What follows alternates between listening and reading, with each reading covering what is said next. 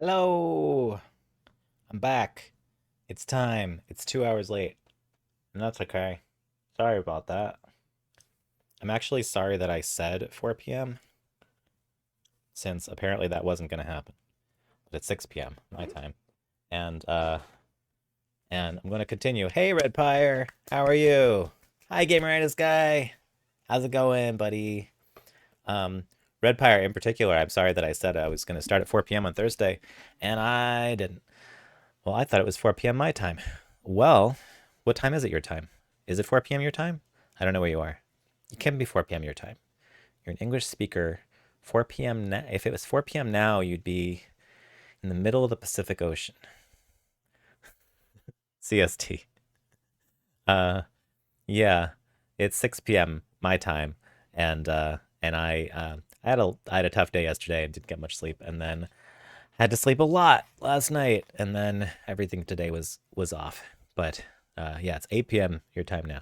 Sorry about that, but I do want to continue what I was doing on Tuesday, which was this, which is this lesson from Zenva.com, which I never heard of until I bought this lesson, these courses from Humble Bundle, which just ended yesterday. So there's no more Humble Bundle for this, and they're kind of expensive courses. I wouldn't say that they're necessarily worth the full price. I think they're worth the Humble Bundle price, which was like $30 for a whole bunch of intro Godot courses. I'm enjoying them. Um, I did a lot already. Uh, would like to review them. Hold on. Let's go. Where did I put it? Here. Mini projects. Mini projects I didn't export, and they were less interesting. They're interesting, but less interesting. The Godot platformer 2D was this one. This was a cool lesson. Making all this stuff. Didn't do any sound effects. It's not a complete platformer, but it has some of the building blocks of being a platformer. Level 2. Boing, boing. Doesn't have any character animation, just movement. That's it. I like that one. That's probably my favorite one. Um, there was the 3D platformer, also no sound. This one they had WASD and spacebar, which I find harder to use because I'm right-handed,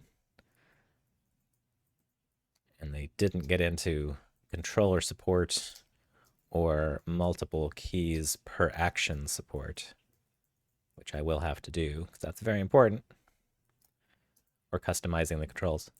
Level 2. This character seems to be a vampire. Whoa. Whoa. Hey, good. You know what? I never died on level 2 before, and it's good to see that it starts level 2 over. It doesn't go back to level 1. So that's good. And I got the flag, but I missed the coin. And it starts over. That was the 3D platformer. Then there was the there was some other intro doohickeys. Like actually there was some interesting stuff in these mini games. Hold on. Project. It covered let's see, mini projects.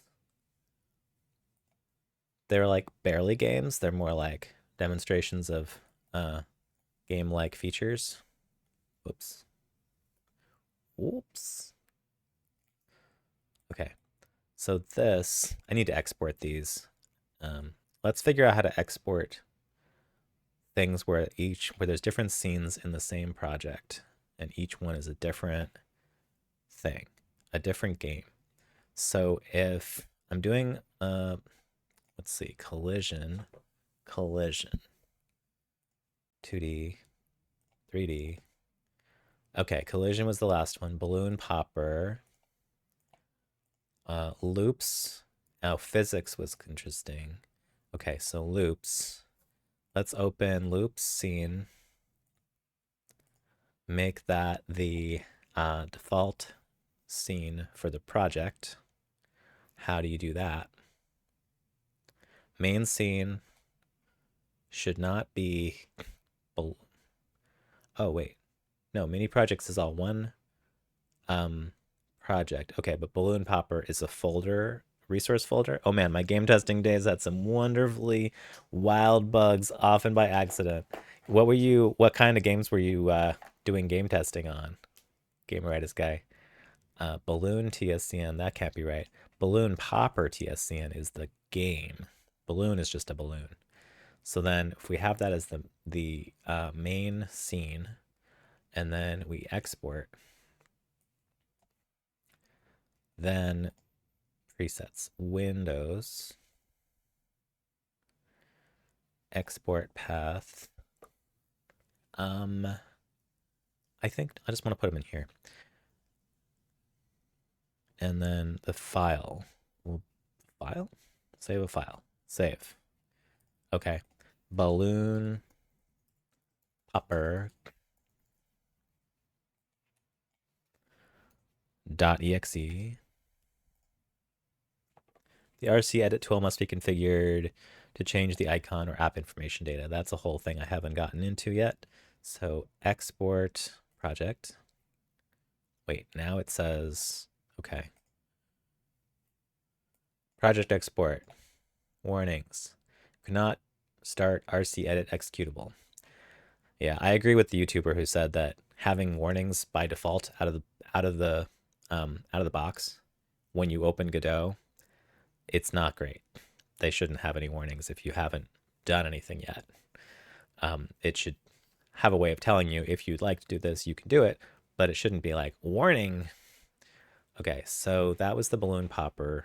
Let's then try to change to a different main scene. Let's go loops and then export. Export path. Balloon popper. So this is loops, which is really a star field generator. Export project. For some reason, it wants to do that again. Okay. Then I don't know if this is the right way to do it, but it seems like it would be. If you don't really you don't really have a main scene in this project because it's a weird project. It's a project that's about it's about doing multiple games in one project, just for convenience, just for learning. Let's see, collision TSCN is this, and tree is that. There's no trees.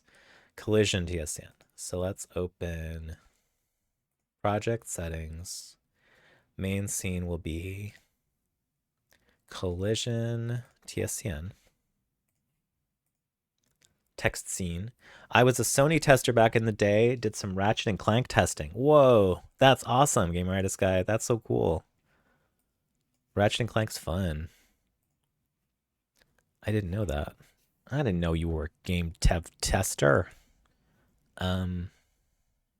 Collision. Collision. Export. Collision, yes. Done with the RC edit warnings. And then the last one is the physics. Oh yeah, physics is neat. And it was so small I almost forgot about it, but it's like kind of fun. Let's see. Physics. Like I don't have an idea for a physics-based game, but the more I see people making them, the more I'm like, maybe I'll think of one. Physics. This was almost 20 years ago, but yeah, found some bugs that probably still are there because they didn't fix them all. They only fixed the ones they cared about. Oh well, at least you found them. Okay, physics. This is the physics game. It goes towards your mouse click and it knocks the other boxes out of the way. That's the game. It's the entire game.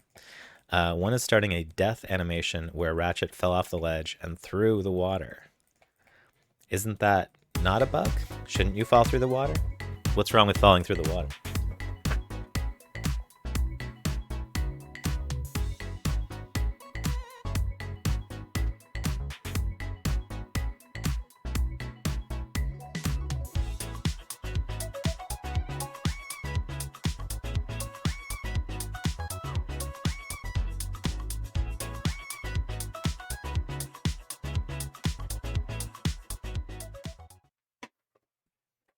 Hello, everyone.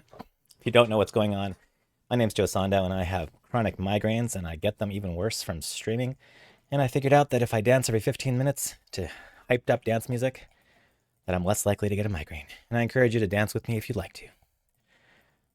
That's what that was about. And that's why I'm out of breath. And the goal was to be out of breath.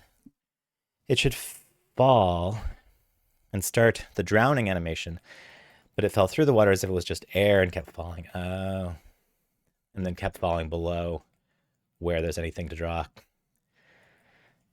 This game reminds me of a game that I saw on YouTube where they like had a bunch of people working on a game without communicating. Like one person would start it and then they'd pass it to the next person after a few hours and keep adding to it.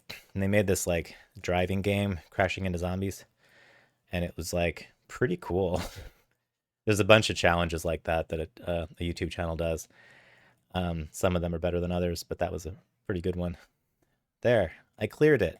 Did I win? Sure. Oh man, back in the day we had VHS tapes to record bugs. Yeah, I'm old. I'm 46. Nothing wrong with being old. Everybody gets old if you're lucky. Okay, this is loops. This one just makes a loop to generate stars in a random pattern with random size. And the point of it was that it's random and that each time you run it, it'll be different. For my purposes, I rewrote it to make sure that it was not different every time because the game I'm designing relies on deterministic pseudo-randomness to have multiplayer, non-networked, cooperative gameplay with replayability. I love the random ones. Yes. It's like if you look at the pattern of these stars in the upper left corner, and then I'm going to quit the game and run it again, and you will see exactly the same pattern because I didn't follow the instructions, and I looked up how to determine my own random seed and feed it into the random number generator to generate the pattern, a consistent pattern, and then I could change that seed to make a different pattern, but I had to know for sure what the pattern was going to be and that it would be consistently the same after hundreds of stars were generated. Balloon Popper was one of the first ones. I don't think they look like balloons, but you click them and they get bigger, and then and certain ones need different numbers of clicks before they pop and give you a point. And this is just to do like finding where you're clicking, basically, that you're reacting to clicks, which is very important because I'm probably going to end up making a point and click game. And then let's see, collision we did. Physics, I'm glad I've exported these. Physics we looked at. Collision is the skiing game where you just go left and right and try not to hit a tree. If you hit a tree, game over, it starts over. And then he said, like, if you want to continue working on this, put something at the end that if you catch on to it, it gives you a win instead of a game over. And he didn't talk about how to do that. And I was like, I don't feel like doing that. I'm just glad I made the trees. So, but this is a clever intro physics 3D thing because skiing is kind of just what happens when you turn off friction and have a slope and have a body fall and hit another body and keep going. So avoiding trees becomes some kind of gameplay. And it seems like, oh, what an advanced game to be making. Really, it's just like using the default 3D physics engine of Godot. Skiing is one of the simplest things that it can do. Red Pyre said I had and technically still have a star map generator that uses an ID of a star system to generate planets. That's cool. And each planet can have a seed to generate levels. Nice. Nice. Are any of your games published? Like, are they downloadable to look at?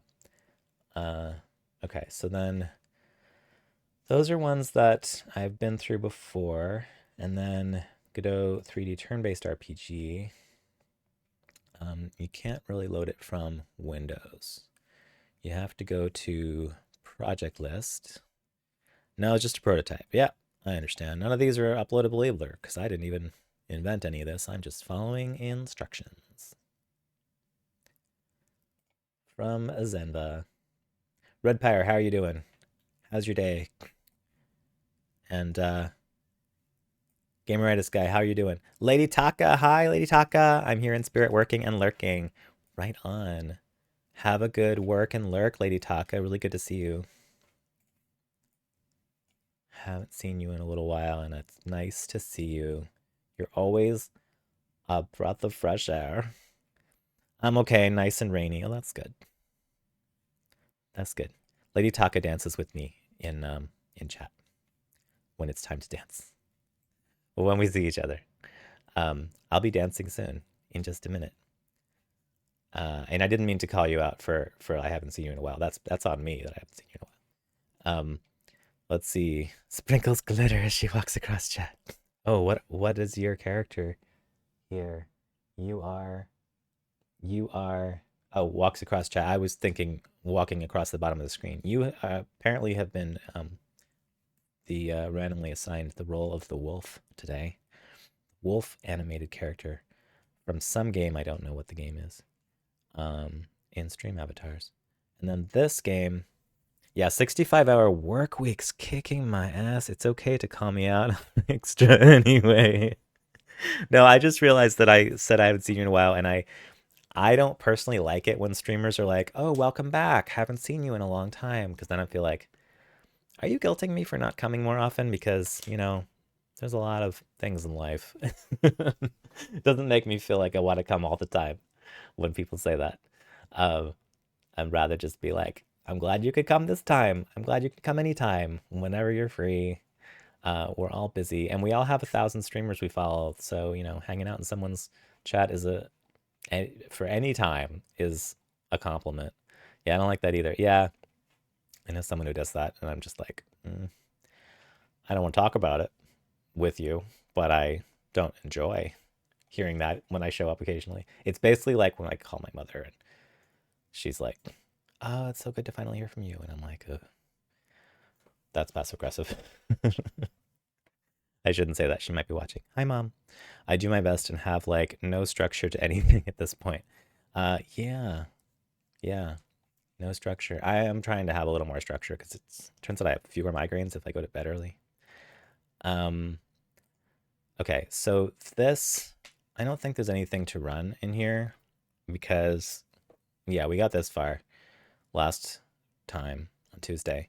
It shows the player and the enemy and their hit points, but there's nothing to do yet because the structure of this lesson was very like lots of stuff up front before any kind of interaction happens. Let's see. But I think we're about to get to the part where there's buttons to press. Now let's see if I get the audio. No. Let's try again.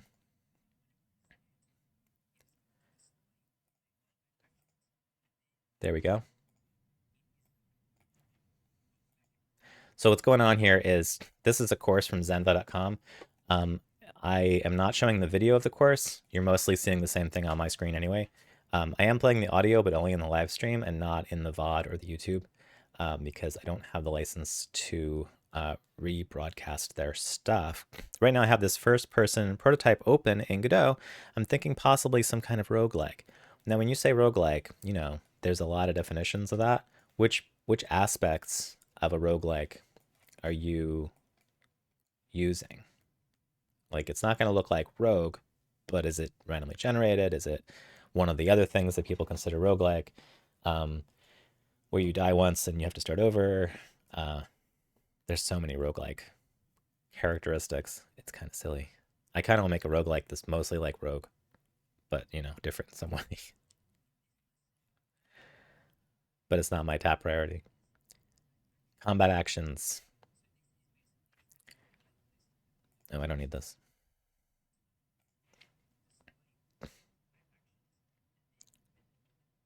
Most of the mechanics of a roguelike, just first person view. Okay, yeah, I get you.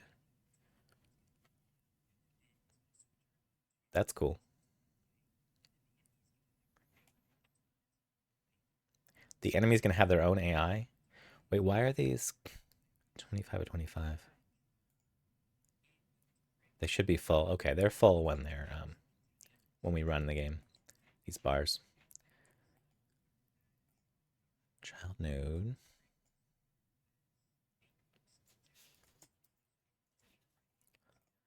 Hmm.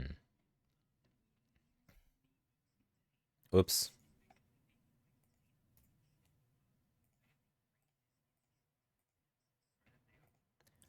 VBox container. Okay. Red Pyre said, right now I have it where pointing at things does an interaction, displays messages and text boxes. So I want to move on to picking up items. Very nice. Very nice. Let's get this guy here.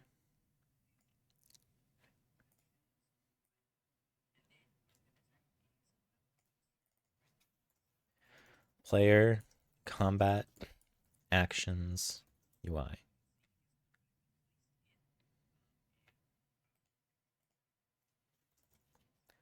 Button.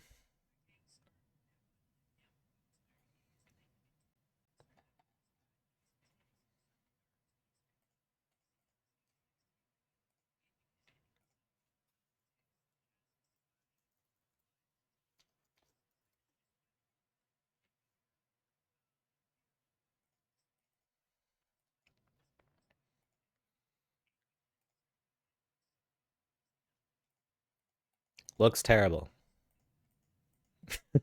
The default buttons are like, Hey Dom2D, hey, I'll miss the first 30 minutes. No, no, no. I just started. Really just started. Like I started streaming at like 6, but then I had like a starting soon screen and then I basically I'm just very late. I apologize. I apologize for saying I was gonna be 4 p.m. when that was not gonna happen. Um, I just started the actual lesson that I'm doing the new material like 5 minutes ago. You haven't missed anything. Just chit chatting, showing old projects closest.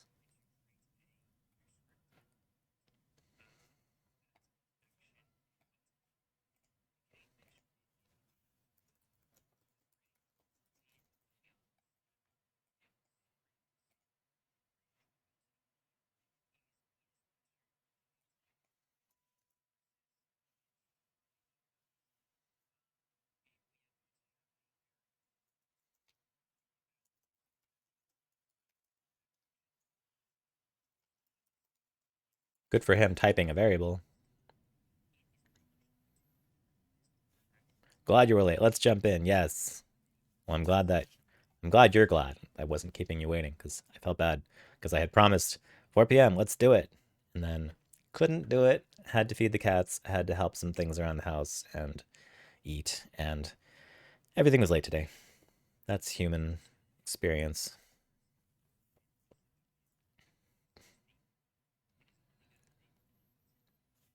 Combat action. We did write combat action before. It's in this script here.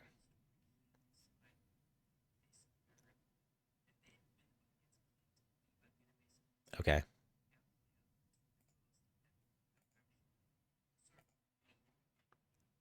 You had to have life. Yeah. Yeah.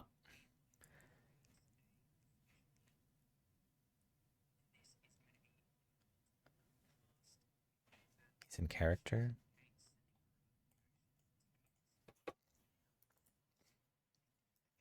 Cast combat action. Nope. Slow down, dude. Cast combat action action. He isn't putting a type, but I'm going to put a type, and I'm pretty sure what he means is that this is parameter of type combat action. Dance time!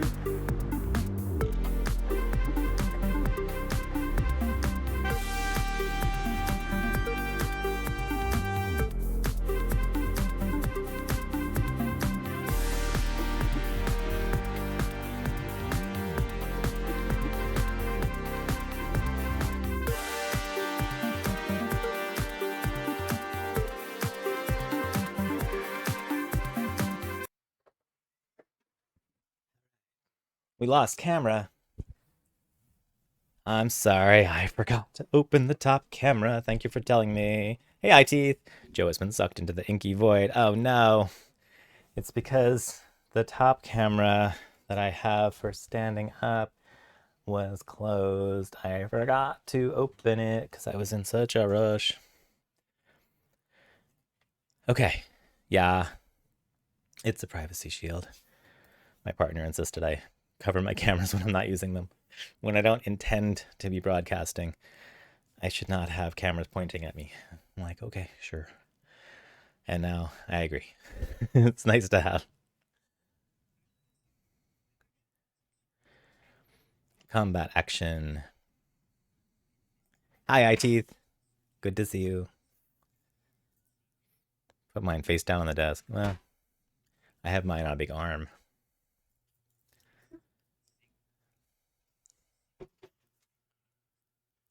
Have a great day, Gameritis guy. Thanks for coming. Unpressed.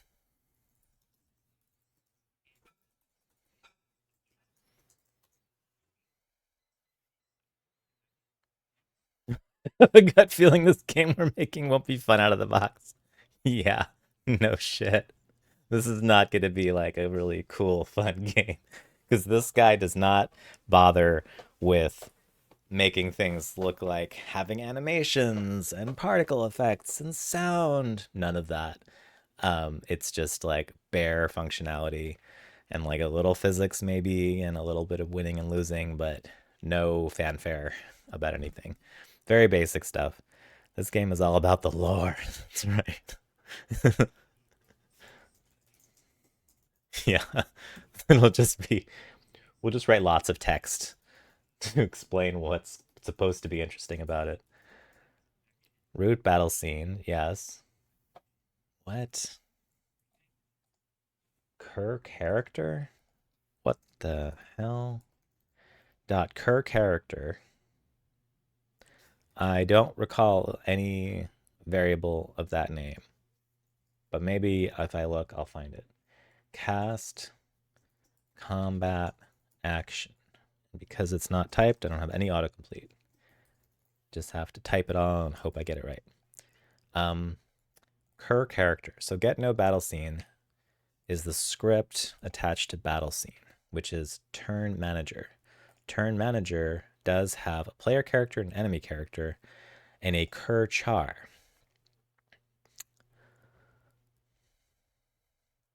Which is not what he wrote in this new script. So we'll see what happens. It'll be great learning. That's right.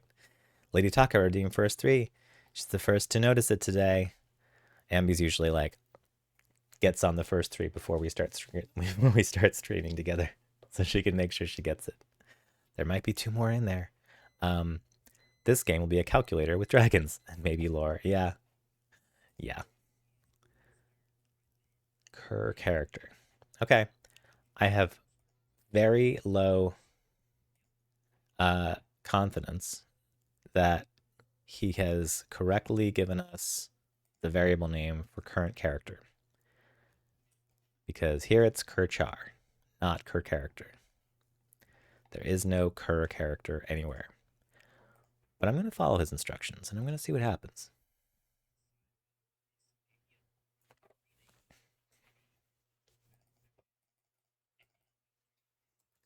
Combat action.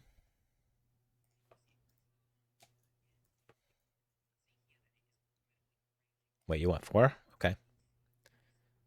4 it is. I don't remember them being gold bars, but I'll take them.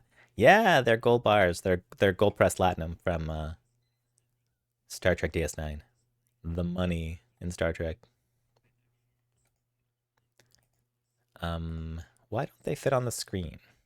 So his fits on the screen, and I don't know why mine doesn't. Maybe his stuff is just up a little higher. Is that possible? Maybe. Oh, player. I'm not sure. Let's get these things. No, these things. This. Stop it. This, and this. And move them up there. Lovely. Whoa. iTeeth hit the jackpot with a Gyarados sprite on stream. If you hit exclamation point, I'm always that sprite. Yeah, that's the one it's assigned you at some point. You got the big Pokemon. If you do exclamation point random, you will change to a different character on stream. And if you go through, you can do it more than once if you want to just like spin the wheel and see what you get. You can also select what you want it to be, but you gotta like scroll down in Twitch desktop to the stream avatars interface to like a pop-up window where it gives you all the actions and all the controls to choose your avatar and stuff. No, I don't mind distractions. If I didn't want distractions, I wouldn't be streaming. I like chill penguin. Yeah. What did I become just now? Oh, I'm the goose. I'll take it.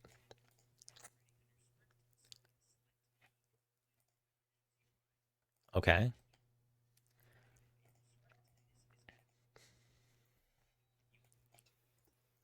Player UI. Untitled Joe game, right. I did finally play that on stream with Ambi. Bar buttons. Alright. Buttons. Export.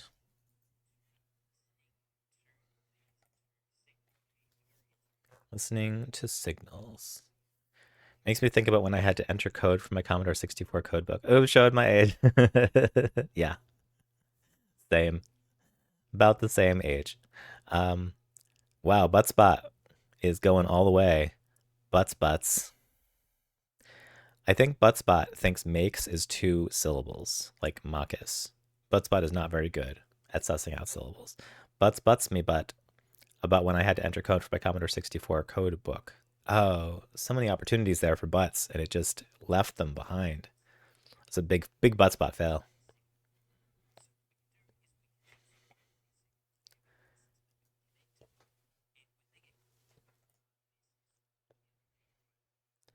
Oh, hold on. So I have a mix here of types of names for these scripts, and it's because sometimes I'm like following what he said, and sometimes before I was following what the Godot like style guide says, which is that files are supposed to be snake case underscores with lowercase letters at the beginning of each word. And this guy doesn't follow that. He likes to use Pascal case, where you use a capital letter and then capitals for each subsequent word first letter. And that's what you're supposed to use for a lot of things in Godot, but not for files, not for script file names. So let's learn how to rename a file, if that's a thing.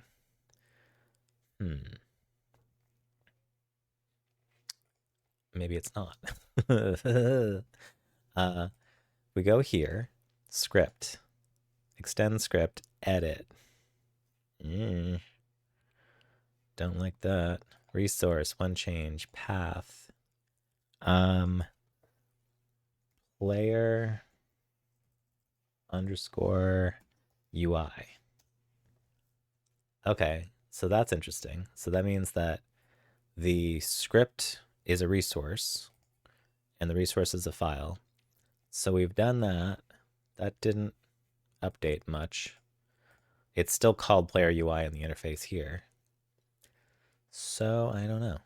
Let's go back to here. Okay, script is now lowercase UI. Left them behind. I see what you did there. Left them behind. Sorry, I missed it. What is up with this? Oh, now it's changed. Okay, well that's kind of a little Godot bug that it said over here when I changed this to lowercase to snake case, this didn't update right away. But when I went back here and back into here, then it did. Now it's updated this. So let's do the same with combat action button, which is here. Edit. We'll just do the first one and see.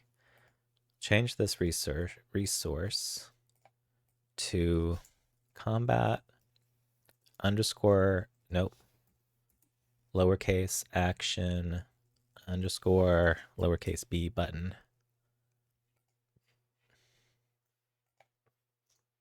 And then this doesn't update right away, but if we click on this again, and then click on this, now it's updated, and now it's updated here. For the other ones that are clones of it, it's also updated. You were talking about Buttspot leaving stuff behind. Ah, nice. I did say that, and I missed it. I missed my own butt pun. Oh, wait, the following files are newer on disk. What action should be taken?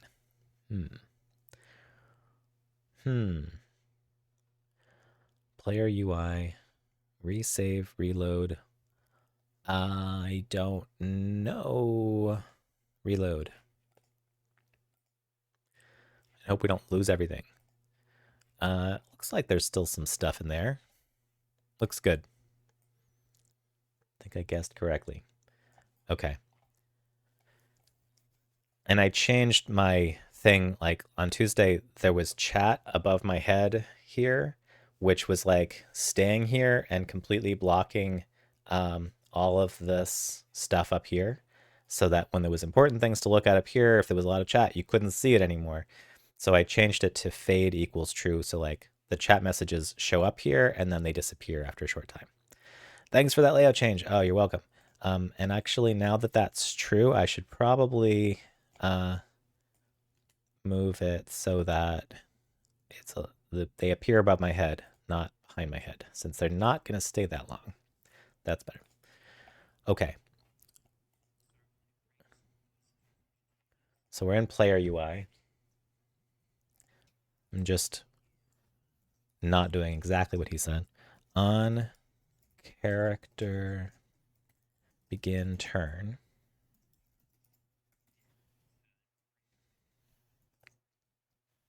He also does weird stuff with where he puts spaces.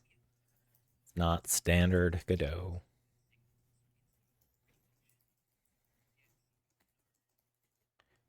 End turn character. On character end turn.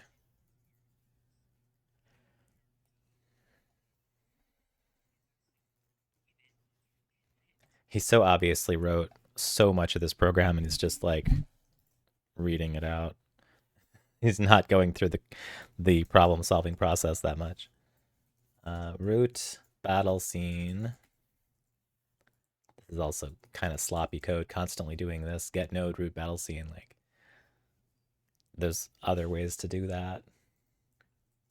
But I'm going to follow what he's doing for now. Connect. Character begin turn connect, which we cannot click into because we don't have class associated in the editor with that get node. We didn't cast it to anything, but that's the turn manager. So character begin turn is right here. It's this signal. And we're going to connect what?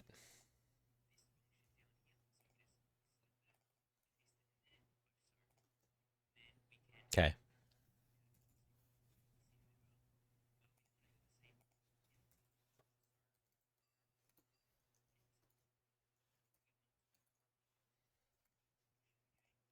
Character end turn. Okay. Yeah, that should be in an onReady variable or something. That's probably an even better idea. I was just thinking if you want to reference that scene, you shouldn't be doing this every time. You should be you should name it. You should do it by name, not by not by its address or path, not by its path.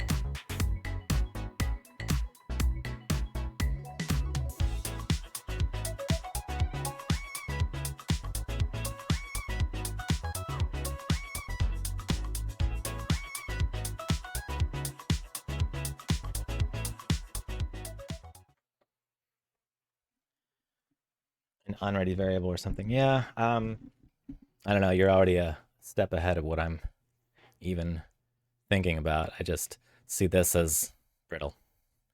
I'm sure there's a better way.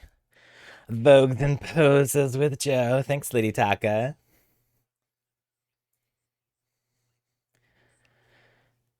Character.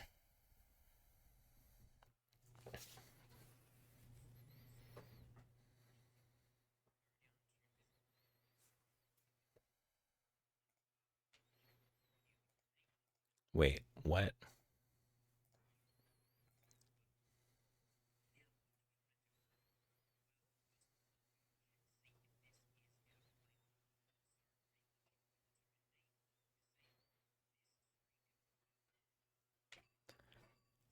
Okay.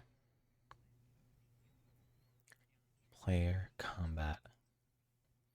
Player combat actions UI. Yes. Visibility. Yes.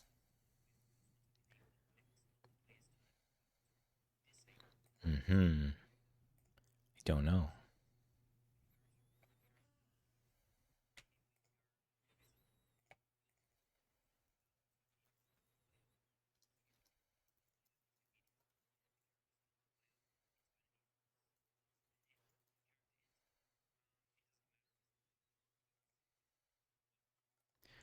What is this character class and where is the isPlayer variable? Let's find out. Here's a character. We have a script called character. And here we have isPlayer bool. Okay.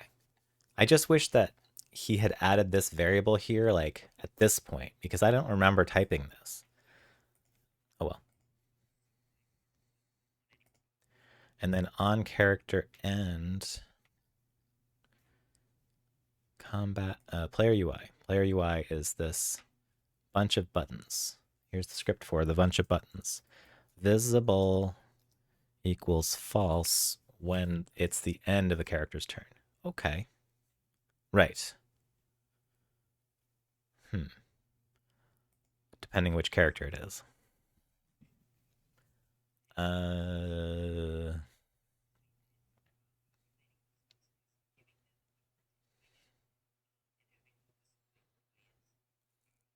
This is not as iterative as the other projects. The other lessons were more like make this, run it, change it, run it, change it, run it, change it, run it.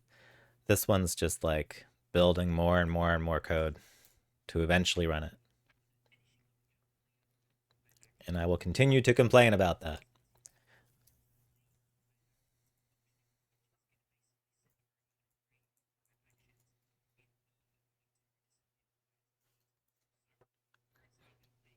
Do you say buttons or buttons with the glottal stop? I say buttons.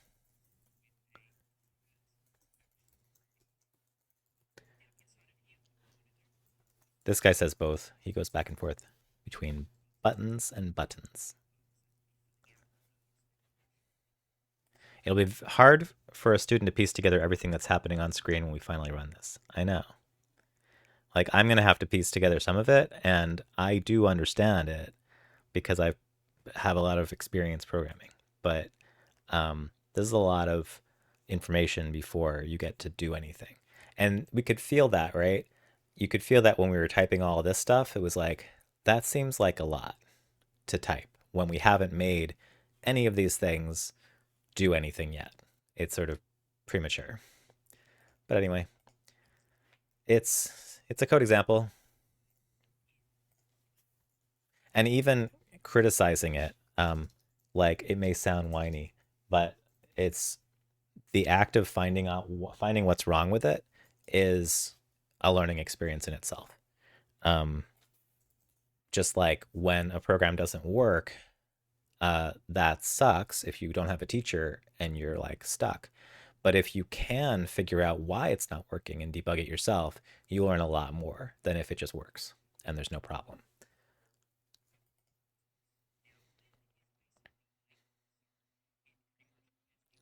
Len is buttons. Oh, I was thinking lerp. Length of buttons. Hold up. Butt up. Good job, Butts Butt.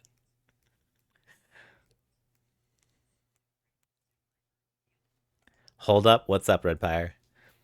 We're making a var for, I'm guessing, button. I don't actually know the syntax for this. Buttons sub I, like C? I don't know. So we don't even have working stuff yet, and the tutorials are broken into that small episodes. Most of them, yeah, most of the lessons in the other courses, like the other games that I showed you earlier, they weren't like this. They were more like, now run it, and we see this thing, but we haven't added this thing yet. So let's go back and change this, add something and add some code, like add a visual thing, add some code, and then run it again. This one, he seems to not feel like doing that today. He feels like he wrote a lot of code to make this lesson, and he kind of wants to like get you to type the code in and then have like think that you'll understand why it works when it runs. But I think that's a mistake. I do not care to hear it, Buttsbot. Yeah, not okay. Yeah, this one's not as good as a less of a lesson plan as some of the other ones. Like the lesson should not be up until you have something on screen. Right. There should be something. I mean, these are like bite-sized lessons to make you feel like you've accomplished something by going through them. But yeah, there's nothing happened after the last lesson. We're just typing more code.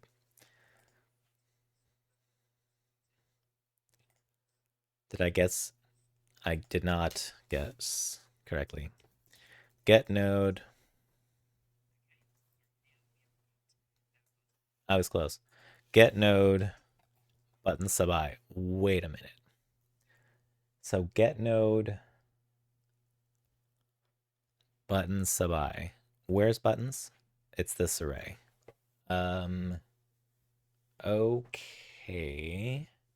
That isn't clear. Why are we calling get node?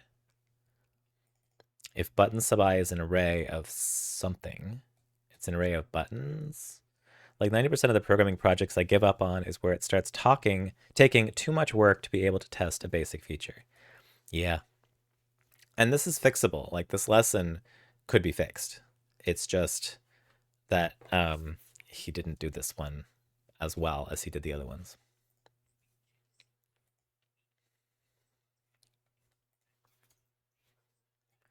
Get the node in the array buttons at position I. A little convoluted. Well, I get the button sub I.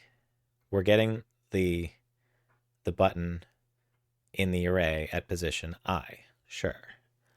Um, but then what does that return? What type of a variable does button sub I return?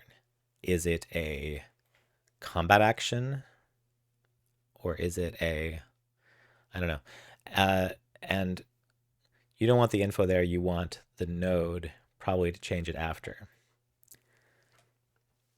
the info. Okay. I just don't know what this buttons is going to be because we haven't set it up yet. So this is premature to be getting a node based on it. I'm wondering if it's a string. If button sub I is a string, I understand because get node can take a node path, which generally is written as a string. I'm guessing, by the way, yeah. Um, I'm just surprised that that's what it is because then button sub I would be a node path, and that means buttons is an array of node paths. But since um, what's his name here doesn't really put types on everything, I don't know. Um, It does look like get node, it has to be a node path, which is, as we've seen so far, generally it's a string.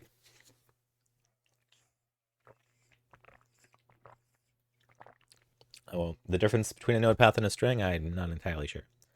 A node path is composed of a list of slash separated node names, like a file system path, and an optional colon separated list of subnames, which can be resources or properties. And I think that you pass a node path in to get node, but GDScript lets you pass a string. As long as it is formatted correctly, it will automatically convert it to a node path for you, probably. See also string name, which is a similar concept for general purpose string interning. Okay. In the editor, node path properties are automatically updated when moving, renaming, or deleting a node in the scene tree, but they are never updated at runtime. Really? Node path properties, not usages. So if I move battle scene, it's not going to change my code to fix it. Is it? Do I dare? Rename battle scene 2. Nope, I just broke my program because this doesn't say battle scene 2. Rename battle scene, nothing. Backseat guessing, yeah. That just means that button sub I has to be a node path or a string or something that can get converted into a node path. We'll see, because he sure wants to write a lot of code before testing. It's not how you usually make things.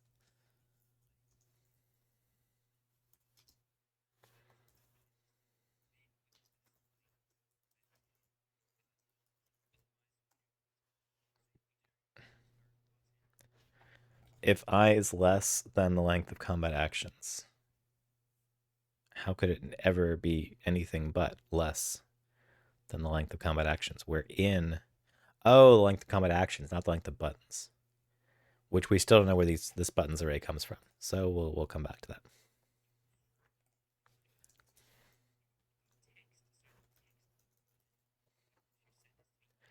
Button.visible equals true.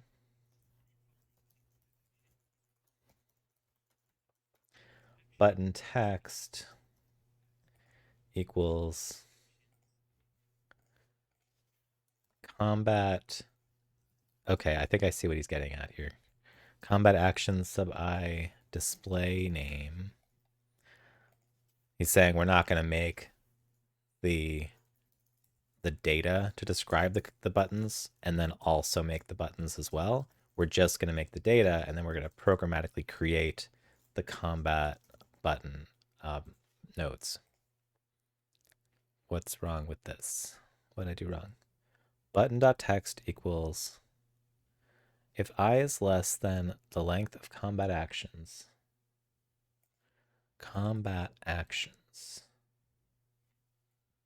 oh, there. Okay. I missed the S on the parameter name here. Combat action in the function name is missing an S. Yes, thank you, Dom. You caught it the same time I did. Button visible equals true. Button text equals combat actions sub I dot display name. Button combat action equals, I think he's going to type some more. Combat action sub I, yes.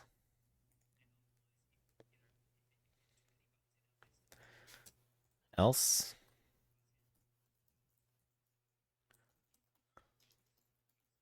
Okay. Oh, so we are going to have all the buttons exist. We're not going to create them programmatically. We're just going to have a bunch of them, and we'll use the ones that we've made like 4 on the screen, and then we will only use a maximum of 4 because that's the only slots that we've made. Then we will change them to be to have the properties of the buttons that we not the buttons, to have the properties of the combat actions that we created elsewhere. It's my secret skill, finding errors. It feels like a detective puzzle game to me, probably because I make a lot of errors. Yeah, I have a similar reputation when I did code reviews for my peers at work. I would sit there, they would be explaining what the code's supposed to do, and I would just be scanning it for like syntax errors, not even knowing what it does yet, and just immediately being like, well, this needs this, you just missed that over there, you missed that over there, this needs to line up with that. Um, and they would occasionally ask me, how do you see that so fast? And I'm like, I don't know. It's just right in front of me. Uh-oh, Red Pyre got some annoying Godot news. What is it? Lay it on us.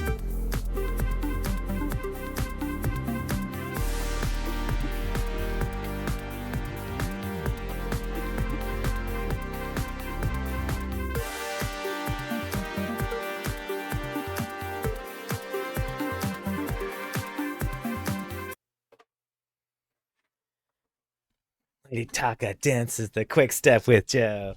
I don't even know the quick step, but I'll learn it in 5 seconds.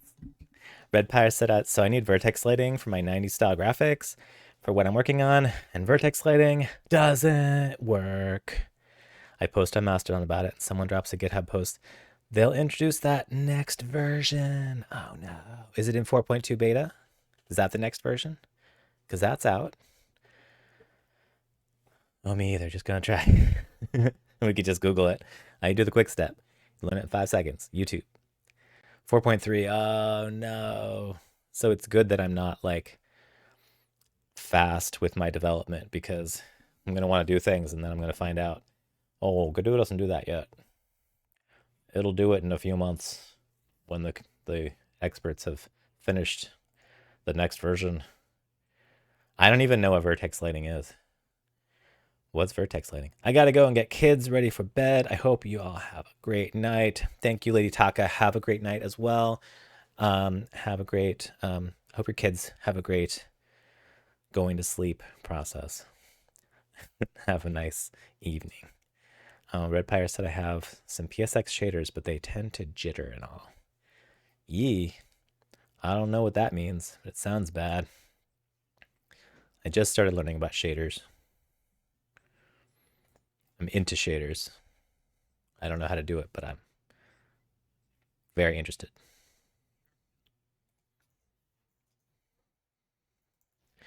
I missed what he said. What are we doing? Why are we doing this? Bye, there, gremlins. I just try not to get bit.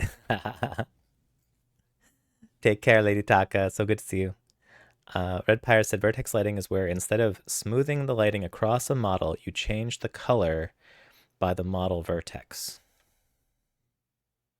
Change the color of the light that hits the model based on which vertex it's on of the model. Oh, I don't know.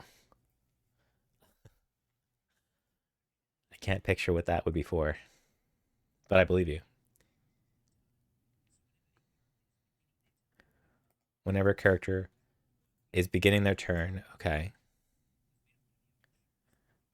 We don't want the enemies.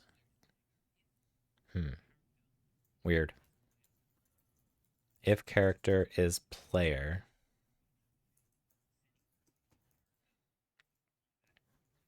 Hold on. Why doesn't he just type his variables so that they have autocomplete? I don't understand. Character. Character. Isn't that better? Then you can do this. If character dot is player. Boom. Why wouldn't you want that? It's so much better. Red Pirate, one more. I need visual aids. Yes, please. You can put links in chat. I don't have a link rule.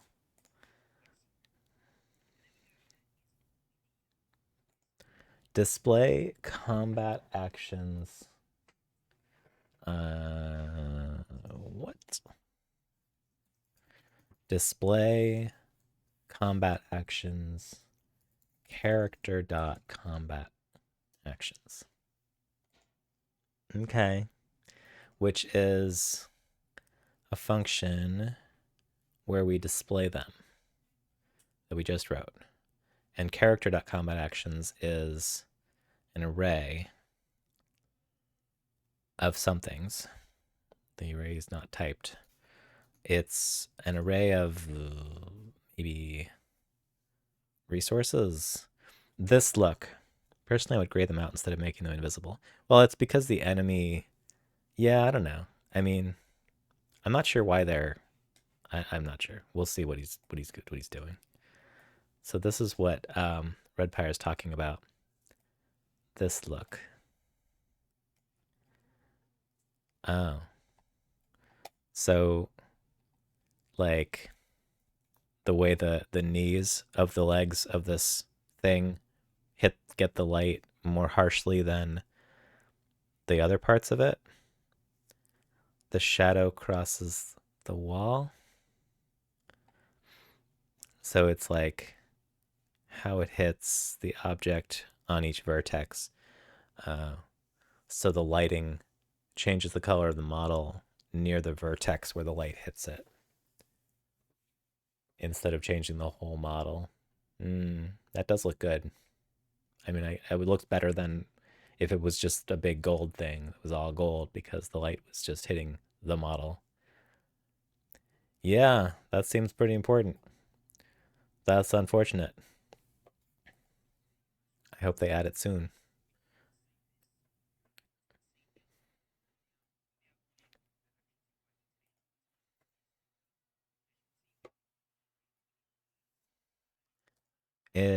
This thing. Okay, we have the buttons array size 0 that we need to fill out.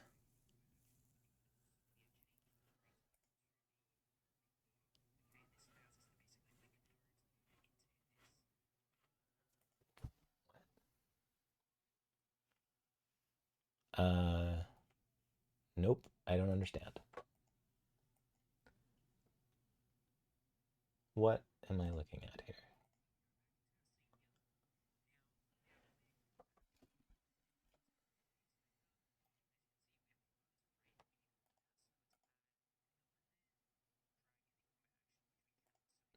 Oh, add an element. Okay, node path.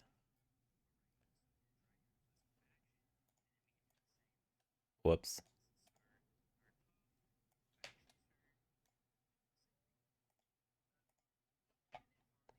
Do I have to keep doing that?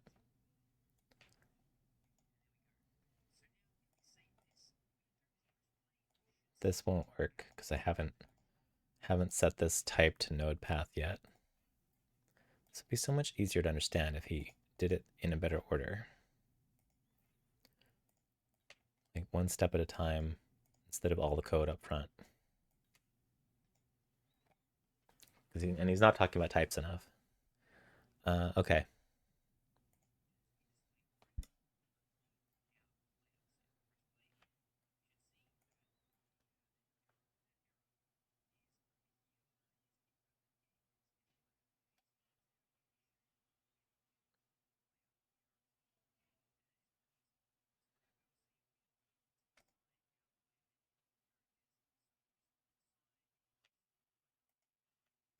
Battle scene. Assign player and enemy characters.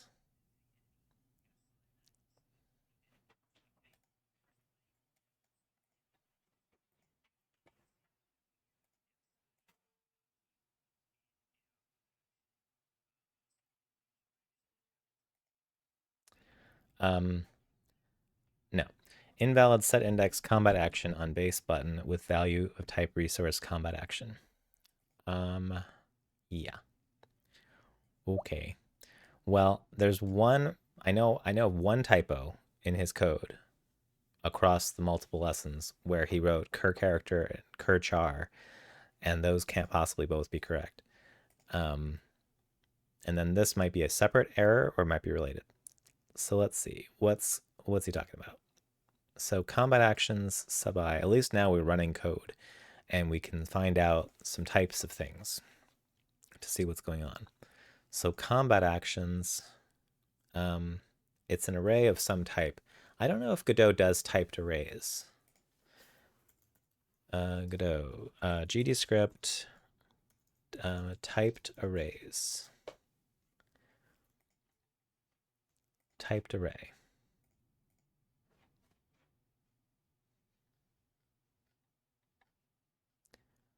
Do, do, do, do, do. Free courses at Zenva. Um, my array. Okay, square brackets int. Sure. So that's how you type arrays. Because I would like more types. He doesn't like types, and I do. It's much more much easier to understand if it's typed. So combat actions is an array of type um, combat action, because that's in a class we have here. Combat action. And combat action has display name, damage, heal.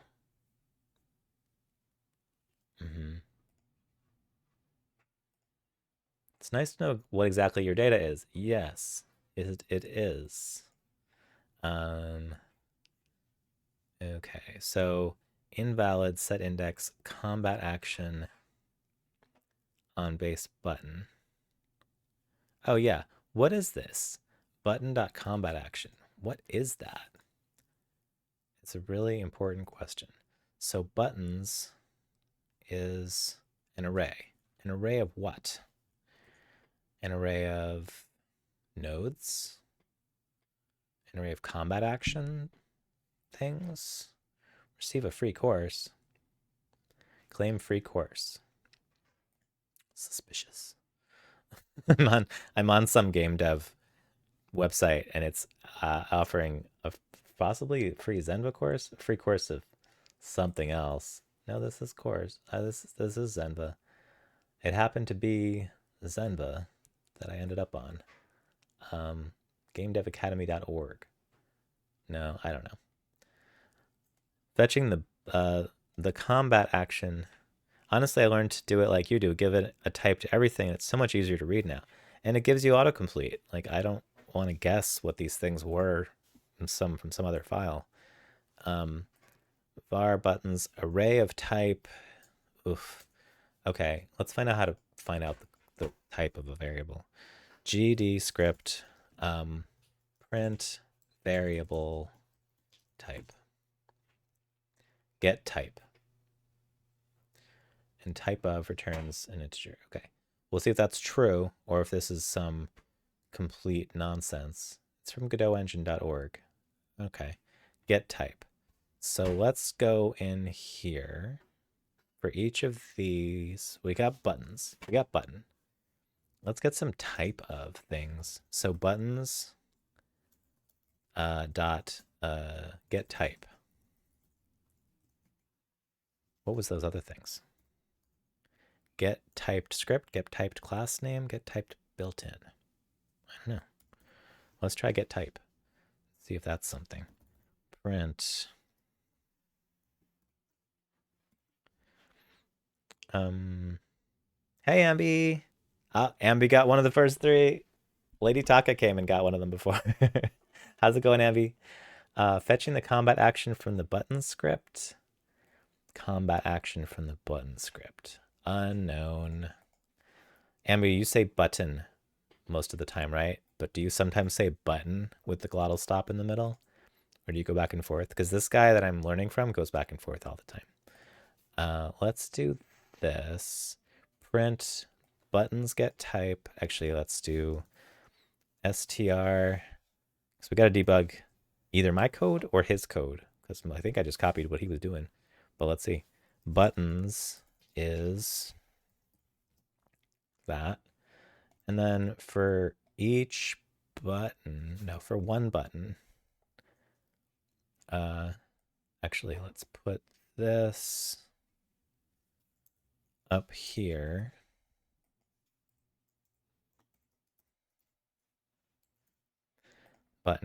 Button is get type. Okay. Kill it, run it, read it before it crashes. Wait a minute. Oh, now it works. Oh, boo.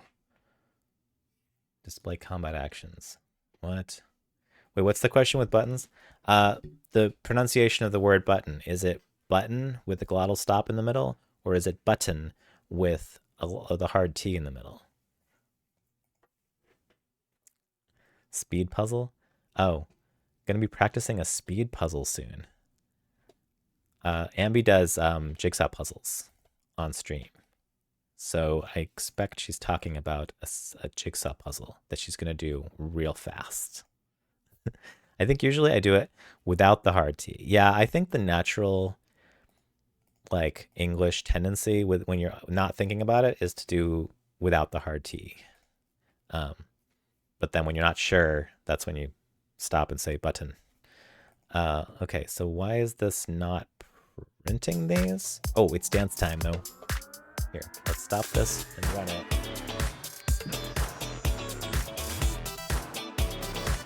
Oh wait, debugger 9. Nope. No output. Weird.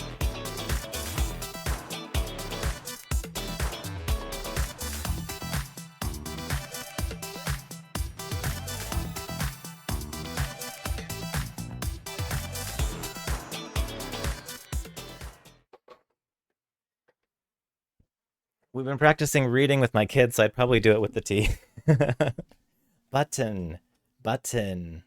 And then they'll hear you say button and just be like, okay, button. I think this isn't getting called yet. Display combat actions happens in certain circumstances when on character begin turn. Have we not begun a turn yet? I don't know. These don't do anything yet. We didn't do that yet. Okay. Well, I don't know why it was failing before. Oh, well now it's angry. There's big red bars. Jigsaw puzzles or puzzle escape game kind of things. Either way, it's cool. Ambi does both. But for speed puzzles, I have a feeling it's jigsaw puzzles. Let's see. Error at 21.5. Expected closing after calling arguments. Oh, true. I did miss a closing parenthesis.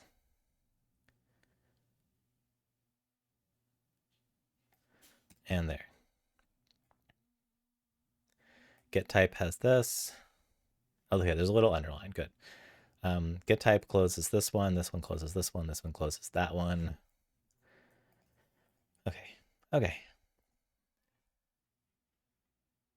All right, there we go. Cannot find property get type on base array. So this Microsoft Bing result was incorrect. Okay. For objects, there's a get type. For built-in types, there is a type of. Get type returns a string of the node type, and type of returns an integer of that type, which can be compared against a constant such as type int. What? List of constants are found here. What garbage? This is maybe the worst part of GDScript that I've ever seen. And then that link doesn't work. How old is this result? 5 years. Okay. How can I check the type of a variable with GDScript? Yeah, how can I? You're trying to get the type of buttons, but buttons is an array. Yeah, so it should tell me that it's an array, but instead it's saying you can't. Type of... I'm happy if it says array. I'm hoping that it says an array of certain things. For objects, there's a get. No, this is the outdated thing. All right, well, let's try the autocomplete because there was a suggestion in the autocomplete. Get type built in. Get type class name will get typed. Get typed built in. Let's try that.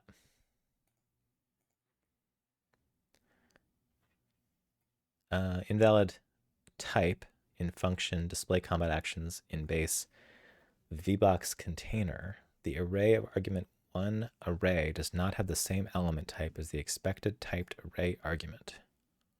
Where? This is why you need to type things. Display combat actions. An array. Oh, I said array of combat actions. It's not. It looks like it, but it's not. It's an array of something. Probably resources. Okay, let's take that out. At least we're getting to this part of the code now. Run it again. Invalid call. Non-existent function get type in base button. Good. So this one worked. And buttons is 0. Ew. Get type typed built-in returns the variant.type constant for a typed array. If the array is not typed, returns type nil. Variant.type. Okay. Type. And what class is this from? Global scope. Okay. Good. Good, good, good. We'll get there. Close. Uh, 0. That's not very helpful. Which one is 0? Type variant.type 0 is nil. It's a non-typed array. Fine. So buttons is an array because that is how it was declared.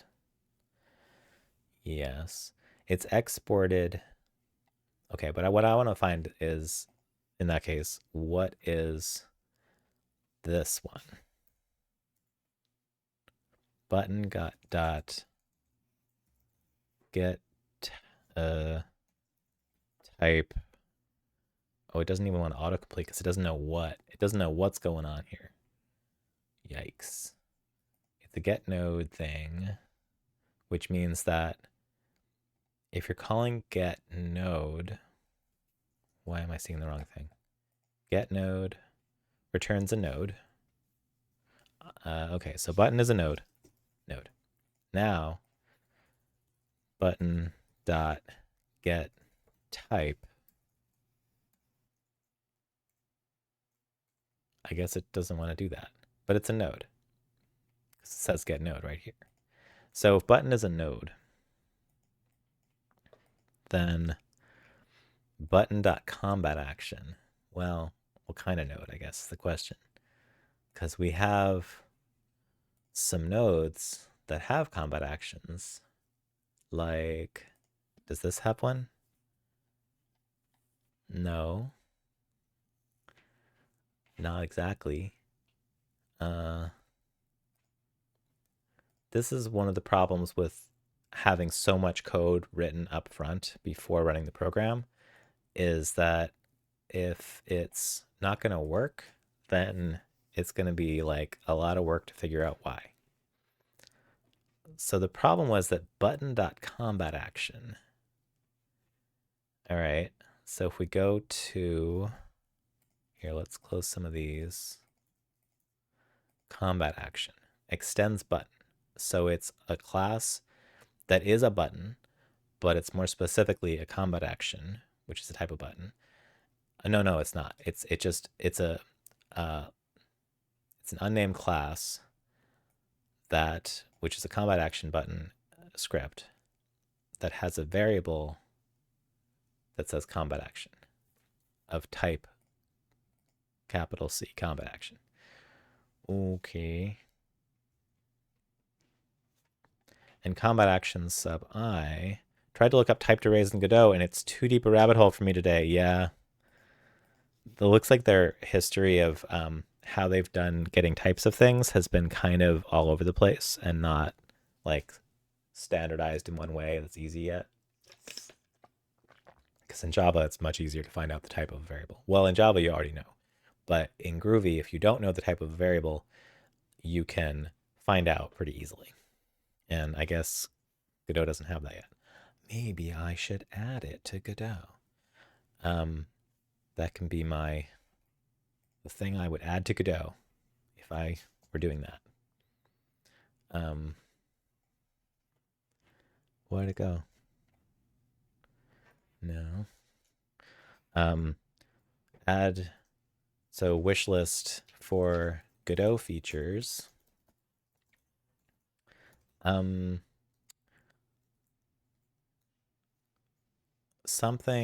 syntax for finding out the type of any variable. It's pretty standard programming stuff. Combat actions sub I. Let's do a print of what is this. We still don't have that though. We can try this one, but I think that's for arrays. This is not an array. I don't think it's gonna work. Invalid call. Non-existent function get type D built in. Right. Get type. I don't know. I know it's like there's duck typing and it sort of doesn't matter what type it is as long as it has the right variables and functions on it, but I don't know how to find out what they are. There might be something like that. I just can't read complex stuff right now. Yeah, I get you. I mean, I thought I had found it and it was like, well, that didn't work. So I guess I'll look for something else. Let's see. So button.combatAction fails because of something. Invalid set index combat action index. So combat action is an index or variable name with value of type resource combat action. So at least the debugger here knows that the error message knows that combat action is a resource on this side. But button.combat action, I cannot go into it because I put node here. And what I really want it to be more specifically is what? Button.combat action. Does his shit just not work? I like the wish list idea, trying to things to figure out or figure out if it's possible or ask for. Yeah, basically. Well, I'm like, I'm gonna forget. So if I want something that's like kind of sort of maybe doable, as like this would be a nice first project to like contribute back to Godot to make it better. I'm just writing it down in case I feel like learning enough C++ to change Godot. I don't know. First I have to figure out how to use Godot. I'm annoyed because I follow the instructions and I don't know what to do. This is the problem when you're learning from a static resource like a video or a book and you don't have a teacher to ask questions. Let's comment this out just so we can have it execute without an error and move on. So it does some things. Like it now changes the display text successfully and doesn't have an error. But that's because button.combatAction equals combat action sub I is nonsense. There is no combat action variable on button because button is not of a class that has a variable called a property called combat action. Is there something to set in the hierarchies button nodes? Something to set in the hierarchies button nodes. So my buttons are these: combat action 1, 2, 3, 4, and those have text behavior, but there's nothing in them that, like, let's see, what's the script on this? There's the script, which is combat action. And so there is a combat action on that node of type combat action. And combat action is a class that extends resource. So I get why it should work. Because the combat action button has this. I wonder if it's because I changed the name. I don't think so. So this has cur character. Yeah. We haven't even got to the cur character cur char problem. Guess not. No. Has a combat action. Okay, let's go back to. This is unfortunately slow, but sometimes struggle is the answer. Let's just do print button.combat action and see if the combat action property exists on the button object. It does not. So it wasn't the assigning that was the problem. It was just that there is no combat action on these buttons. Well, where do these buttons come from? Buttons. Buttons. Buttons is an array. Export. On the player UI, that's this.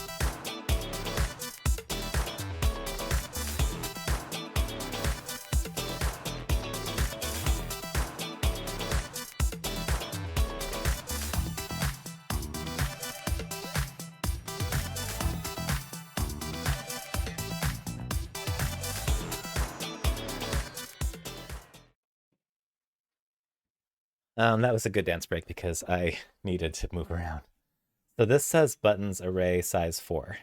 So there is a buttons array that's exported from the code on the player UI script, which puts it into the inspector up here.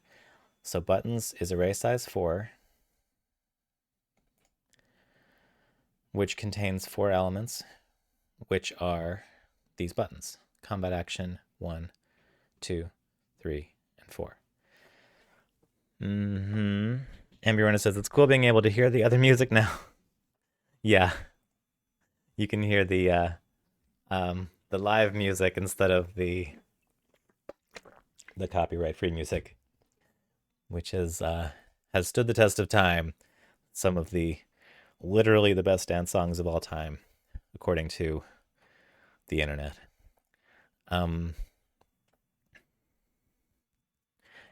Normally on Mondays I stream with Ambi, and I have my music piped through with my voice to Ambi's audio input. But I send different music to her because she can't separate out my audio into multiple places to have one song go to live stream and then another song go to the VOD. So I just send her the one that's safe to broadcast, which is the one that goes to the VOD, which is pleasant but not as famous of a dance song. All right, why doesn't it work? I don't know. Maybe we'll leave it alone and keep going, and then fix it when we get closer to understanding what's going on here.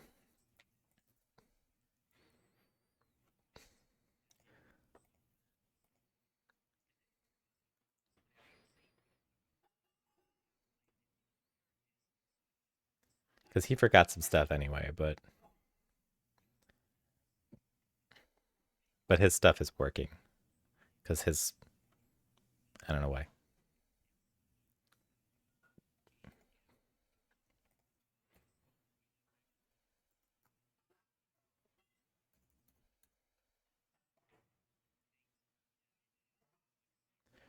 What? Where's he going? Stomp.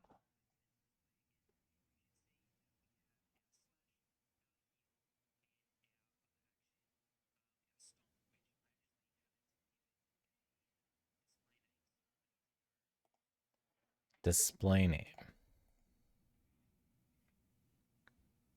Okay, time to lurk and puzzle. Hope you learn a lot. Thank you, MB. Dom said, I feel like the resources are not plugged in anywhere. They might be, because we are getting something. We are getting these slash heal and stomp are being shown. So the resources for them, like this, well, this, and this, like the text all says /5 damage, and we're overriding that somewhere. Where is a little hard to figure out at this point. But let's see, character.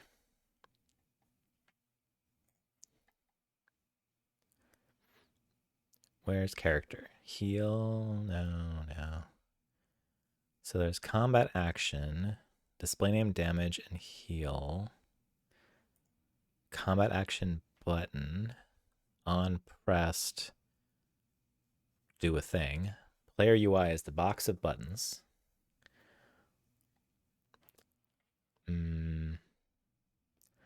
Button, get node, buttons. This would not have happened if he had done things step by step with iteration instead of putting a whole big pile of code first and hoping it works.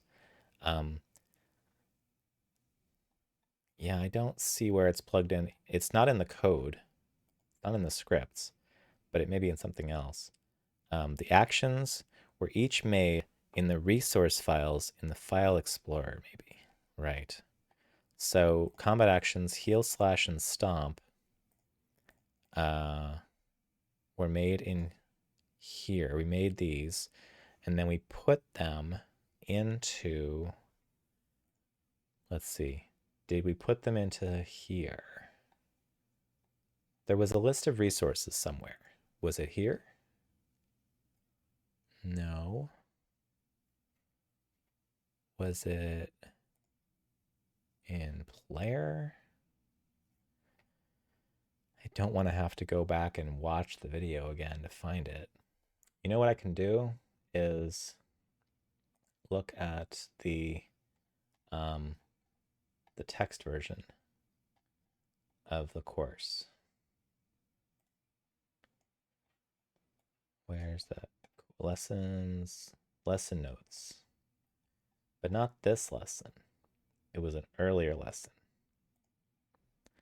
Oh, yes, in player right there. Okay. In player, yes, you see it. Yes, right. So player,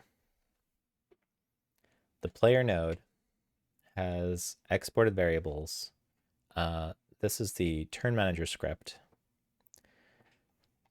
No, it's not. It's the character script.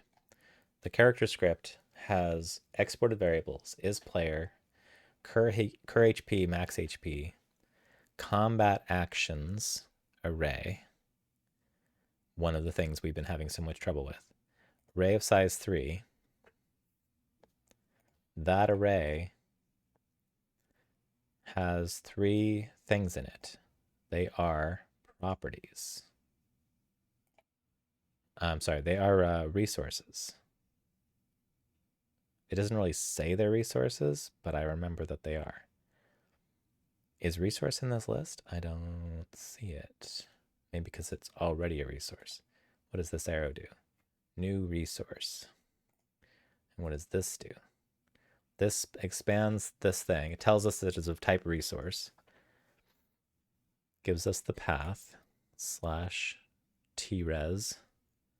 And it has display, damage, and heal. And that is where we plugged in the combat action. Oops. Sorry. Delete those. Oh no. Undo. That is where we have the array of resources. Yes, thank you for noticing it. There it is. So from there, that's the combat actions. Okay.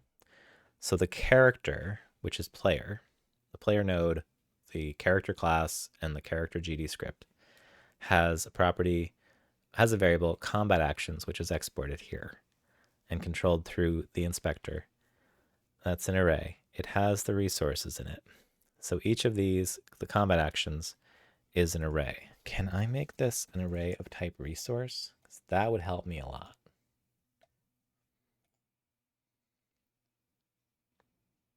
Yes, good. So now combat actions is an array of resource. And the character, let's see, player UI has display combat actions, character dot combat actions. Character is of type character, now has an array of type resource. We're getting closer to sanity, to feeling okay about this. If character is player, display combat actions with an underscore to say this is basically a private function, character.combat actions, which is an array of resources. So display combat action takes an array of resources.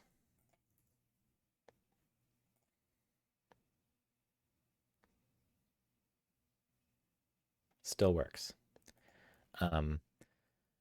Which means each of the combat actions is a resource.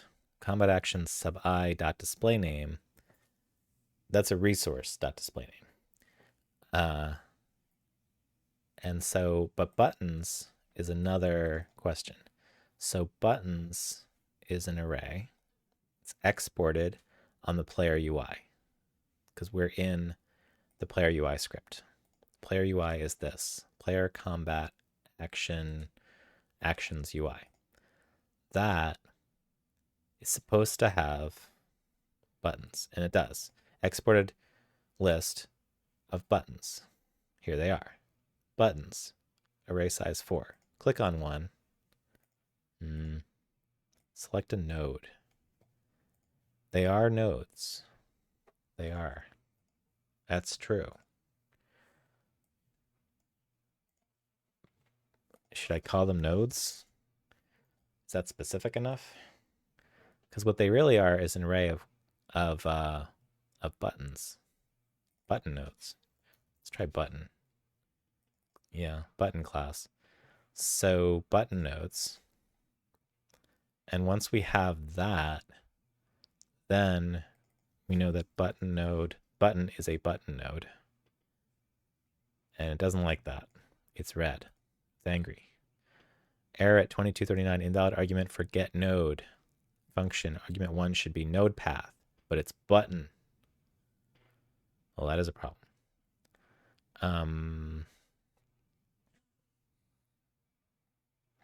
Curious.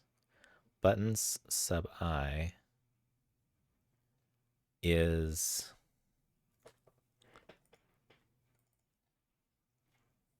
I guess this is not an array of buttons. Maybe it's an array of node paths, which are strings. Yep. Apparently. So if buttons are node paths pointing to button nodes, then no wonder button.combat action doesn't exist. Except, like, I kind of think it should. Because these buttons with duck typing, they do have. Where's the script for this? Script for combat action. They do have. No. This is combat action. It's not the button. Combat action button. They do have combat action. They do. It's right there. It's right there. Do I have to export it? Did I forget to export it? Is that what this is about? Does exporting it change something? Because exporting it makes it show up in the inspector. Does it also make it a property when it wasn't a property before? A property that can be changed from outside the class? Maybe. Maybe export does two things. And he just didn't explain that yet. Well, let's go back in here.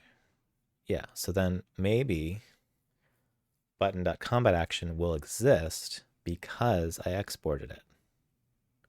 That was it. That was the problem.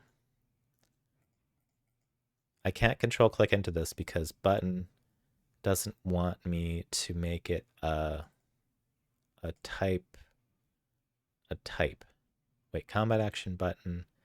Well, I guess if I put class name combat action button here, then I could type it, which would probably be a good thing. Maybe I should do that.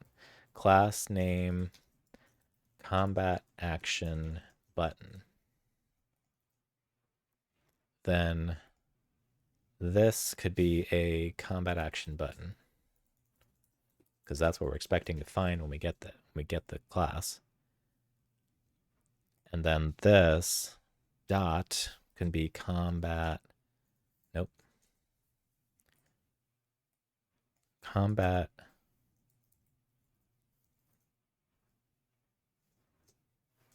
underscore. It still isn't auto-completing, but that could be because sometimes Godot editor doesn't work, right? Why is there a warning here? Maybe it's because of get node only returns a path. Maybe, but it says here get node returns a node, which is not a path. So the buttons list, it's not a well-named variable. It's an array of node paths. These are not buttons. These are node paths pointing to buttons.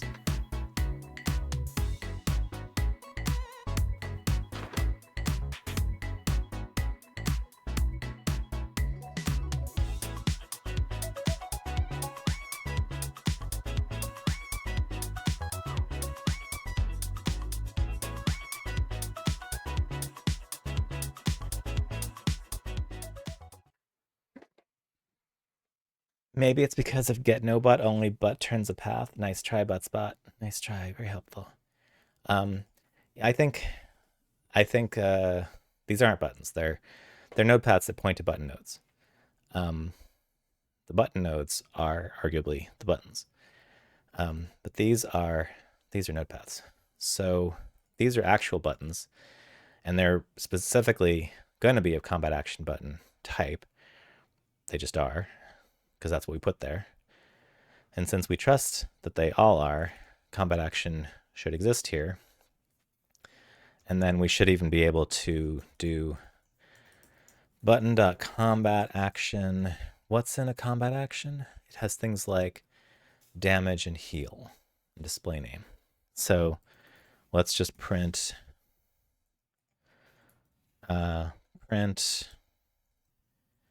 the value of heal for each combat action. And there they are, 0, 5, and 0. 0, 5, and 0, how much they heal. And then if we take out, just to prove the point, if we take out export on combat action button, we should, nope, it still works. So it wasn't export. So what was it? It wasn't working. Now it's working. But what changed? Nothing. I don't like it. Errors that go away by themselves can come back by themselves. Don't like it. Okay, it's working now. But something's wrong. Something was wrong that cannot be reproduced, and we'll never know. Frustrating. Let's move on. Let's move on.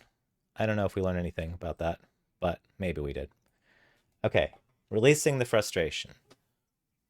What are we doing about stomp? Rewind, rewind, rewind. Okay, we did that. Line 16, unused parameter. Parameter. Oh.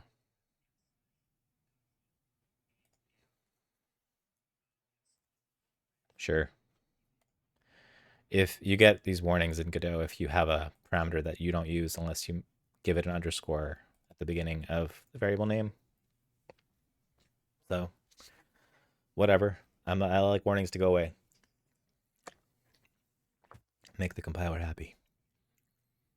Make the warning checker happy. What are you doing? Where are you doing that? Stomp. Stomp. I don't know.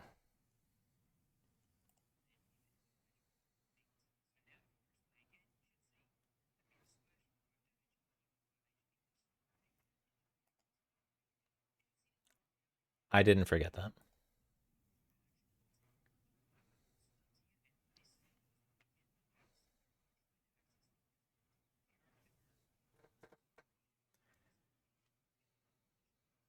That's what I said, dude. But you can't hear me because you're in the past and I'm watching your video. Um, like it's educational to make a mistake, have an error, find the error, and correct it. That's perfectly good to do. But like the way he was going about writing so much code before running it was just like asking for trouble. And that's in combat action button, cur char.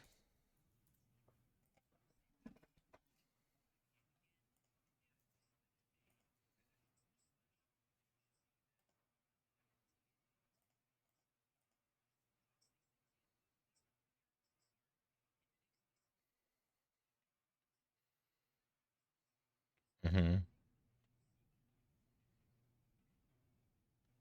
He did a much better job in the other courses. I think this one seems like he's kind of under time pressure, having trouble, or like getting exhausted from making them or something.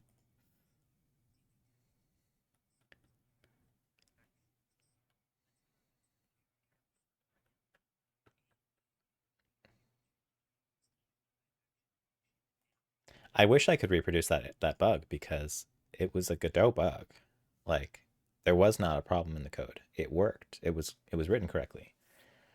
There was something wrong under the hood that was like not finding something.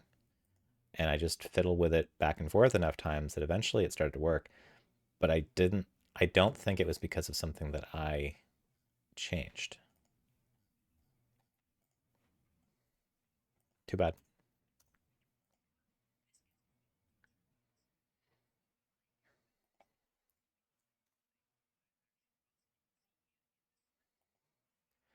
In combat action button, um, on pressed, get node battle scene current character cast combat action combat, and then cast combat action is on the current char.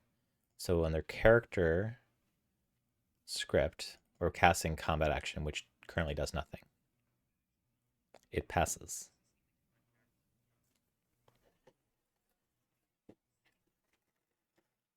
Right.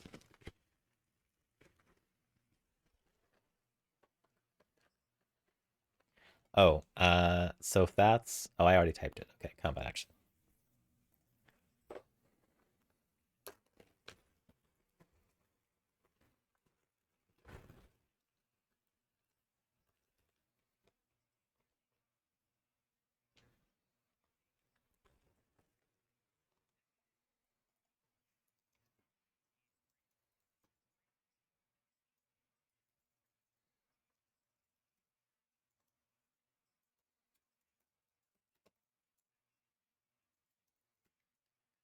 Take damage? Is that really a thing? Opponent, oh, node. Opponent is it's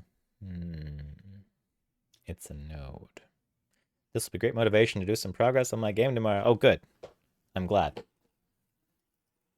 It's likewise reciprocal, or whatever. The what do you call it when two animals rely on each other for survival?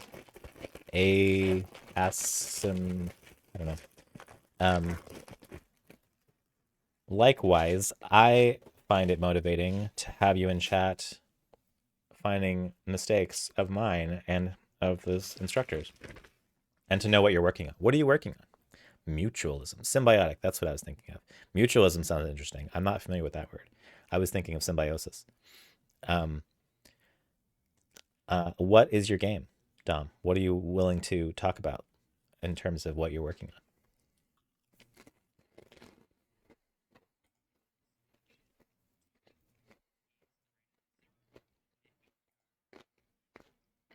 Opponent. So I put node here, but while that may be true, it's not just a node. It's a it's a character.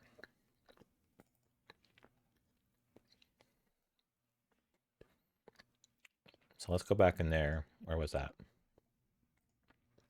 Mm,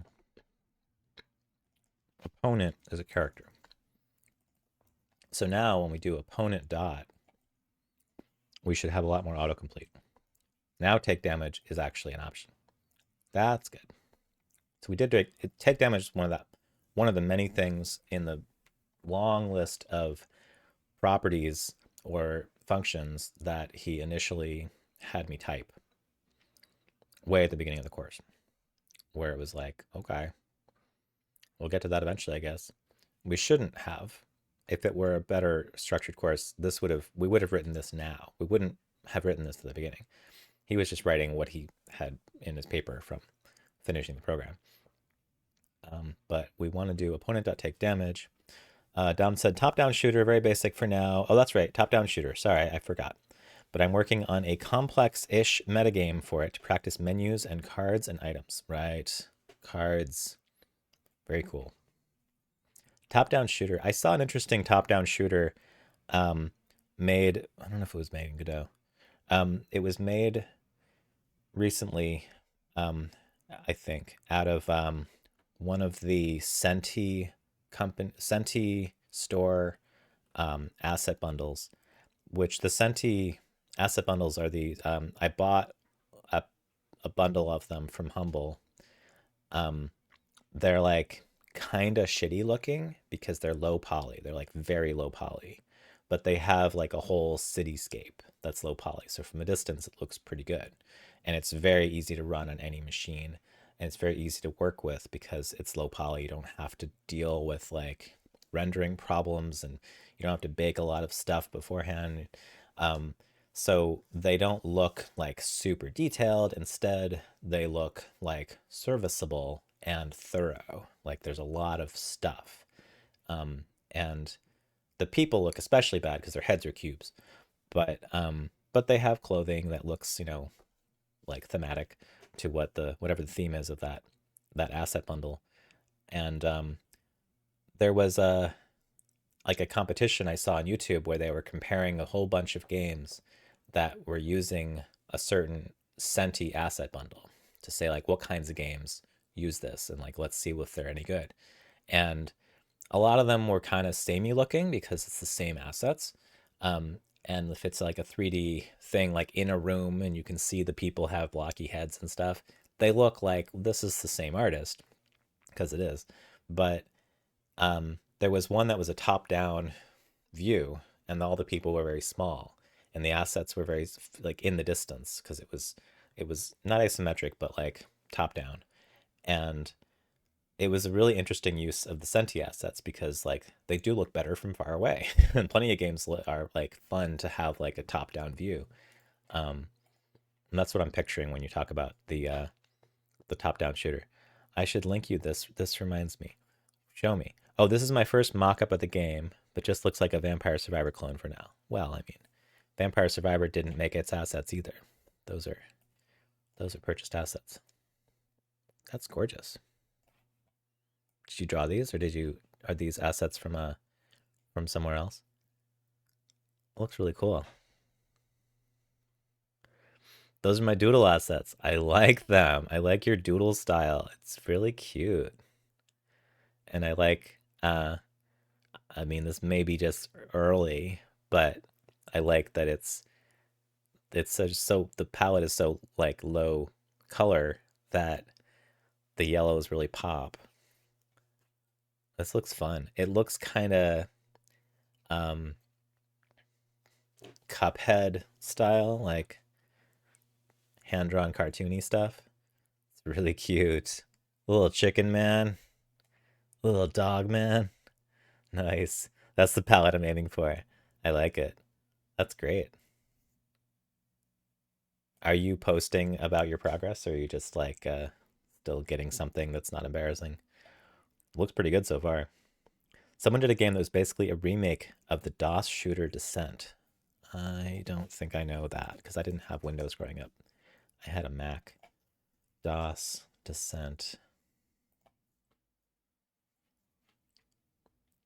Um, Basically a remake of the DOS shooter Descent. Looks like a first person. You're in a spaceship or a submarine going through tunnels, looking like Doom. Interesting. That's cool. Posting on Blue Sky a bit. We'll do more this weekend. My pleasure. Oh my god, Descent is one of my favorite games. I missed out because I was not on DOS, except at my friend's house. Let's see. If action damage is greater than 0, opponent take damage. Action dot damage. Action dot damage. Okay, this is starting to make sense. Getting there.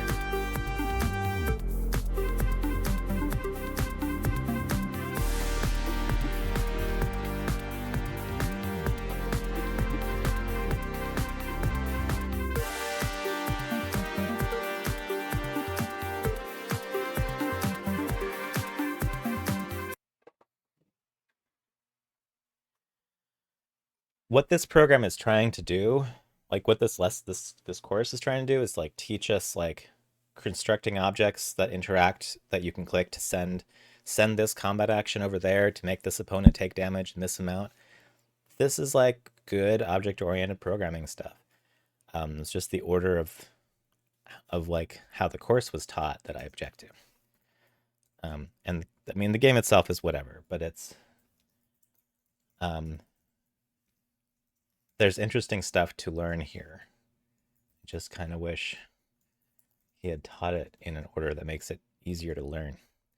You're a spaceship flying through mines after aliens took over an evil corporation's mining robots, basically. Yeah, it sounds a little like Doom. A little. Evil corporation being the equivalent of hell.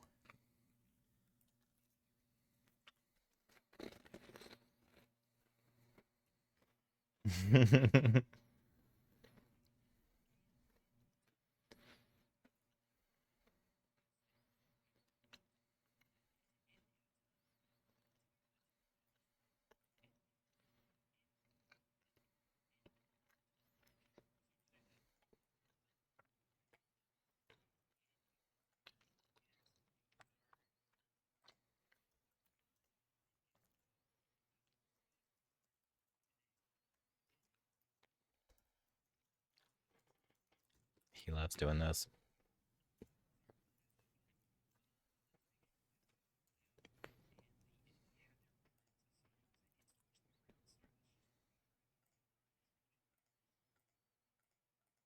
It doesn't do anything.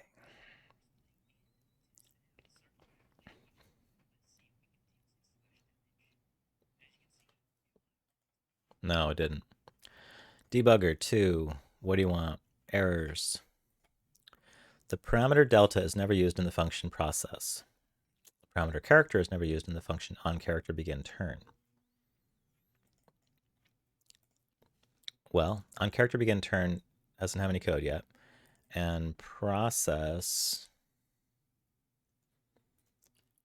I don't know why he kept process in. Maybe we're going to use it later. Maybe not.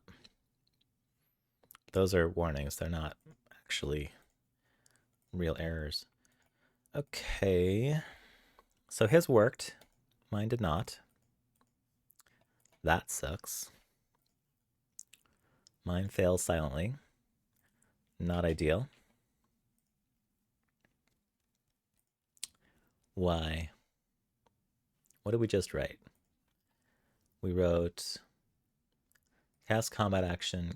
Okay, let's do some print stuff. Let's find out where it's going. Print action.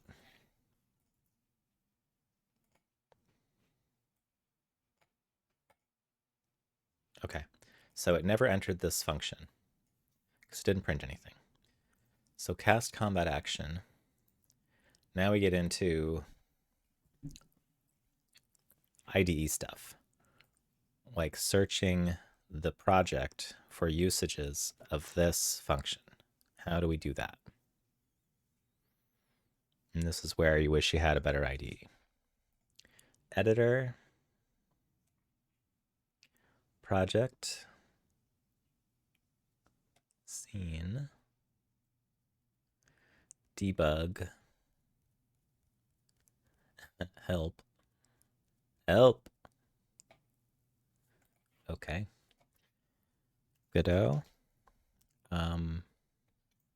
Find usages.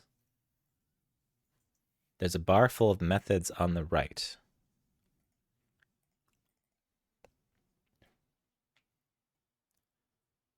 Methods. Methods on the right. This stuff? Left. um, these are methods of the current script. So no. Thank you for the suggestion. No, what I'm looking for is I want to find usages of this term, cast combat action, anywhere in any script in the entire project. Oh, there's two levels of menus, which is confusing, but so there's scene, project, debug, editor, and help. But then underneath here, we can close character. We can close battle scene because this tab doesn't look, it looks like it's connected to all this stuff. It's not. It's kind of a confusing UI. But basically it's, all our scripts are here that we've opened recently. Filter scripts. Oh, I seem to have closed the main one, which I shouldn't have done. Battle scene, open that up again. Uh-oh, how do I do it? Let's see. Scene, new scene, open scene, battle scene. There. Okay. Panda Angel lurking while working. Hi, Panda. How are you? Good to see you. Panda was streaming earlier playing Wasabi with the game designers. It looked fun. It was very cool. I never played Wasabi. Apparently, it has a redesign to make it better, less frustrating, they said. Enemy. Okay, let's see. How to find references. How to find where methods are called using Godot.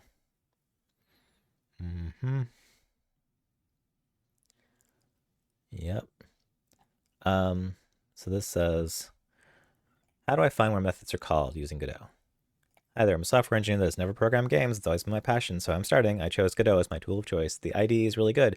One thing I'm having trouble with is finding where functions are called. It doesn't take long for scripts to become pretty complicated.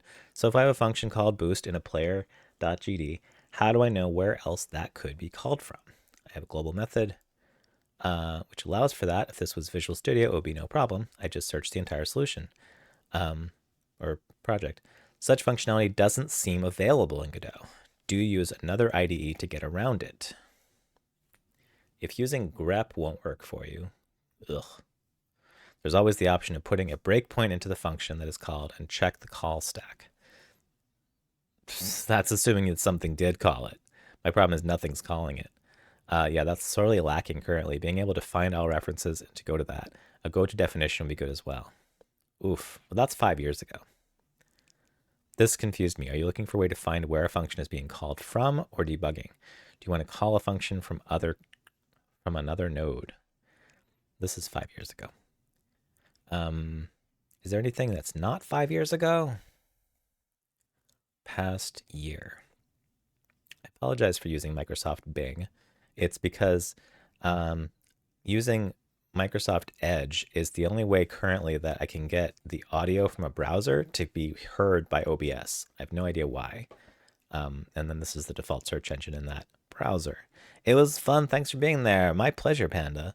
That was 5 years ago. Maybe it's in now. Maybe. Let's try. Ways to trace usages of built-in resources. Godot usages for anything other than games. GD script cheat sheet. Okay, this is not helping. Try Google. Google wasn't very good either, but let's try it. Google, Godot find usages. How do I find all the references to a method?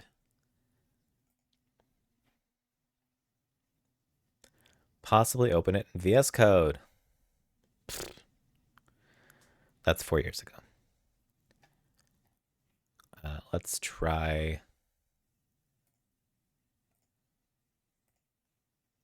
past year.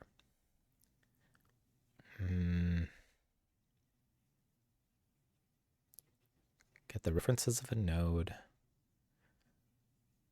Okay, obviously found a thing. Control Shift F, but others say it doesn't work. Never mind, it doesn't work, the Control Shift F. Mm, let's try it. What does it do? Find in files. That sounds great. Find. Not bad. I mean, not great, but not bad. That's pretty good. And then you click this. No, I think that works. Control Shift F. So you select the thing. Control Shift F. Find in files. Folder. Res. Whole words match case. Filters. .gd. Yeah. Find. And then you get these. Wait a minute. Why does one of them still say per character? Oh. Uh. Oh. Ugh. Okay, I think I might have just found out why the thing before wasn't working. I changed the name of some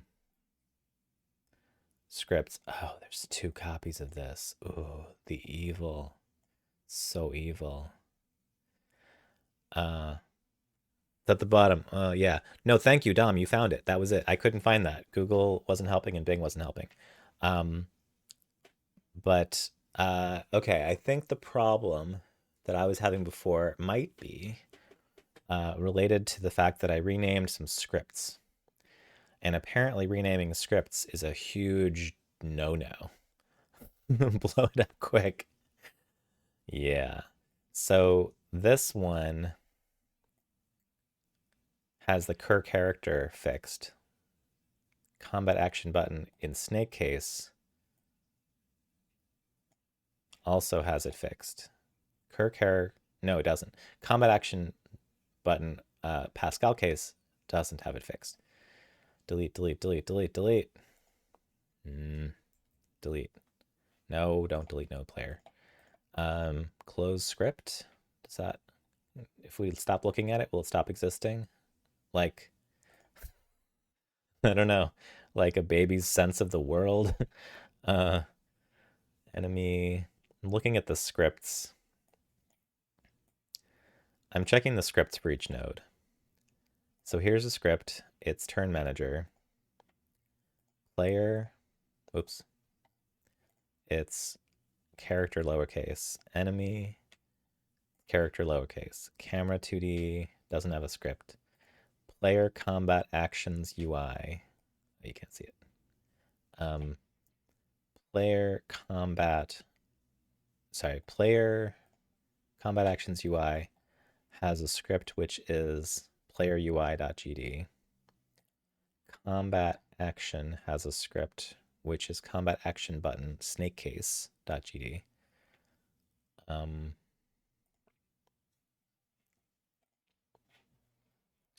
Yeah, I don't know.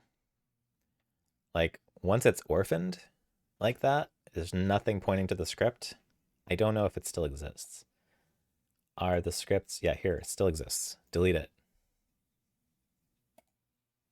Delete it. It's evil. Player UI.gd. Delete it. It's evil. So if you're going to rename scripts, maybe you do them down here. Do I dare? Rename combat action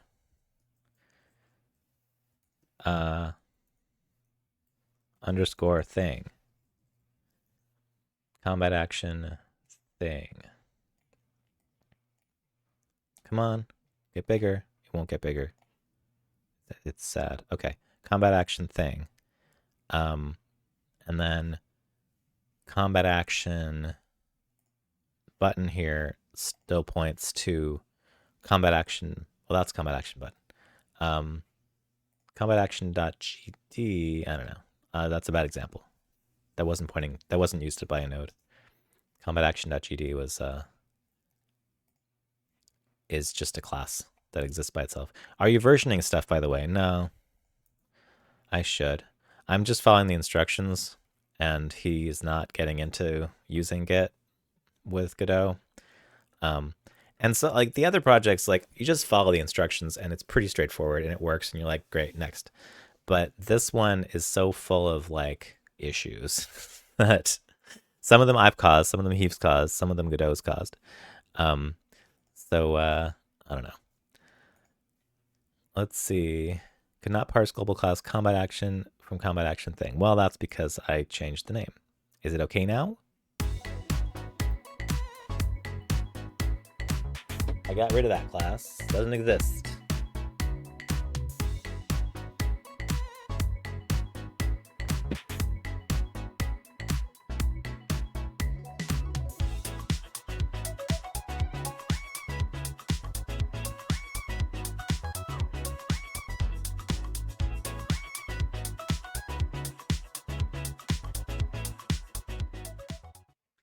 New song. I added some new songs. I didn't add any since Tuesday. I was going to, but I didn't have time.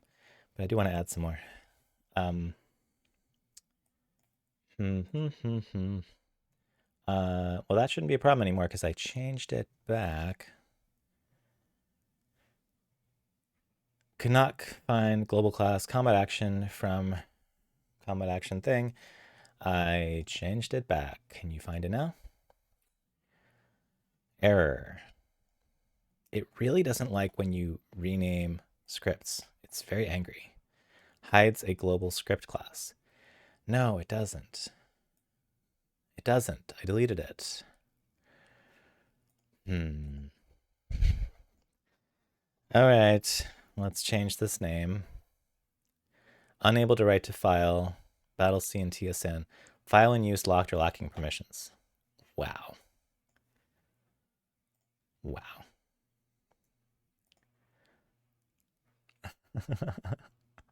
There's a couple things in tutorials that I broke before. Unrepairable without versioning, like animations and tile map work. They're a bit fragile. Or this kind of thing.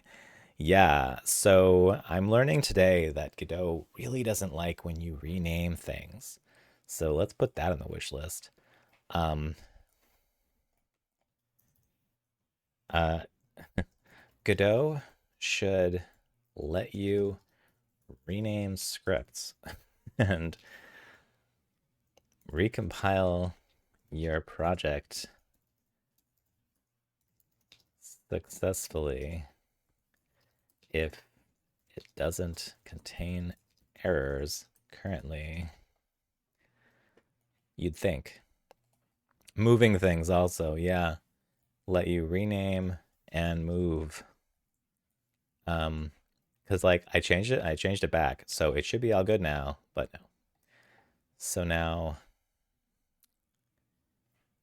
where's the like make it work button? Uh there should be like a refresh.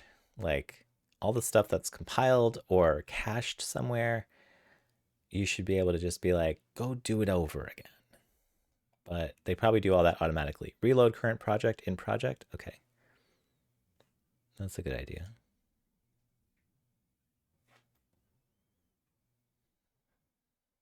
Let's try it. Yeah, I didn't think I would have to use version control for this course because the other courses were like didn't have these problems. But you're right, it would probably save some trouble if I could just revert.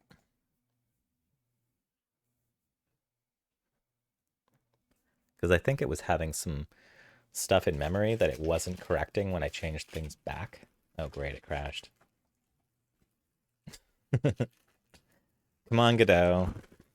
You're not making a very good impression. Make a better impression.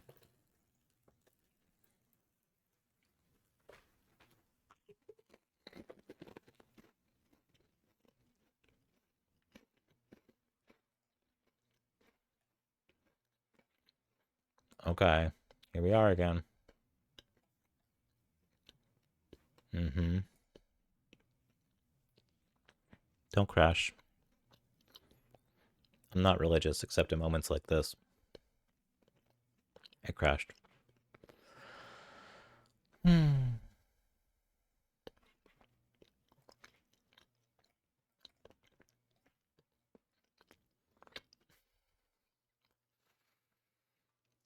I don't know what to say. It's bad news. I think I jinxed it by mentioning versions. The problem is, the sad thing is, to proceed,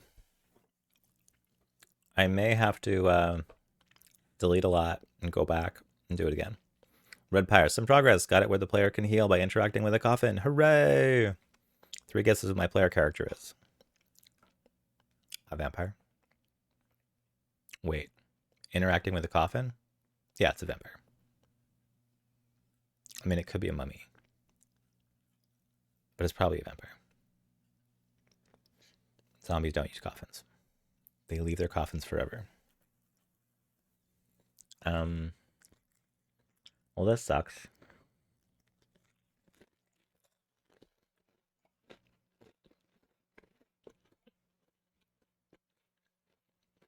Battle scene.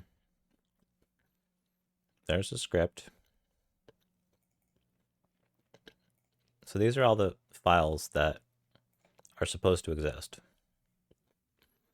There's also these temp files that are suspicious.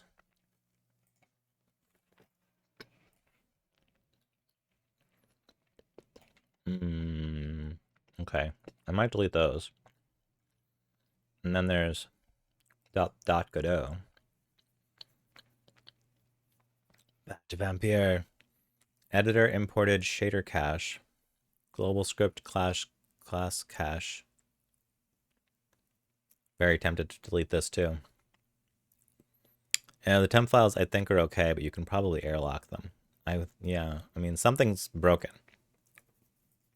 And this project is fucked, so I'm gonna delete those and see if it does anything. I don't think it will.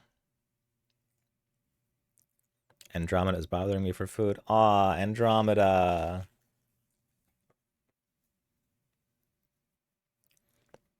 Is that your cat or your dog?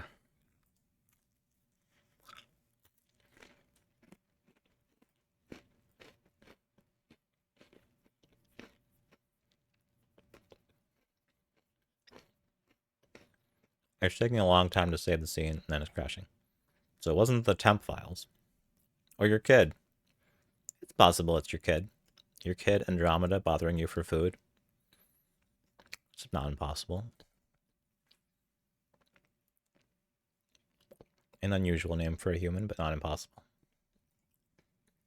Whereas cats tend to be named things that are a little unusual for humans. Okay. Wait, no, I want to quit this. And what happens if I delete the .godot file? I don't fucking care. Just do it.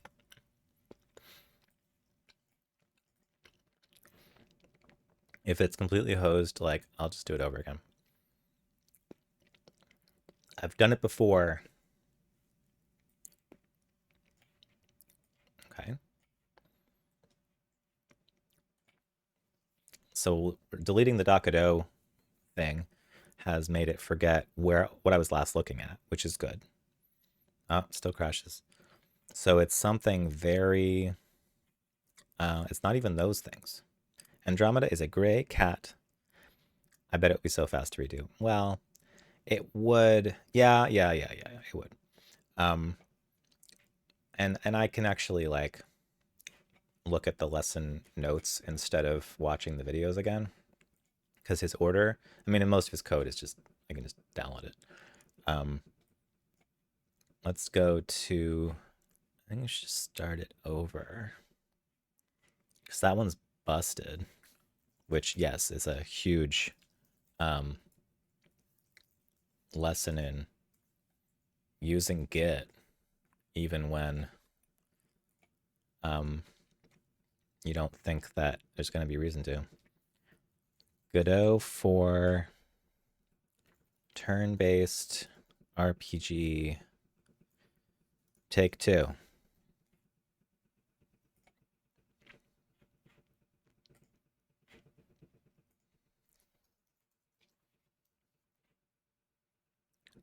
Create.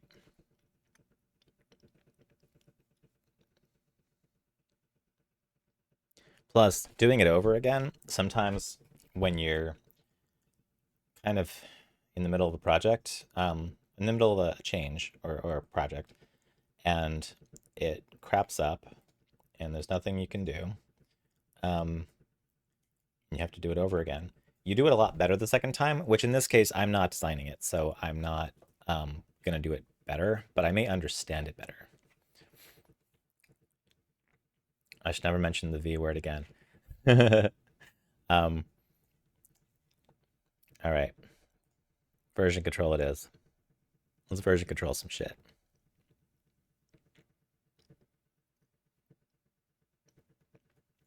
This will be my first version control of a Godot project.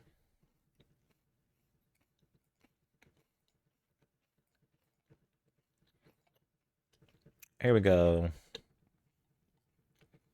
Create. I just used GitHub directly on the files, by the way. You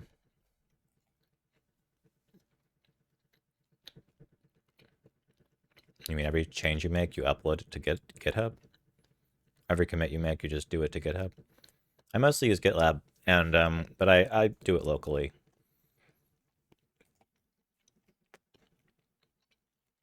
I'm not a huge fan of the command line for Git. It's kind of a pain. No. Open it. Add repository, because it already made one. This one. This is not a valid working path. What?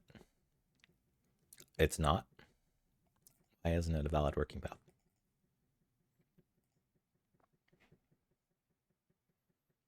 I'm sorry? Oh, because there's no Git in it? GitLab, yeah, that's what I meant to say. Some people plug in some kind of Godot extension. I'd use it as a formality before I got into the swing of it when I was doing Game Boy homebrew. Oh, I like using Git now. There's an extension, but I think they all broke in 4.1 or something and gave up quick. I'm not concerned with getting it online because it's not my work. I just want to be able to roll it back if I fuck it up. But now I'm not even able to make it. Like what? Local repositories. Isn't it a repository already? Because it had oh, it doesn't have a .git. It has a .git ignore and get attributes. But maybe I didn't do it right. Let's do it again. Do it right. Delete.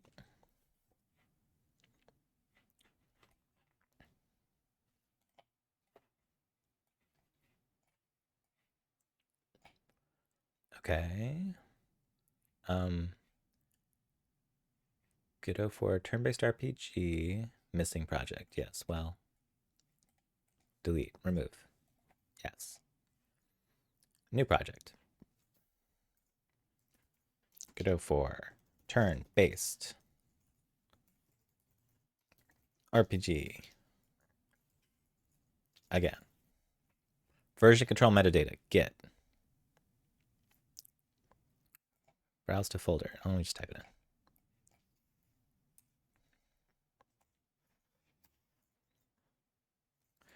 in. Godot for turn-based RPG again. Doesn't exist. Well, make it. Fine, I'll make it.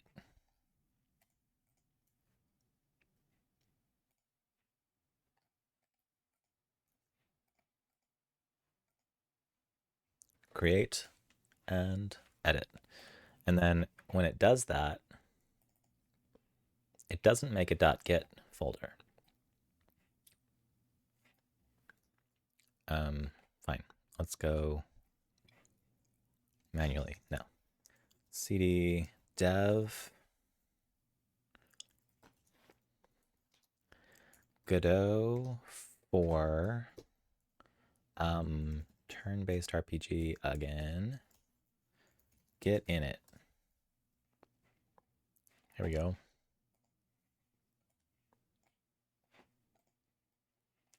And then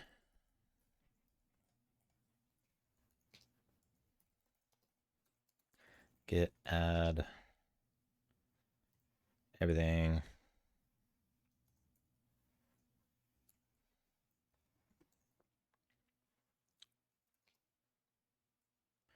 Git commit. Oh.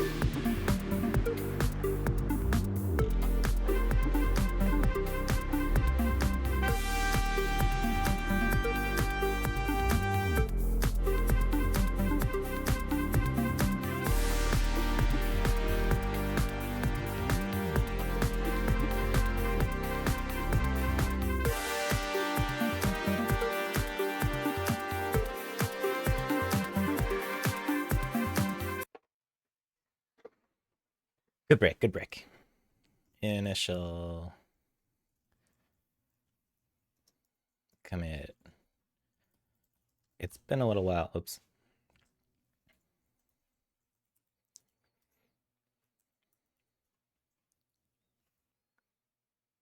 Been a little while since I initialized one.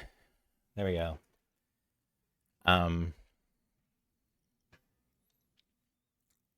Great. Now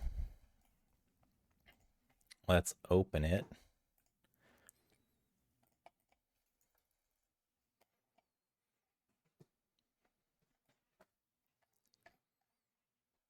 This one.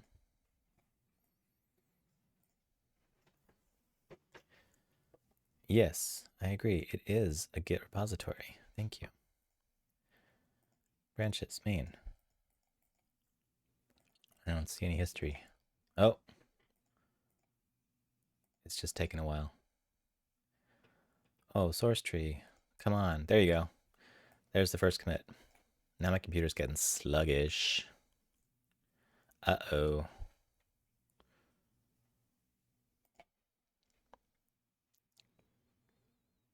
Do not like. Close things. Why are you getting sluggish? Don't do that. I'm busy. Uh-oh. Not responding. That's not good. The stream's still working, so that's a blessing. Of all the things to fail, the stream is not one of them. I like it.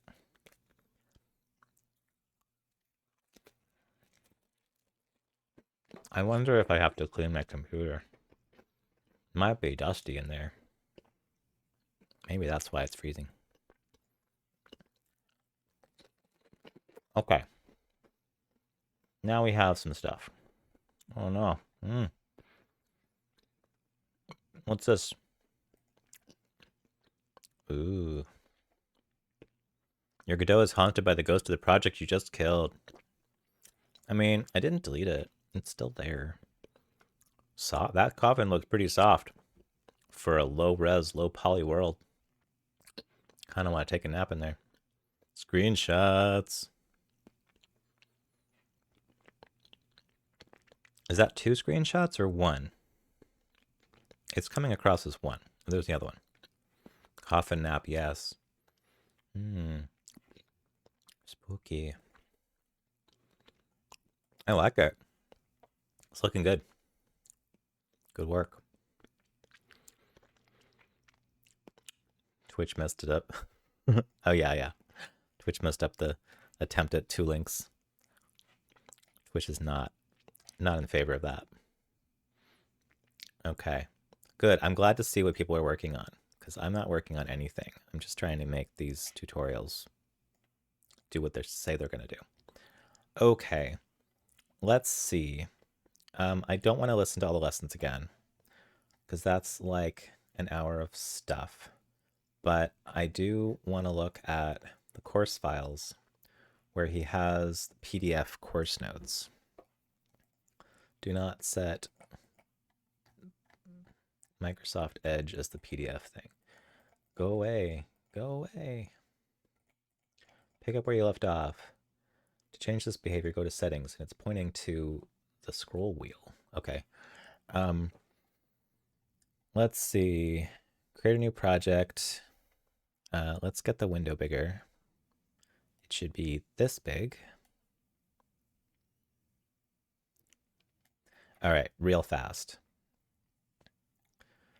2D view, root node, battle scene.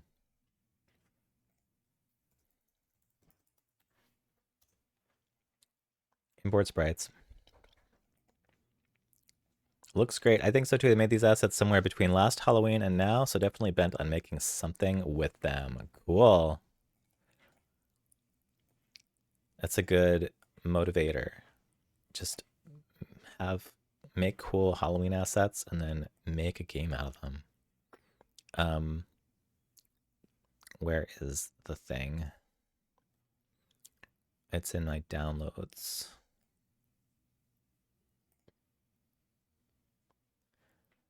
Godot turn-based RPG assets. Sprites. Doink. Got it. Next. Saving and setting up the background. Save the battle scene. Battle scene, save. Color, project, settings, rendering, environment, color. It was, I don't remember. Let's just do something like that. It's very bright. Node setup. New node, character.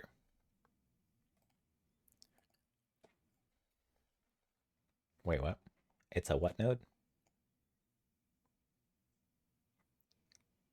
Basic 2D node.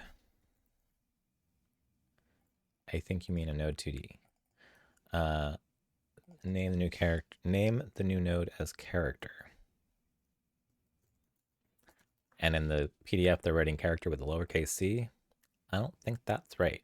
I think it's player and enemy, but let's just go through this. Adding visuals. Once the base node is set up, it needs a visual or a sprite. Navigate to the sprites folder and choose a suitable sprite. The dragon. Drag the sprite in the editor, make it a child of the character. Sprite. Rename the sprite. Node sprite. Set the position of the sprite x to 0, 0. This is the first time I've done one of their tutorials with the text instead of the videos. And it's one of the reasons why I got this bundle was that one of the things that someone on YouTube said they liked about the Zenva series is that you get these little books. In addition, if you don't want to watch the videos, you can just read the book. Rename the progress bar. Oh, adding a health bar.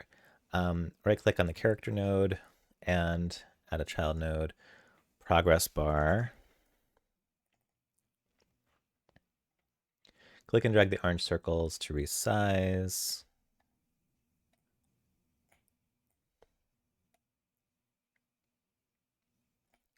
Like this. And did we put it above or below? I forget. Click and drag position underneath the character like that. What's the gameplay you have in mind for your vampire game? Very good question. Rename the progress bar to health bar. Health bar. Which they're writing with lowercase words because they were a little lazy about accuracy of the PDF. So we'll have to be careful. There's going to be a lot of mistakes in here. Configuring the health bar. Customize, remove the percentage display. Show percentage off. Go to theme overrides. Theme overrides. Let me get a replacement AirPod because I just lost audio. And reconnect my computer so I can hear the music again. Done. Theme overrides, then styles, then you'll see options for background and fill. For both background and fill, select new style box flat. New style box flat.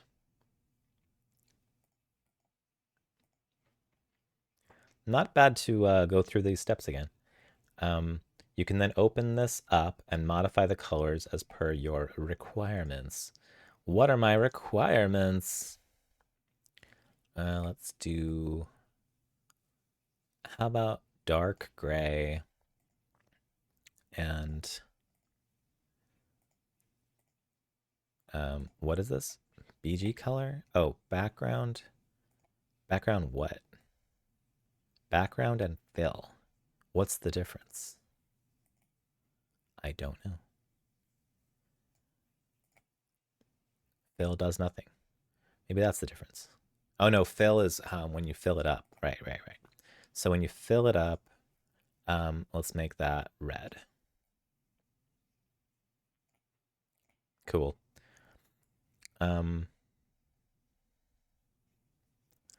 That's a good question.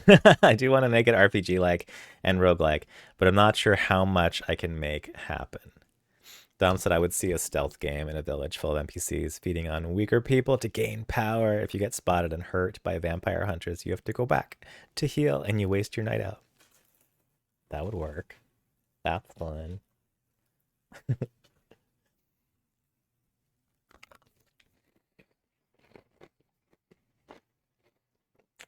Add in health text. Right click on the health bar. Add child node.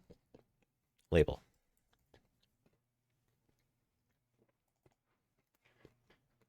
In the inspector, set some default text for the format you prefer, where health will be displayed, for example, 25 of 25.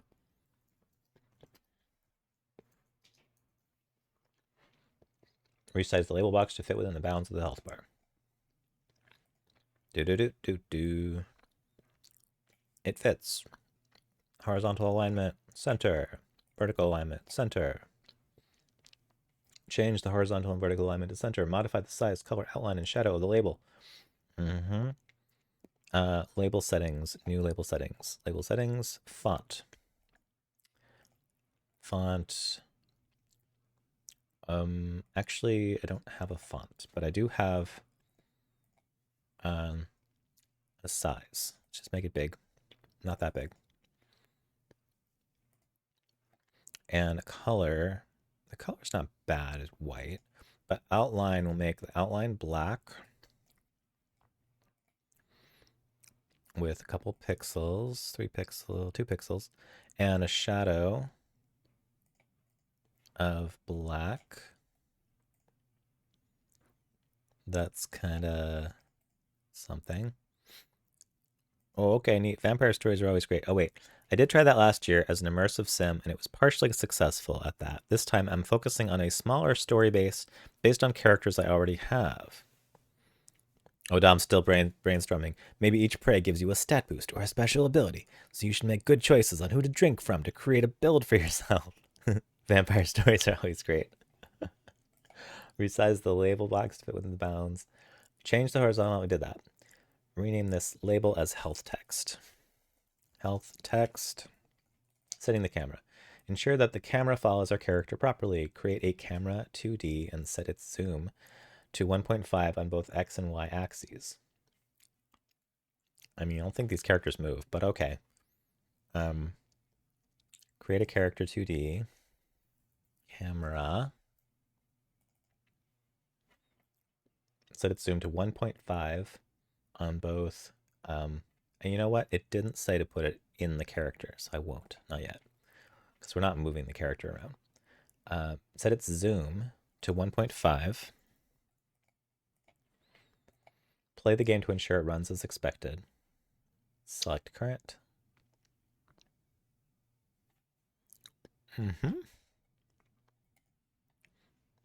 Sorry, I'm a game designer by trade. Sometimes I get annoying. No worries, I'm one too. Nice.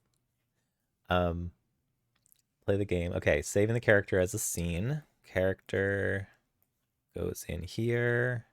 Now you're a scene. Setting up the character script. Character script. New script called character. Class name. Character. Hey, I have an idea. Let's commit.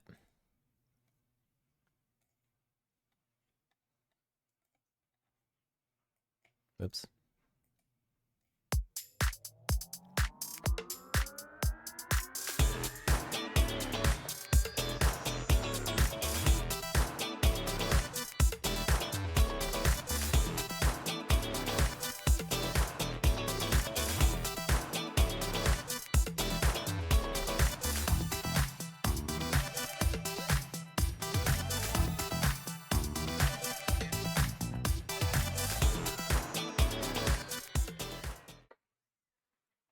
Come on. Come on, source tree. Come on. Don't be like that. Stage all. And commit. Um, project setup. Commit. Great. Let's just keep doing that. Okay, class name, character. Great. Creating variables. Several variables are needed for a character. Script. Just making this bigger, but not showing it because they wouldn't like that. Is player of type bool.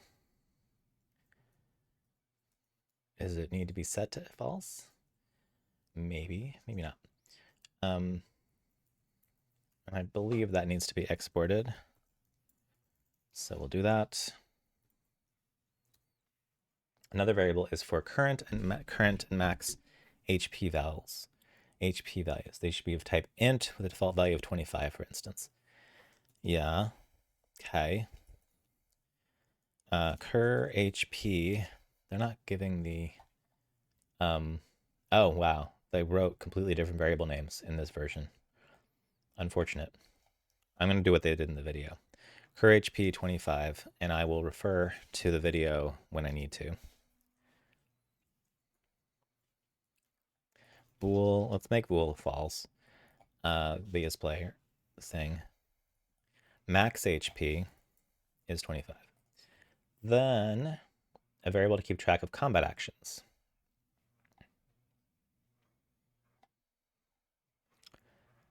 They're really not getting into what those are, what the variable is, or the fact that they're exported. Maybe the PDF's not as good as I thought. Combat actions. Combat actions. I don't even know if they need to be exported. Maybe not. Let's not until it tells us to. And we can come back. Combat actions. Which is an array of something. An opponent variable, which is of type node.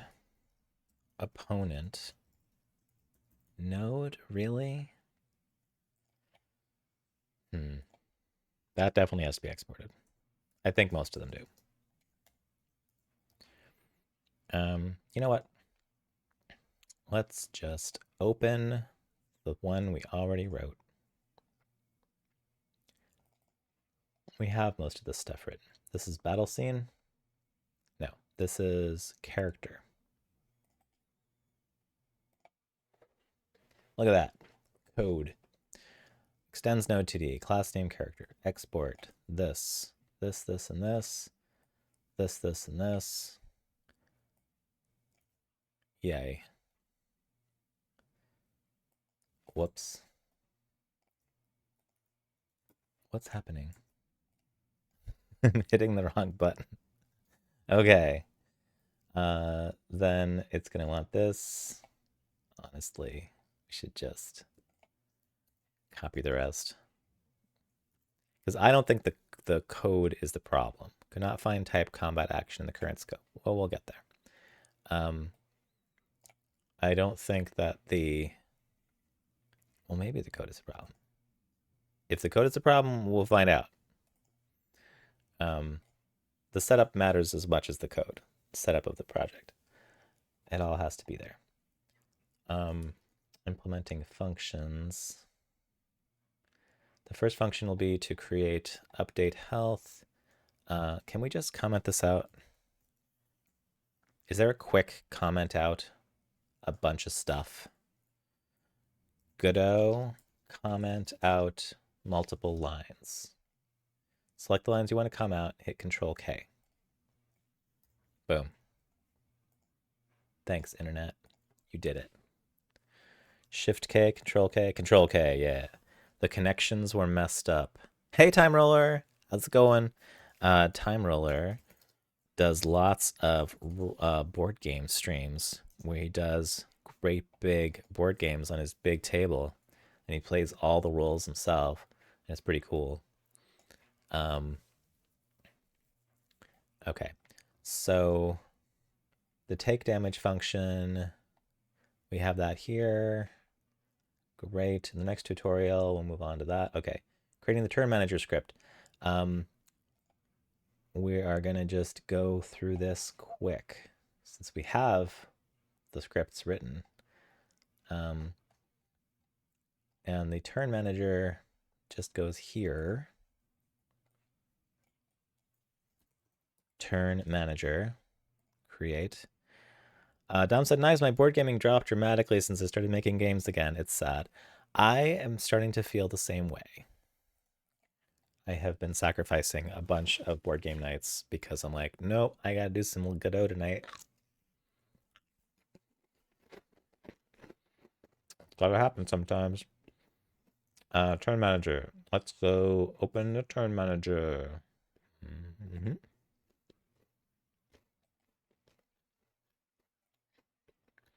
You're a gamer girl. Hi. Never enough time to do everything you want. That's right. Good to see you, you're a gamer girl. How's it going? I am making. What am I doing? I am. Oh, I extended Node 2D, but I was supposed to extend Node. It's supposed to be a Node, not a Node 2D. I hope that's okay. It's strange, my expenses also dropped along with my board gaming. Weird. Just got a few minutes to myself, wanted to see who was streaming. Good to see you. Thanks for coming by. I am doing a tutorial of a game engine called Godot. And unfortunately, there were a number of problems doing the tutorial, and they culminated in a situation where the entire engine crashed when I tried to play the game twice. So I'm trying to make the project over again as fast as I can. And it looks like this was a node before, not a node 2D. So let's change it. If I can remember how. There's a way.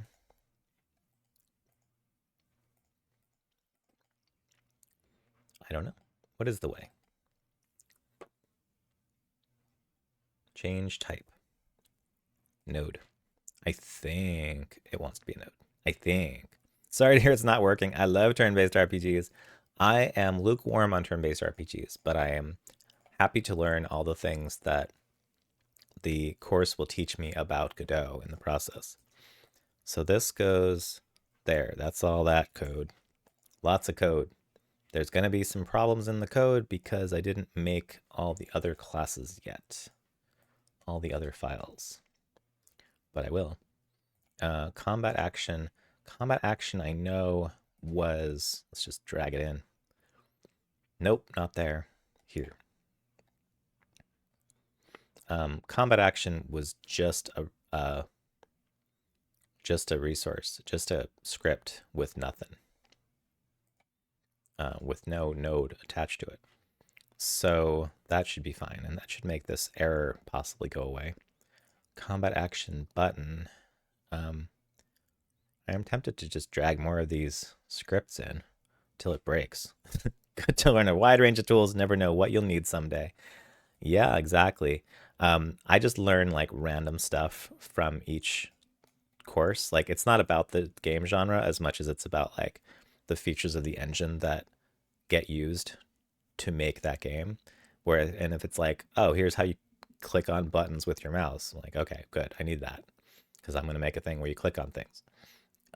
Combat action, I got combat action button. I got player UI. Yeah, I'm gonna do some shortcuts here and just drag these, just copy these scripts in, and hope that the scripts were not the problem. I think it was the project itself. I think something in the project file was busted, and it was because it didn't like me renaming things. It really didn't like me renaming things. So okay, here's character.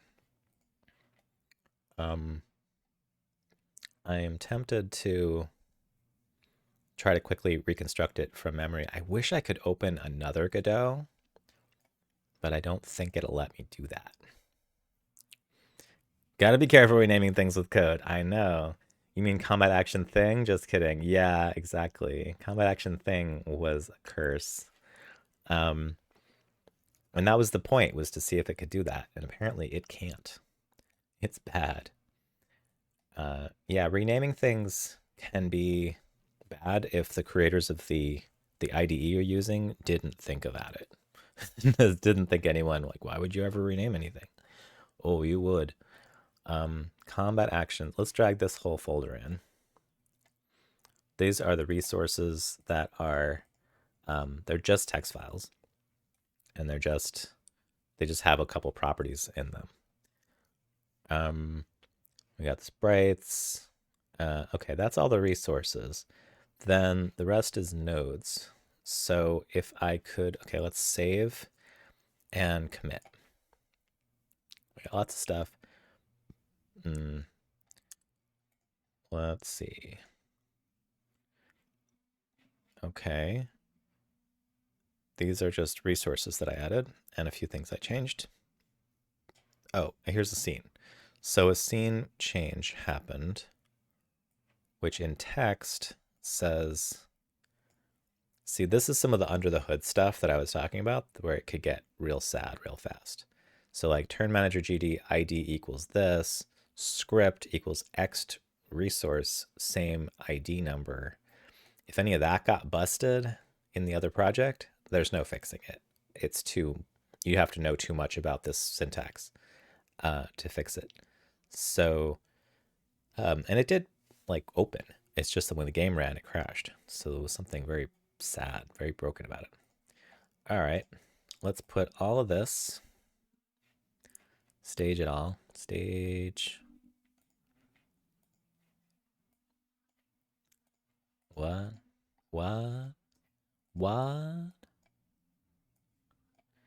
What's it doing? There it is, stage all.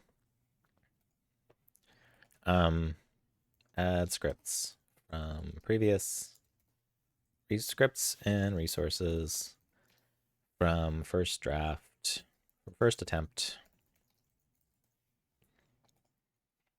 Code syntax can get complicated.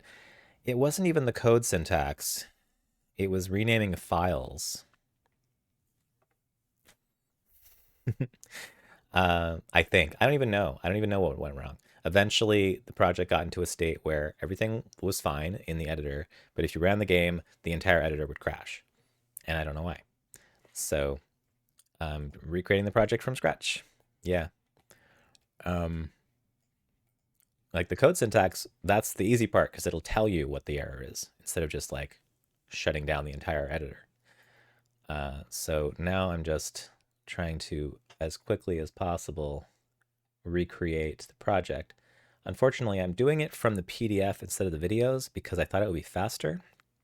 But the PDF is very inconsistent with the videos and very non-specific about its own stuff. It's kind of just like they had to do something in text because that was their job, but they didn't double check that it would work or that it was consistent with what they had taught elsewhere.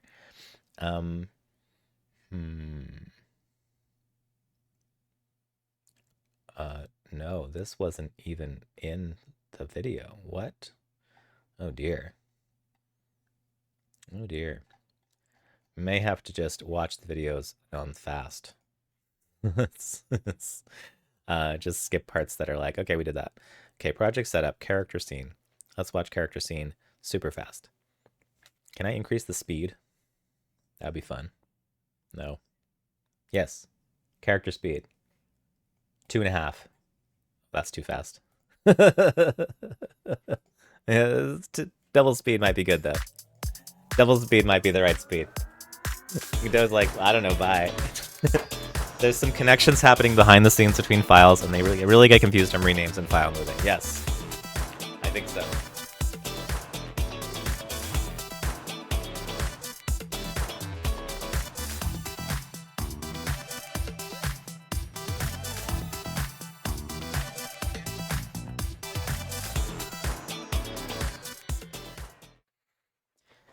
And for those who haven't seen me before, I dance every 15 minutes so that I don't get a migraine from streaming. Um, okay. Yeah. So here we're gonna go on double speed.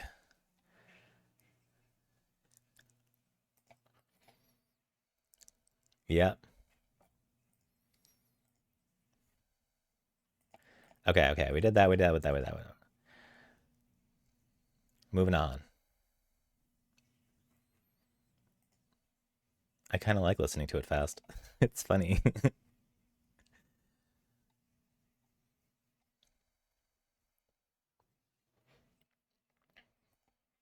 Yeah, we didn't do that in the PDF.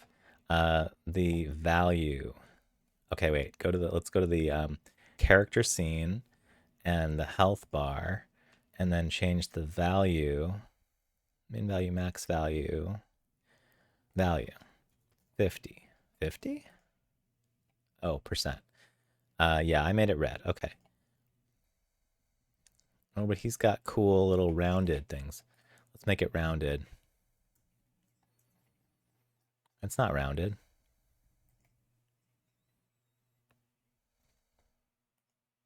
I don't see how it's rounded. It's not rounded. Oh, sorry. The range is rounded. Never mind. Not the rectangles.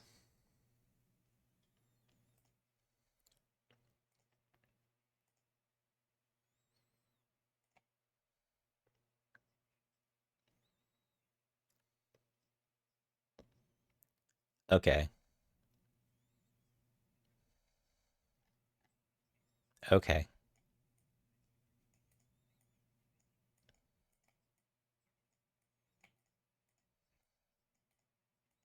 Wait, what? How did he do that dragging thing to see what it looks like? He was changing the value by dragging, and I don't understand how he did it. Oh well, never mind. Moving on. Moving on.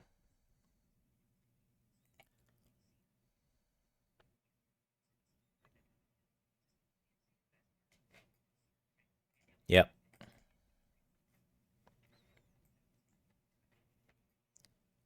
You got it, mister. Okay. Oops. I shouldn't be putting it on the screen.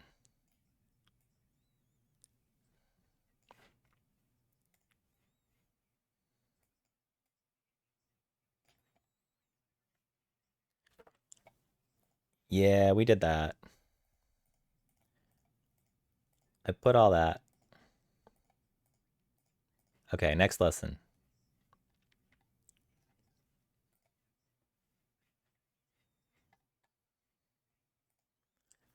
Yep. I like making him talk fast. It's funny. Turn manager. Okay, so battle scene, turn manager. So then the battle scene inspector has player character and enemy, but we haven't made either one yet. So if battle scene script, oh, sorry, battle scene turn manager script has player character, character, enemy character, character. He has them as nodes, so I guess I should just call them what he called them, but I want to see if it works this way. And current char, yeah.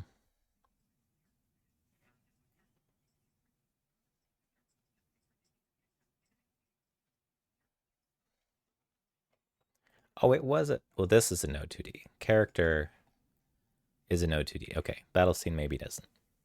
Doesn't really matter.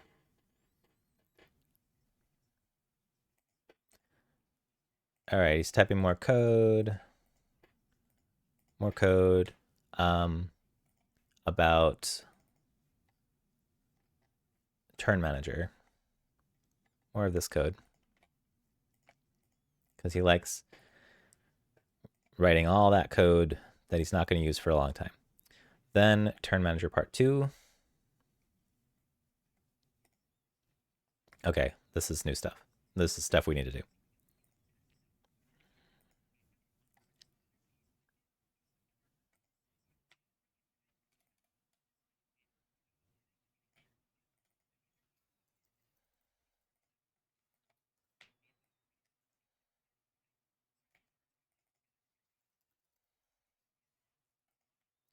Player, we enable is player. Enemy, we don't. Player, we say opponent is enemy. And enemy, no. On enemy, we say opponent is player. And on player, this is confusing. Okay, player. Player is selected. We drag enemy into opponent. Enemy is selected. We drag player onto opponent. Okay.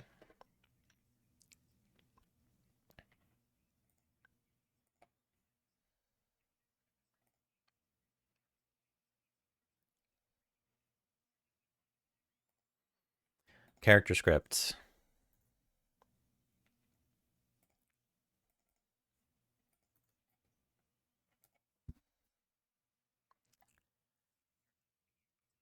On character begin turn, which we haven't used yet.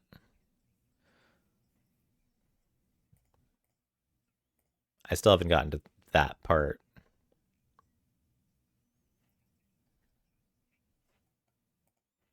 And that's in turn manager, battle symbol.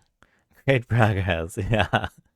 I'm making him work by talking fast. My little robot. Yeah. We got that. We got that.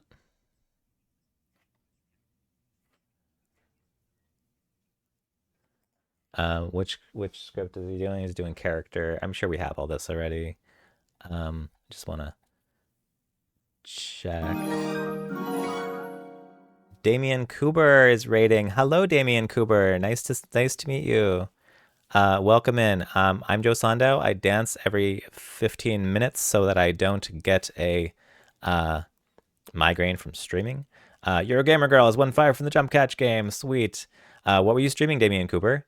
What were you doing on stream?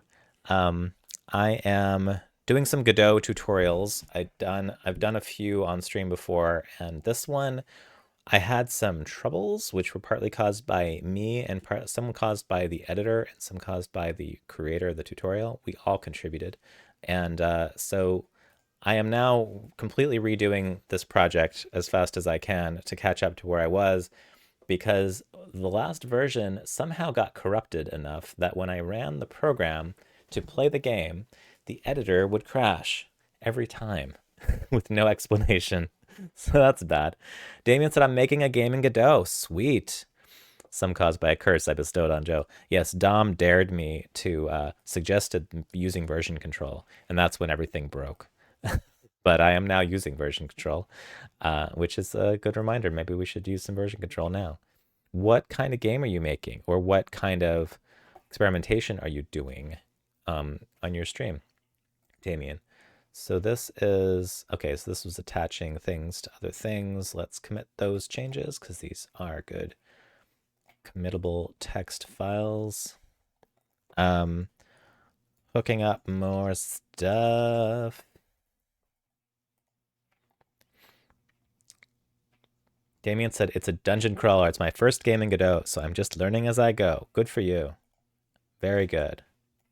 I'm very pleased to hear it. I am not doing that yet. I have some extensive game design notes in text and a couple of drawings.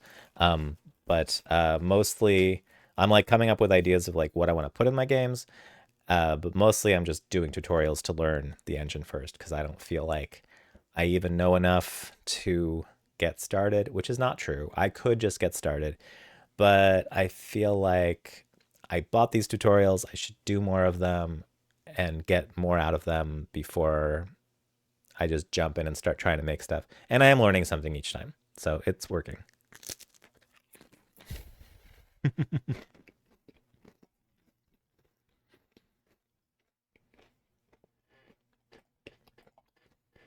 I'm playing the audio of the tutorial at double speed to try to catch up as fast as I can, because I'm copied most of the scripts over and just looking for the parts where I have to like do other things besides scripts. Hooking things up in the project. Here's one. Here's a section. Yes, thank you, Buttspot. It's a dungeon butler. Butt's my first butt in Godot, so I'm just learning as I go. Well done. Dungeon crawler, I'm always in. Dungeon butler, I like too.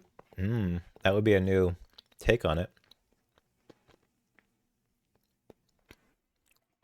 Let's see, character flip visual is a Boolean, which means if we look at enemy, we should have flip visual should just be on. So we can say turn it on, but it doesn't work yet because I don't know.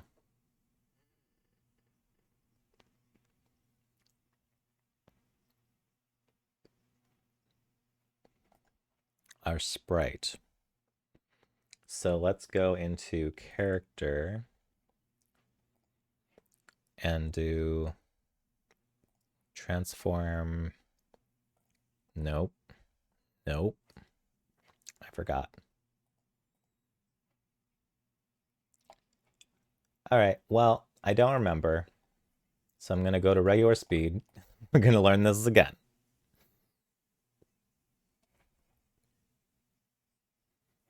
Hey, I got a little dude on the screen with a hat, and he says my messages. I love that. Yes. And you could type exclamation point random if you want to change to a random other character. Try your luck. There's lots of other commands you could change to specific characters, but the simplest, most obvious one is random. Actually, it looks like our feet are... No, our feet are touching the ground. Oh, you got a cool one. You got the Ghosts and Goblins little knight dude who, like, after he gets hit, he loses all his armor and he fights ghosts in his underwear. Hi, Kestrel. How are you, friend? Kestrel! We're making shitty games.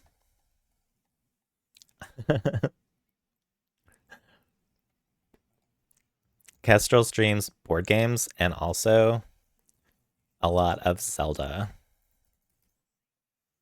over the last few months. How's Godot going? It was going better before it started crashing when I played my game. So now I'm making my project as fast as I can to see if I can make it without making the game crash, because something was very bad. What does that say? Flip H on the sprite. Sprite flip H under sprite 2D offset region animation something flip. I don't. Oh, here it is. Flip. Okay. Flip H. You play those. You play the shitty games. Nice, nice. So many cool folks here. Godot didn't want to behave. It really didn't. Godot is misbehaving. It's disappointing. Is what it is. How do you have these dudes on the screen? Oh, it's called Stream Avatars. It's on Steam. He does the flip by code. Yeah. What you doing? Okay, so I am doing a tutorial that I bought from a Humble Bundle. I've done 4 or 5 of these tutorials so far. This one is about creating a turn-based RPG, a very, very simple turn-based RPG where you have 2 little people and you make them fight by clicking buttons under them that say to hit and to heal and things like that. Oh, I meant shouting at me about... Oh, I meant about shouting me out, but yes, also I have no idea what you're doing. I was shouting you out because you're cool and people should follow you. They should go look at your channel and be like, oh, that does look fun. I will follow her. You have no idea what I'm doing also. Well, I have a limited amount of idea what I'm doing.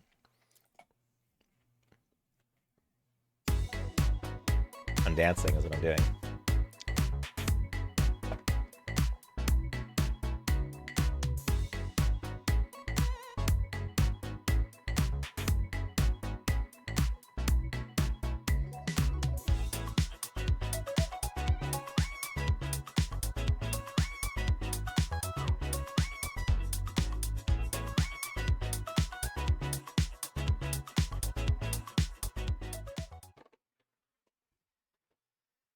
I heard what he said. Texture 2D. Here it is. Visual, texture 2D. Oh, yeah. Right. Which means in the Battle scene. This one, the enemy, has its texture to its visual gets to be the reptile, and it's flipped like that. Except that didn't work. This one is the dragon, and it's not flipped. So it looks like that. Panda, panda, Castral. Cat Jam. um, Kestrel is known for shouting her friends' names in chat and on stream, and having her friends shout her name on stream. It's a thing. So, uh, that's what's going on. When Kestrel's showing up, everyone starts shouting because we're just excited to see each other. Oh, you can actually hug like this too. Your little avatars can. I like yelling, not in real life. Yes. I think hug works.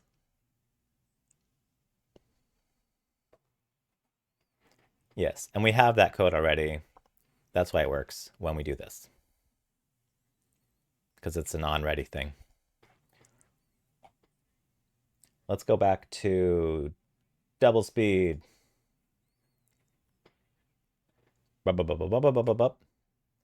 Yes.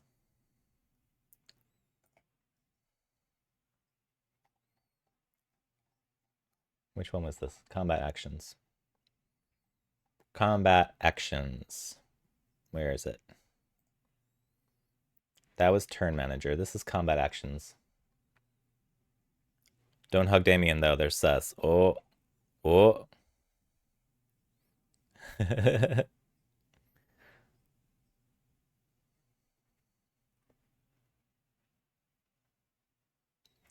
Okay, so we have those.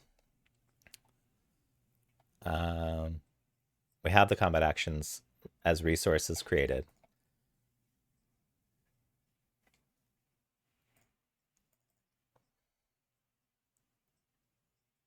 Script. Oh, combat action. E. I hope that doesn't cause trouble changing the class name. Should be okay. Oh yeah, Castrol's a cat. Let's see.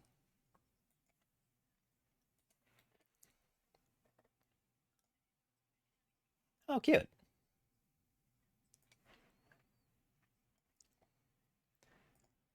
I apologize for the fast talking if you're trying to relax. You're a gamer girl. It's not that I want his energy to be manic and upsetting. It's just that I want his information to wash over me very quickly and get to the good stuff. Because I already did all this. Dom said, I'm trying to figure out how to spawn enemies in random positions in my top-down shooter all on my own. What a puzzle. Oh, you can do it. It's a fun puzzle, though. You'll figure it out.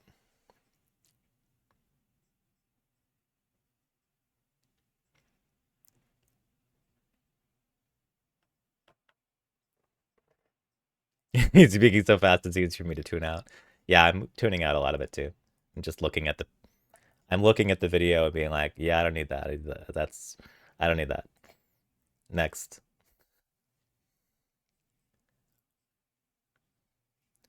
So have those resources.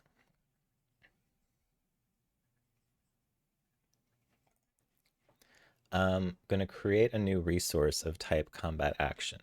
Does that mean that these are... Okay, yeah, these are combat actions. And now it's important that class name combat action is declared. And that these resources have the same property names as that combat action. Can I open this, the raw file? I mean, I don't know. Let's see. Show in file manager at least. Does that not work? Yeah, it does sound like my star generator thing. Dom, if you want to see the code from the star generator class, let me know and I'll show it to you. It's not complicated, but I assume you have. I assume your problem is not randomly generating spots on a grid, but following the algorithm that your game requires, which is more complicated. Um, like I'm listening to an ID security training video, challenging myself. Okay, good. Let me know if you change your mind. Um, why is this not opening Windows? Oh, it did. It just didn't bring it to the front. So this resource file looks like that. Yay. Class script class combat action. It does have this, which is a little sus because I dragged these text files in from a different project, and if the ID of the script doesn't match, that's not good. But hopefully the editor's figuring it out and doing the right thing. Hopefully. I usually listen to videos on 2x speed, so it sounds normal to me. I don't. But at this point, I'm like, we do have to, like the PDF's letting me down, so I do have to watch the videos again, but I don't want to go through them all like really from scratch again. It's too much.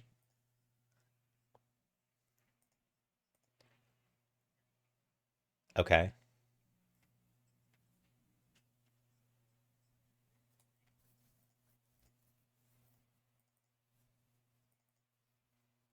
Okay. Yeah, I got that. Yep, I have that. Okay.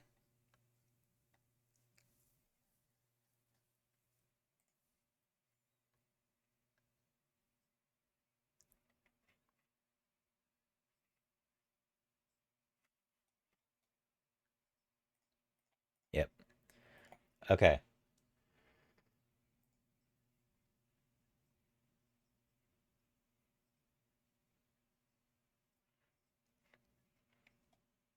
An array of resource.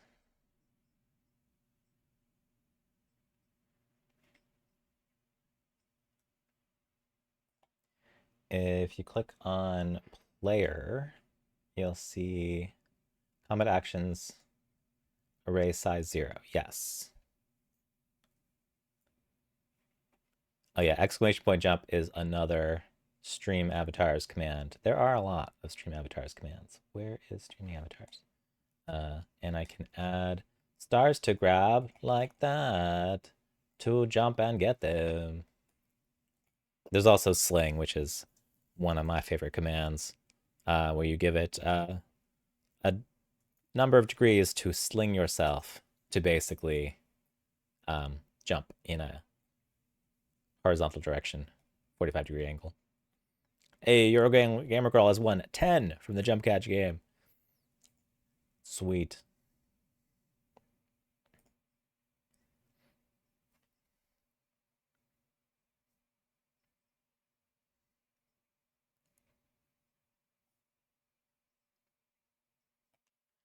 So I actually fixed this in my code because he just wrote array and then he went into the inspector to say every single one of them that it was a resource.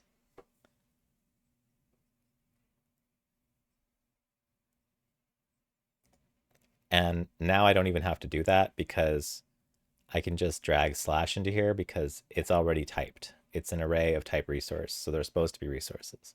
I don't know why he didn't do it this way, but he did.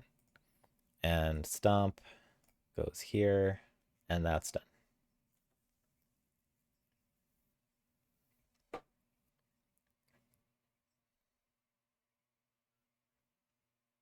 Yep, yep, yep,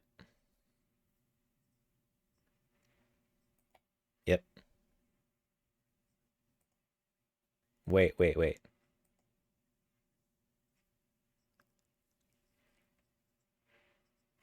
Enemy.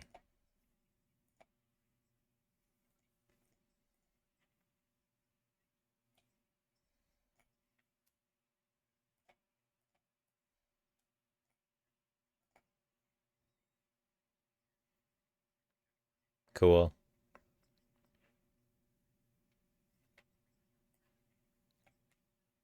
Here's more stars.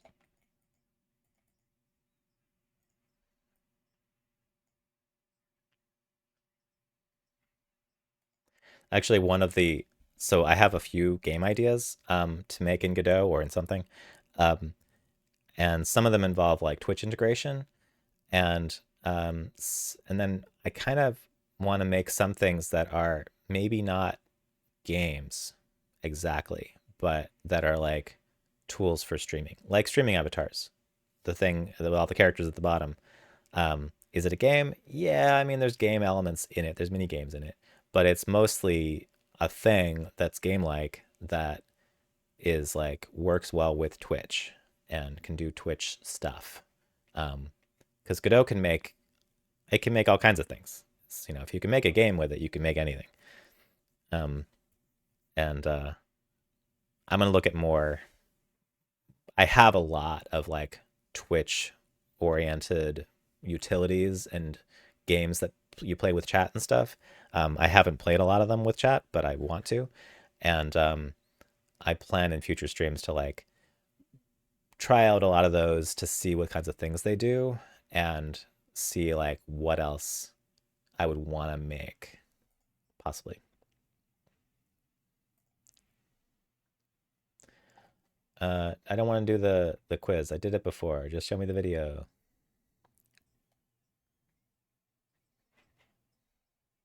Common Actions UI, yes. Do it.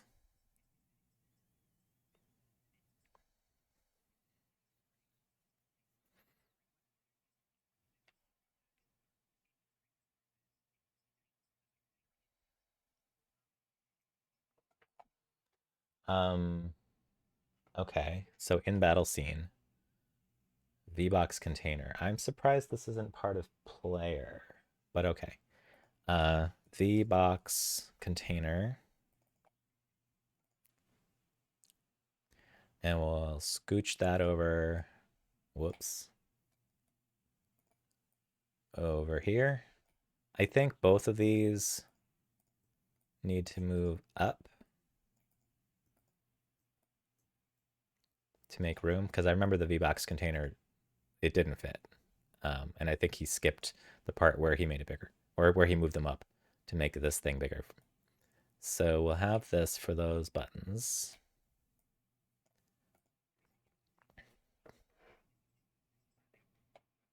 Dom said I made a quiz game on Twitch once for the launch of another game. It was so much fun, ran for a couple of days. Oh, cool. Made with a programmer coworker I designed. Nice.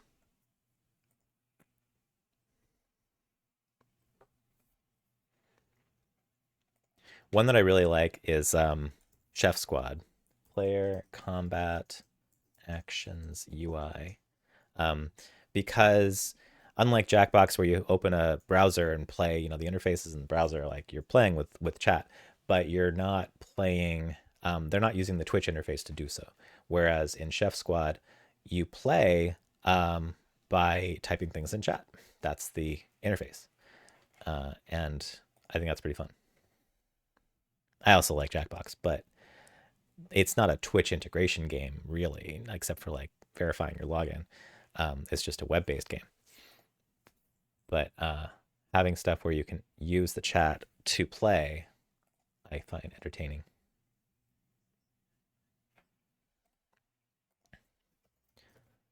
See, this time he said button with a T instead of button with a glottal stop.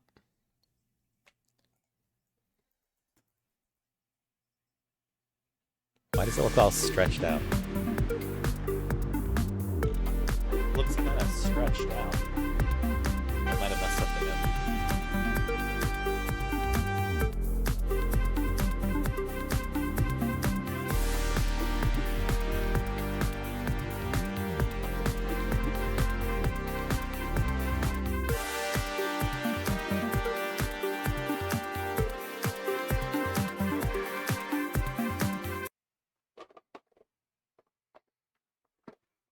That sounds neat to play games from chat. Yeah, it's fun. I played Chef Squad with chat once, and I played it in somebody else's stream once. It was fun. Okay, why is this all stretched out? I don't like it. I don't like it one bit. I think I messed it up when I was moving it. So if I go to this and I look for,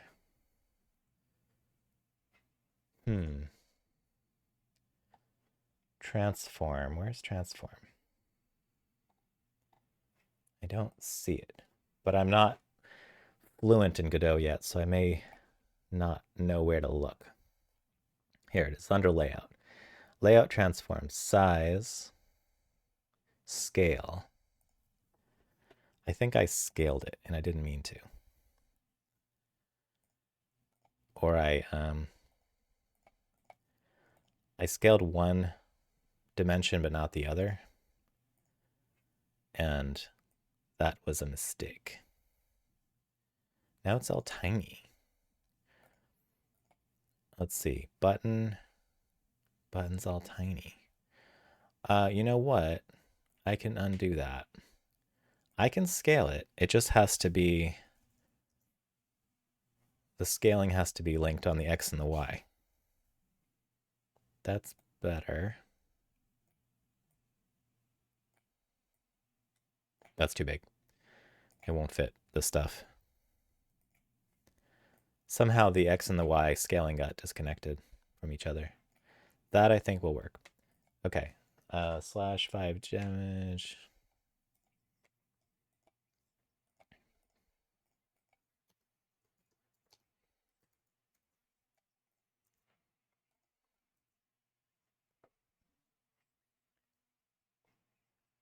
Script.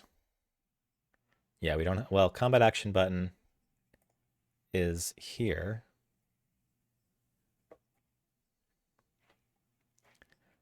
But I think this button is supposed to have new script. Oh, hold on. No, not new script. Drag the script. There we go.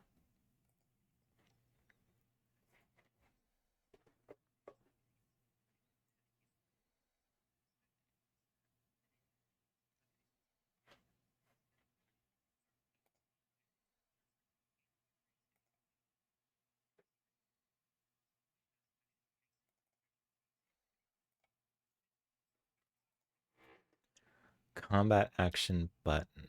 Is that supposed to be on the button? Yes, I think so. Ah. Which means, so the combat action button is a class that is different from the node that is the button itself. Although this does extend from the button. But does that mean that this is a combat action button? Maybe. I'm not sure. Maybe. Hydrate, thank you. Good point. Thank you, Eurogamer Girl.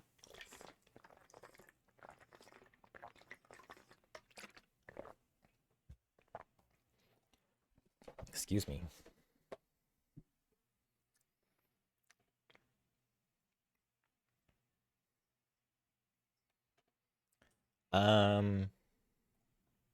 Now this is the part I don't know yet about Godot. Do I need to use this interface to make the signal happen? I don't know. Because if I do this and I make the button have a signal, now it has this little green thing on it that says onPressed is there. And now it's pointing to the green thing to here. So I think I do have to do that. Having the code have this, that does not create the signal. The signal still has to be set up separately from having the code exist where it's going to point to. Welcome, you've been dancing but not keeping up your liquids. Got to stay balanced. You're right. Thank you for reminding me.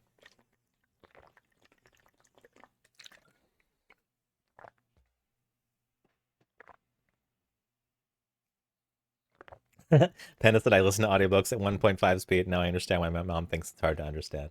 This is, I've been listening at 2x. This is 1.5. It's not that bad.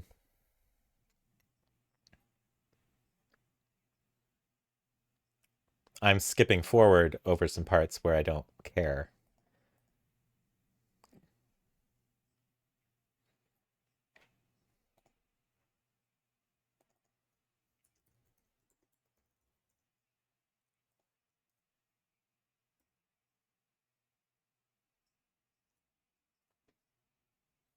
I can actually understand 1.5, but 2 was too fast. But then I'm not an auditory learner. I'm not either, and I'm only doing it fast because I heard all this already, and I'm just trying to get to the point where I was at before the project got corrupted, and I had to chuck it. Um, and this time I'm using version control. So in small bits, I'm adding stuff, and if something fails, I should be able to go back to a version that still works. More stuff because I'm not actually keeping track of features here. I'm just seeing what works. And this should run without crashing Godot. That's like the main thing. Don't crash Godot. Playing as fast is real data shit. It's something data would do. Yeah. I don't play things at fast usually. I'm only doing it because this is all old news. Like we did this today on this stream, and then it got fucked. So I'm just doing it again. Extends VBox container. This is empty. What was this called? He called it player UI. Yes. Part of the trouble is that there's player UI. Um, there are conventions for how you're supposed to use Godot to make it consistent with how most people use it.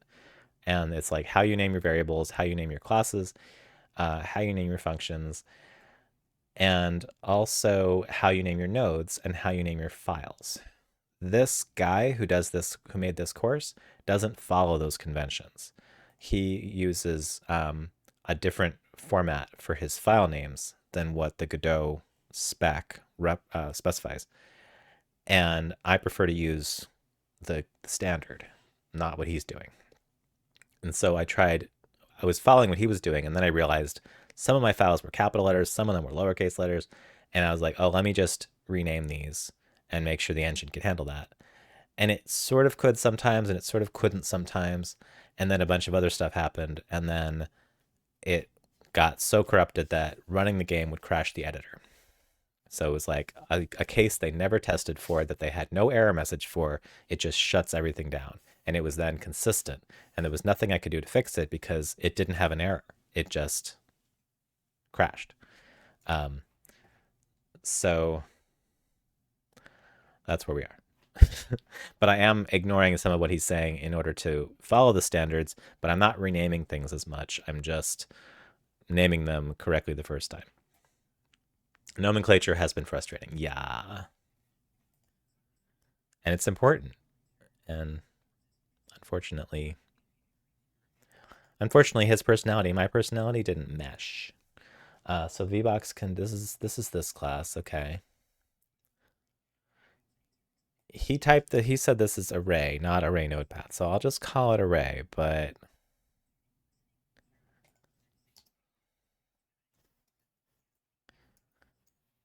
I'm just gonna put this as a reminder.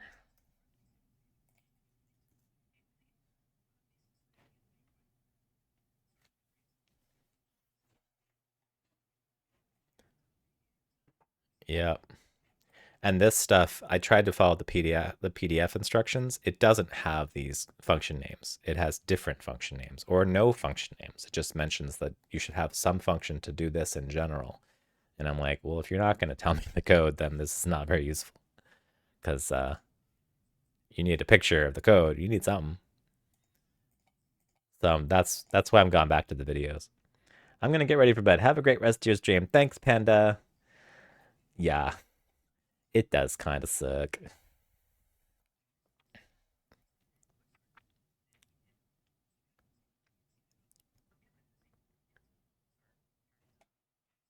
Intern. Yes.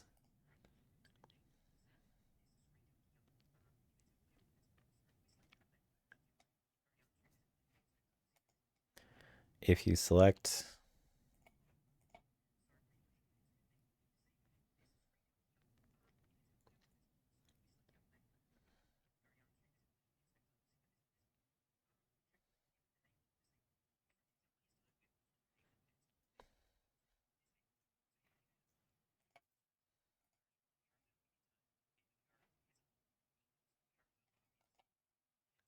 Invalid get index is player on base nil. Character. On character begin turn. Is that supposed to be a signal?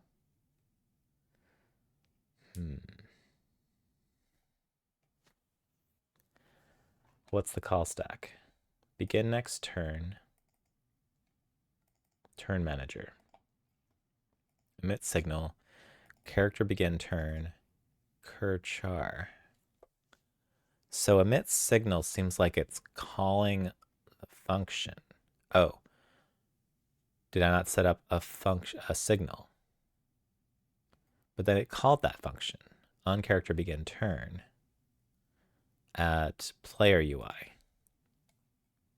Or did it? Player UI node. On character begin turn. That is not a standard signal name. That is a custom signal name.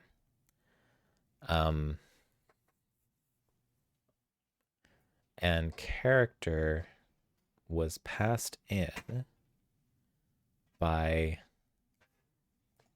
turn manager's code, where its cur char is of type character. But no, it should definitely be a thing. Okay, wait. So is player character and enemy character set up yet in here? No. That's the problem. And that was a problem that he found later when he's trying to run his program, and he was like, oh, we forgot to set these up. So let's put player here and enemy here, and now it won't be a nil object reference. Good. Invalid call, non-existent function, cast combat action in no 2D character. Cast combat action, because character doesn't have cast combat action yet, because I commented it out when it was not valid yet, but now it's valid.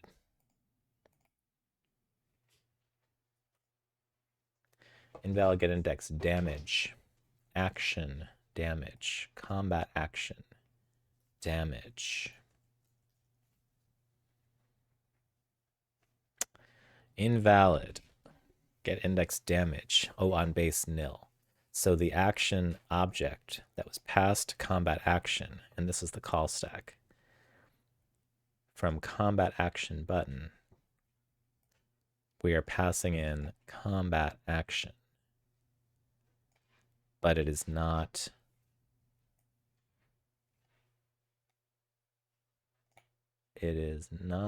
assigned yet. Okay. Combat action. Where does it get assigned? Where indeed? Combat action resources are not created yet, I think. Well, the resources are here. But they're not like, I don't know if they're tied into these nodes yet. I clicked on the node, and this node doesn't have a connection to it yet. Are they connected to the player? I don't think they're in the player. They're connected to the player here. We also haven't got to the part where the buttons say the right thing. So there's some connections that have to be made.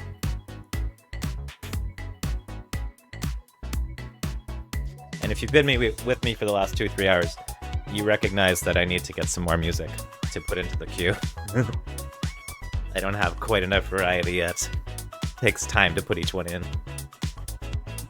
Have to edit the music down. They're in the player as a list of combat actions. Yeah, thanks for dancing with me, Eurogamer girl. But then the player combat actions UI has the combat actions buttons, which let's see, player UI script, display combat actions.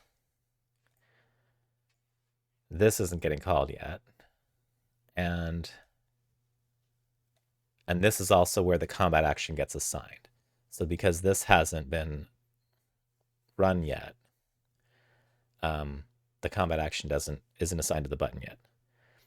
I'm quite enjoying your music selections. Thank you. I researched best dance music of all time and found lots and lots of results, and then started editing them down to get 30-second pieces.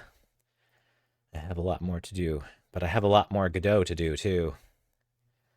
So I have some of the script is premature because I just copied later versions of things, but I haven't actually tied in some things that he's going to get to later.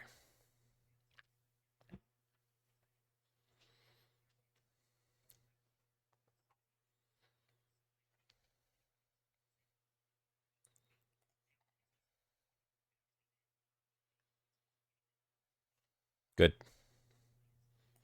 Let's do it.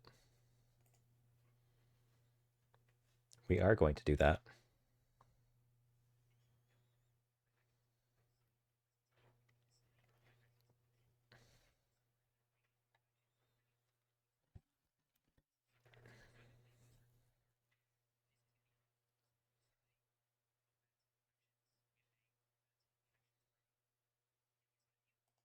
To Godot or Godot, yes.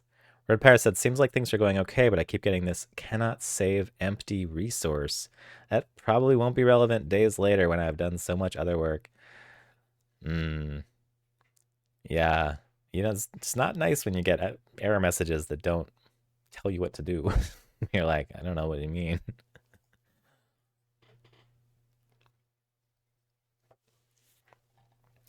We do. Yes.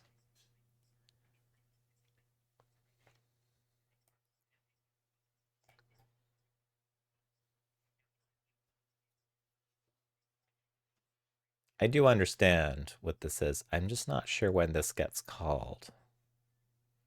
So I'm going to skip him writing this code because I have the code.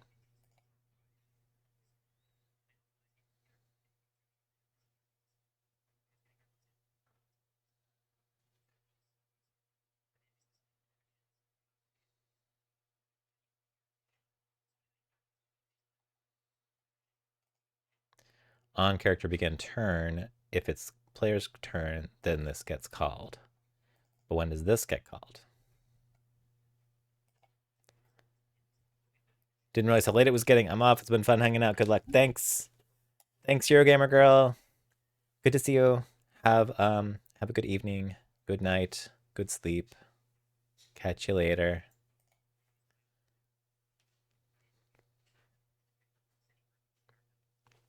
And then what calls the on character begin turn?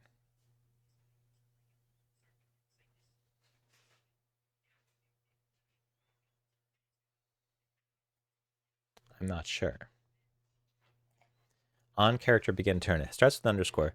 So it's supposed to be called only within this class.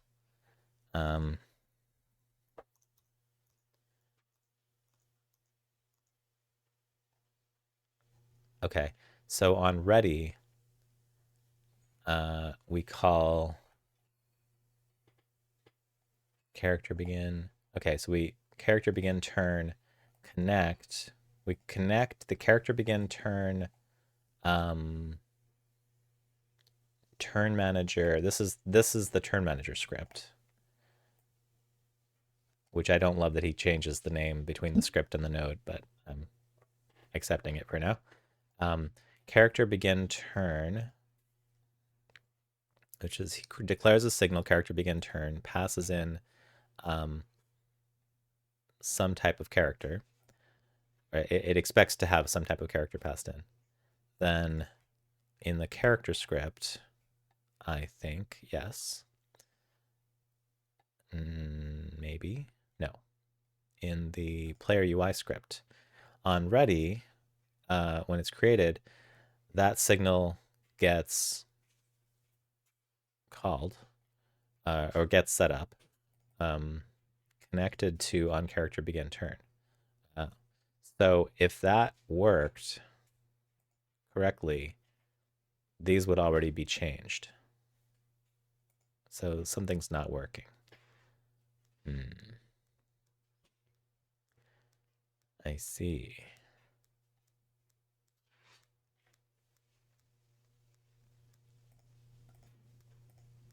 Something's already not working, and I don't know enough to know why.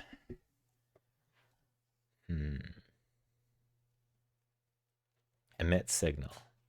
Begin next turn, emit signal, character begin turn, current. This isn't getting called. Begin next turn.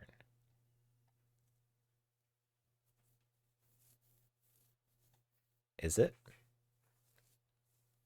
I think it is. Let's see. Begin next turn.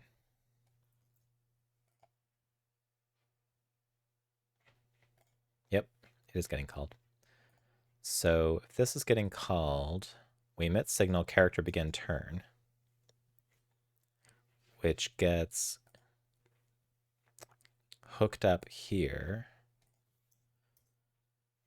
What is the problem? Print on character begin turn.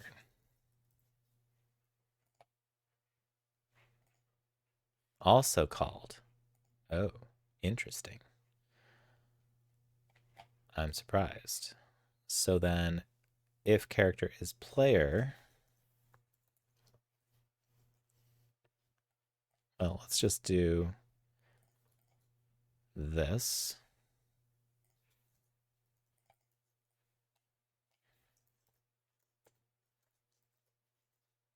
Display combat actions. Yep, also called. For each button,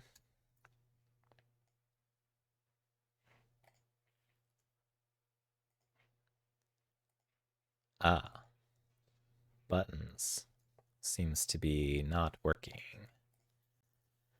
Buttons, and we'll do str.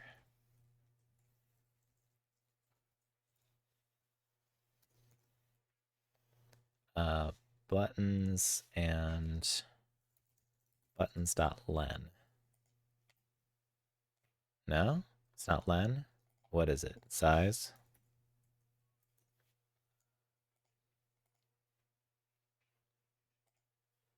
Yeah, 0 buttons. Okay.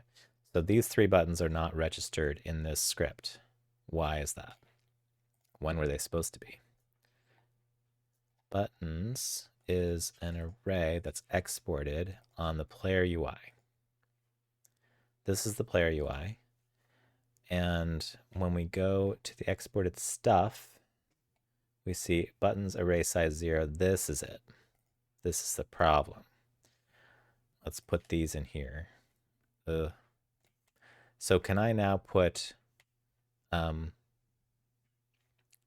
back to the script, make this an array of node paths?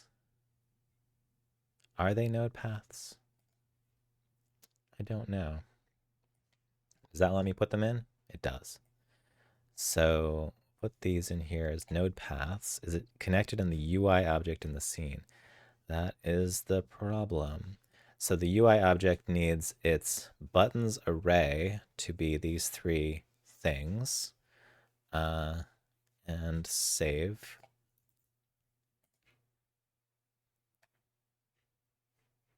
Invalid call. Oh, well, that's an old attempt to debug earlier. Buttons 3. And now they work. Now they do that. Oh, and it works, and it doesn't crash, and it does what it's supposed to do. We've gotten further than we've gotten at any other point tonight at this thing. Oh, look at this. Jackal Gamer. Hello, Jackal Gamer. Nice to meet you. And Jackal Gamer's first comment is a very helpful thing for me to know, which is that I don't have to put str. Print can concatenate just like str. So I can just print this, comma variable, comma 2. That is really helpful information. Thank you very much. Red Pyre said I definitely got some progress in. Yes, Red Pyre is making a vampire game. Save. Save. And we're going to do also, in addition to save, we're going to do super programmer save, which is commit. So let's take all this stuff, stage it, commit, and say it works. Because this is not a serious project. I just want things to roll back to for when it gets corrupted again because of some reason. So now, once we get past the part I've seen already, we can get to the part. I'm going to skip all this. Can't cast the things yet. Almost there. We're almost caught up, and we can go to regular speed. How exciting, regular speed. It's so serious. Red Pyre said, now I have treasure chests and boxes that give items. And only once. Yes. They remember not to give you the same item again. Fantastic.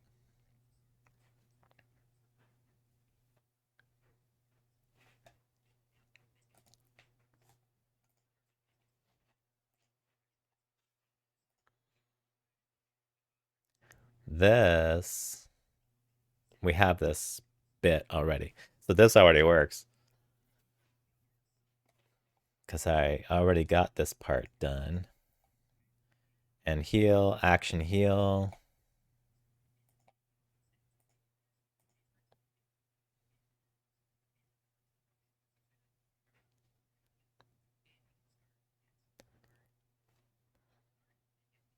Battle scene. End current turn.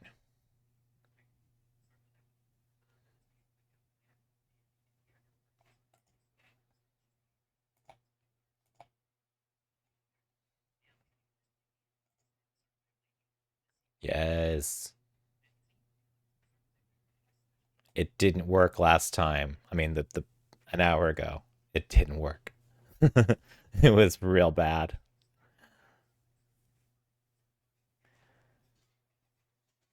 Mm-hmm.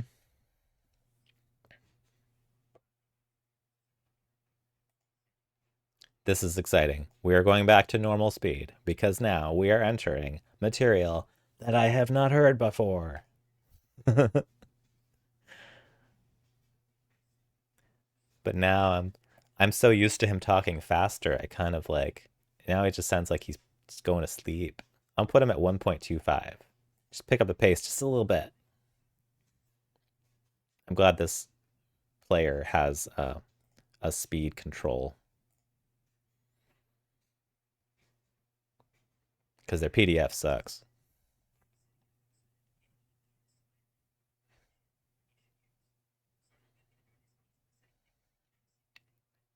Yes. Hold on a second. Jackal Gamer, if you're still here, since you obviously know a little something about Godot, I would like to know if you would like to share what are you working on, if anything, in Godot or in whatever game development you are doing.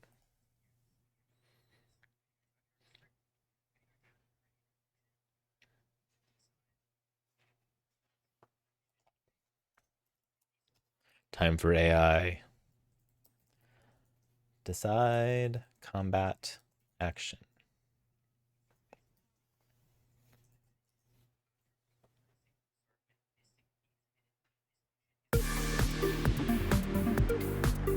Mm.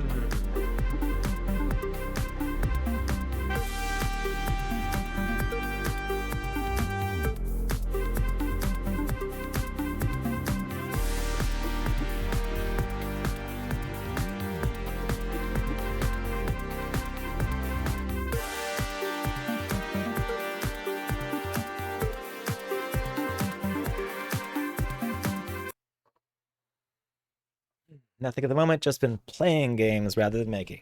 Playing games is important too. Sometimes I think I should be playing more games to get ideas or to get the feel for things.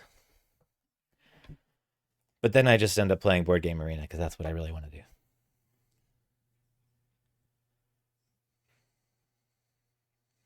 On character begin turn. This one.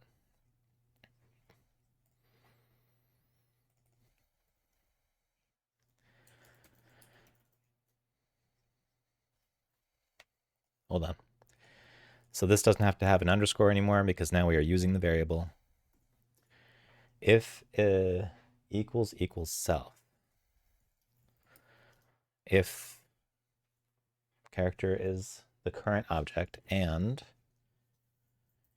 is player equals false. Interesting. I get it. I played 25 demos in the Steam Next Fest last week. I downloaded a lot of demos. I played like 2 or 3 on Monday with Ambi. Um, pretty long, a pretty long one. Took us like 2 streams to finish the demo. Decide combat action. Underscore decide combat action. So on character begin turn, if the character is this current object self and it's not the player, it's therefore the enemy, decide combat action. I'm not sure why the self thing is there, but that's fine. I'm very impatient with bad demos. Yeah. Oh, I see. You just like ran it and you were like, oh yeah, this game sucks. Next. Most games suck. It's hard to make good ones. It's real easy to make bad ones. Just watch me. What did he write? Tags? I don't know what that says. Oh, pass.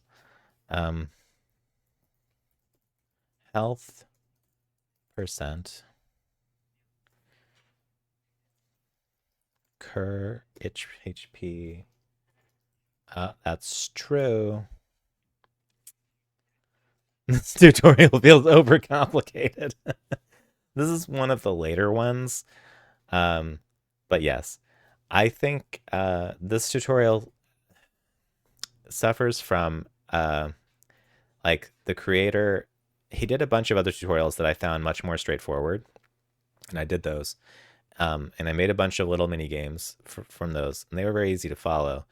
And this one has it's dealing with a lot of interesting concepts, but he's not doing the presentation in the order that he should.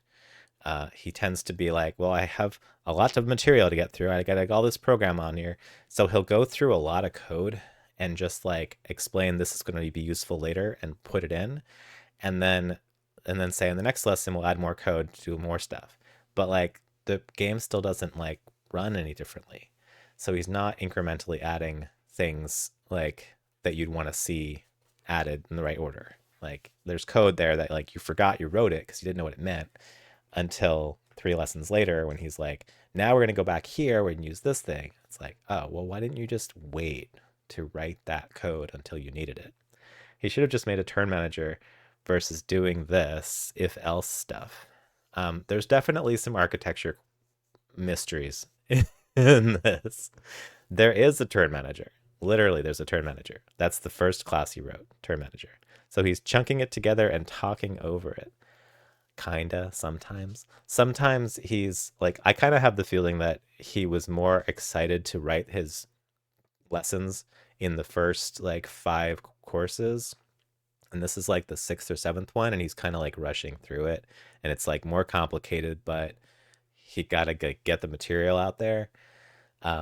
It has that feeling of like there was time pressure involved, and it's technically telling you how to make this program, but it's not as smooth. It's not as polished as the other ones where it was really like, next we're going to add this thing. Here's some code for it. Here's some connections and visuals. And here's explaining how this works and why we're going to write this thing. This is kind of, it's got signals and stuff, but it's not always explaining like why you have this thing set up over here. I don't know. I'm learning bits and pieces from it, and I'll do more tutorials by him and by other people and learn different styles and stuff. Is it a YouTube playlist or a Udemy? It's like a Udemy, but it's not that company. It's called Zenva, which I never heard of before, but it's from Humble Bundle, and they just it just ended yesterday. But I bought it like a few weeks ago, and I've been doing them when I had time. Um, they've mostly been pretty good. This is the worst one so far. It's got a lot of code before anything happens, and and then what happens is very underwhelming as a result. I agree. This is starting to get to Yandere slim levels of if else nesting. I don't know the reference, but yeah, Heartbeast has YouTube videos worth checking out. Heartbeast sounds good. I'll write that down. I have some other videos. Check out Heartbeast YouTube tutorials for Godot.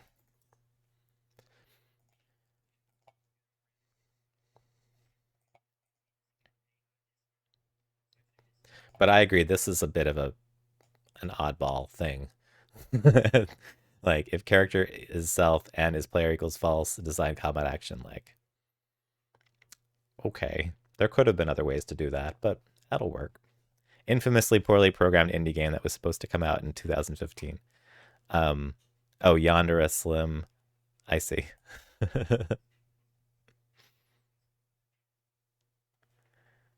Yes, I understand. Show me the syntax.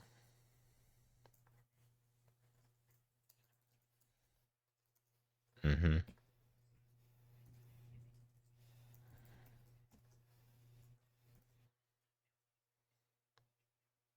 See, I just learned something. Now I know how to cast in GDScript. I knew how to cast in Java. Now I know how to do it in GDScript, which I need to know. It is not the same.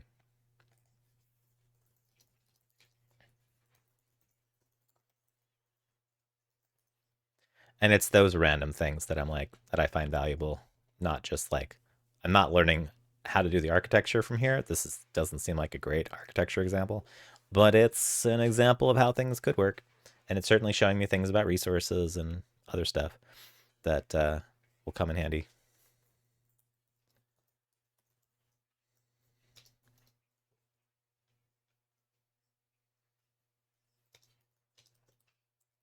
And this is casting, which is the first time I've done any casting in GDScript. He's just casually throwing that in as like, this is how you cast.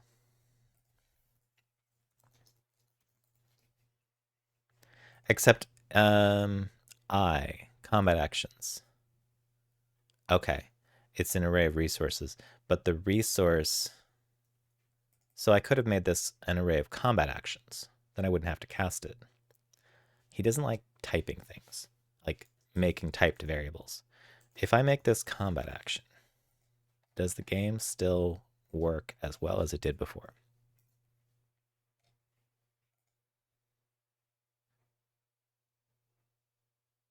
No.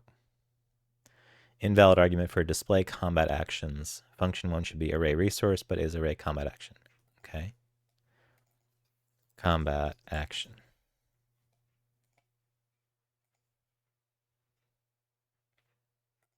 Still works.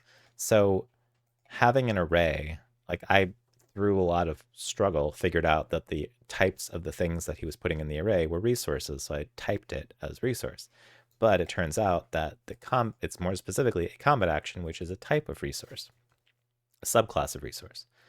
And uh, having them typed in the first place makes it so you don't have to cast them later. But it's good to know how to cast.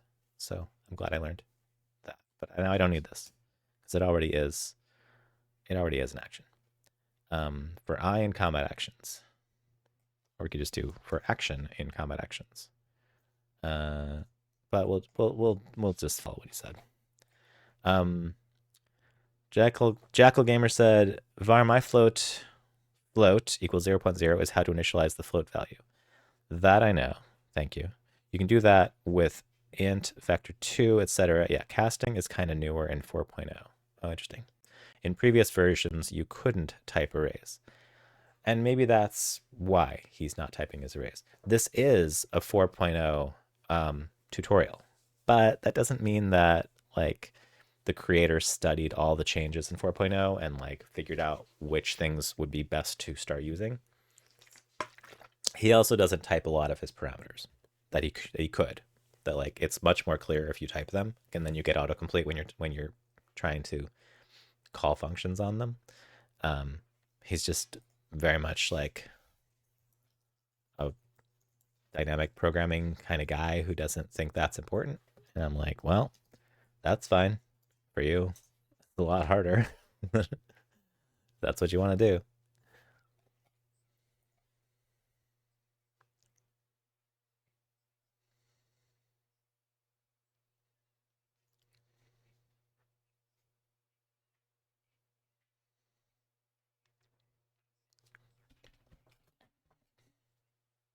Okay.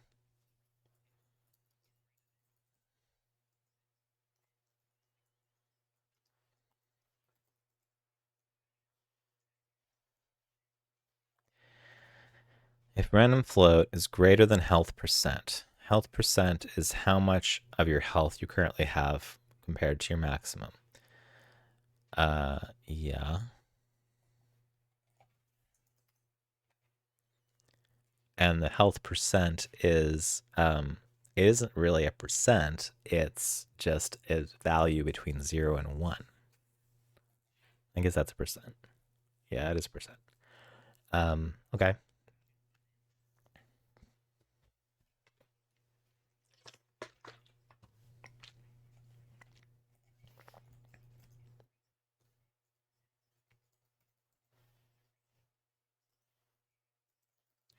There's a return statement. That's the first time we've seen the return statement.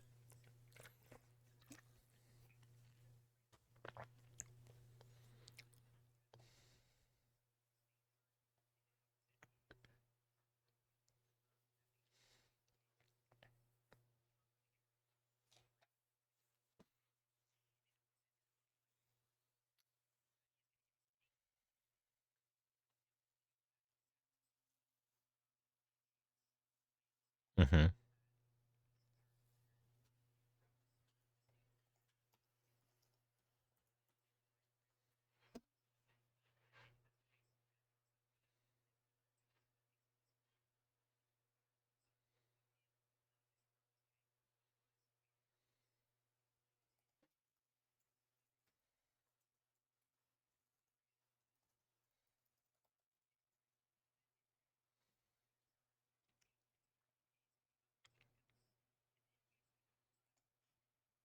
Why are we iterating through combat actions? Oh, because this is deciding what the enemy wants to do. Okay. So if random number is greater than their health percent, so if their health percent is um, 10, then the health percent plus 20% will be 30%. So then 70% of the time they would want to heal, but not necessarily. Okay. I mean, that's just something he tuned and decided that worked better.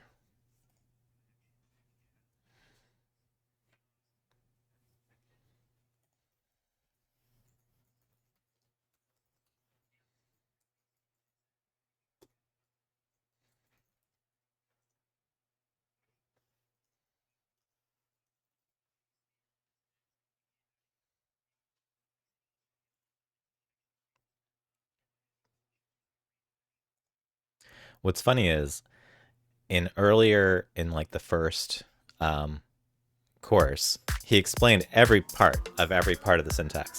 This is the first time he's ever used the word return, and he's not explaining what it does.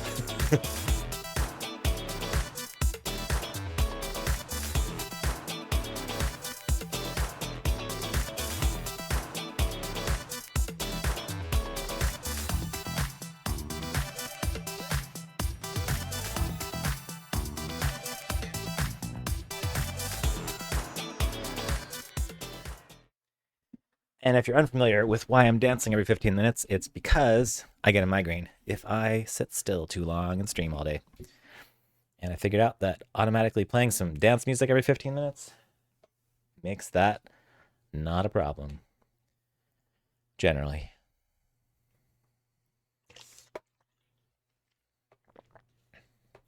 I assume return means exit the function. That's what it means in C and Java and everything else. It's just funny he didn't explain it ever. Um, Yay, it fought back. Stomp. It fought back. Slash. Yay. Heal. Attack me again. Slash. Heal. I want to see the enemy heal. Heal. When is it gonna heal? Not healing. Did I not give it the ability to heal? Pretty sure I did. Let's see. Maybe not.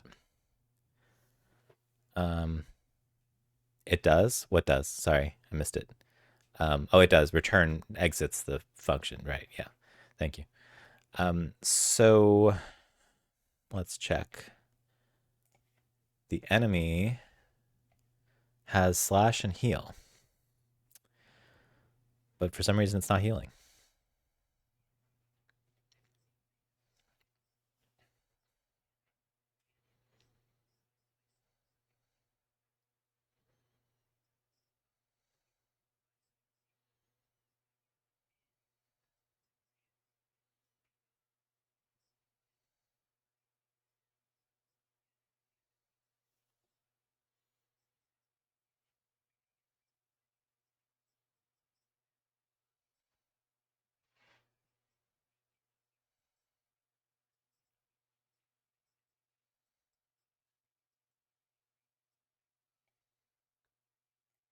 There we go. That was the problem.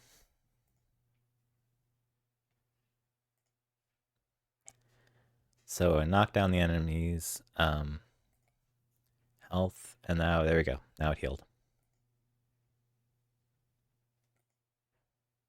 And I heal, and I'll heal again. It should still want to heal sometimes, I think, because it's currently at oh yeah, there it goes. It finally healed. It was less likely when it was higher, but it eventually reached a high enough random number to choose to heal. Good. Oh, I should see if the murder succeeded. That time it healed early. You win. Hooray! It worked. It's the worst RPG of all time.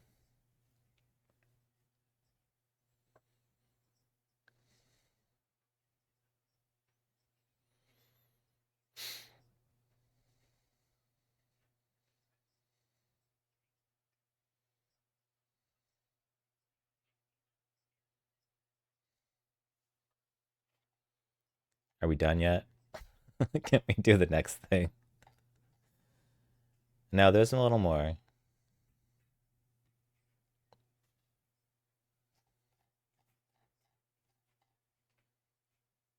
Oh no, this was the last long one. I think that's it. I think that was the game.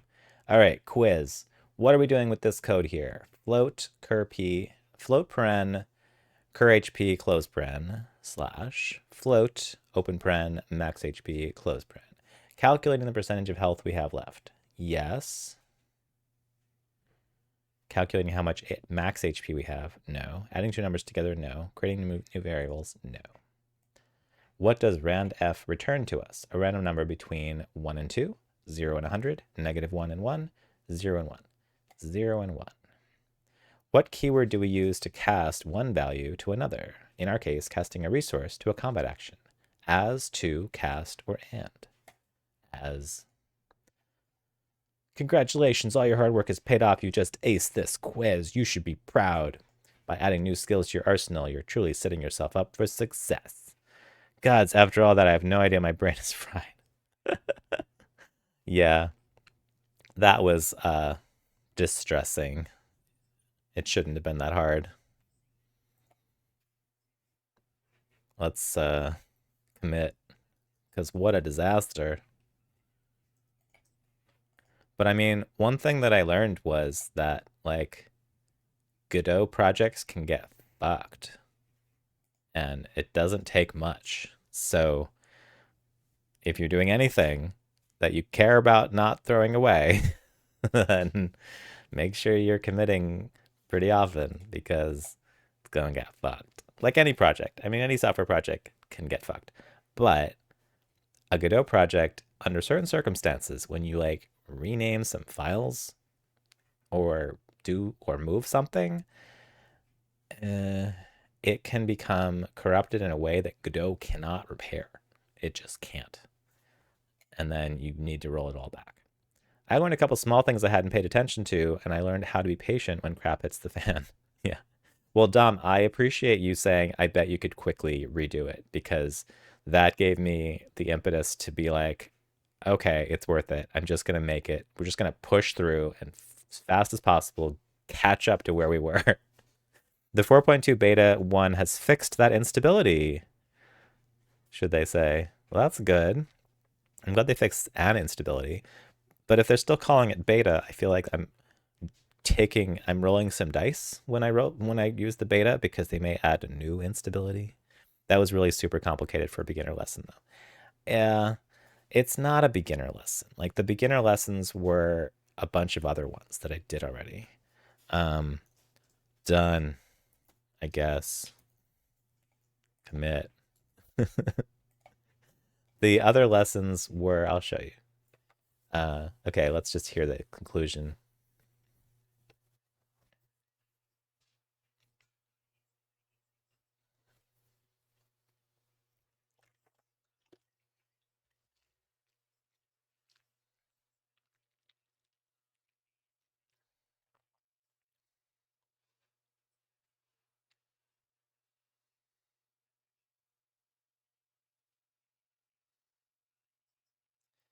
And I think that the complexity of that project was partly like he didn't have to use resources for the actions, and he didn't have to make the buttons both as nodes and then add them into two different arrays.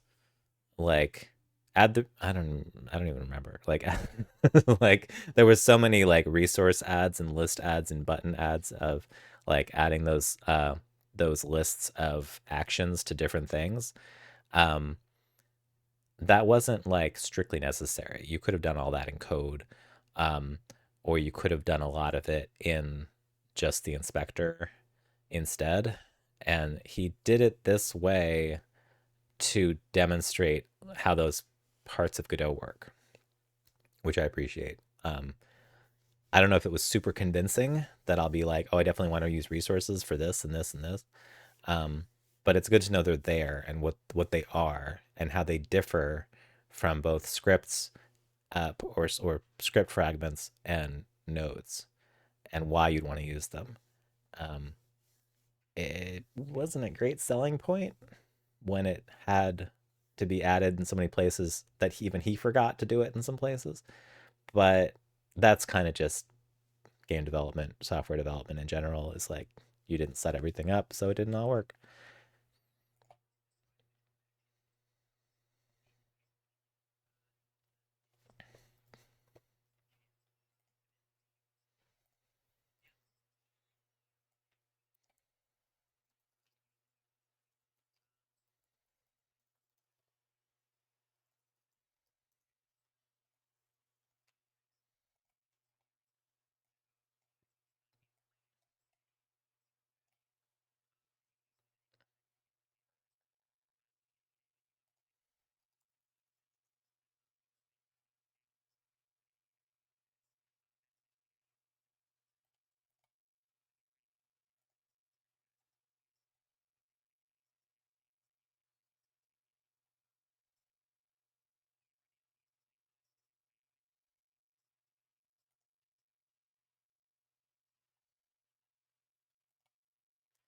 Most of the tutorials do programming lessons that way. Oh, like my thing is that he should have shown how to do it in one or two files first, then shown how to break them down into separate classes and files.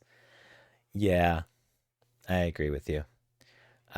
He should have refactored it instead of just showing like we're going to have this architecture at the end, and trust me, we're going to need this file and this file and this file and these 20 files and a bunch of other variables in those files that we're not going to use for a bunch of lessons.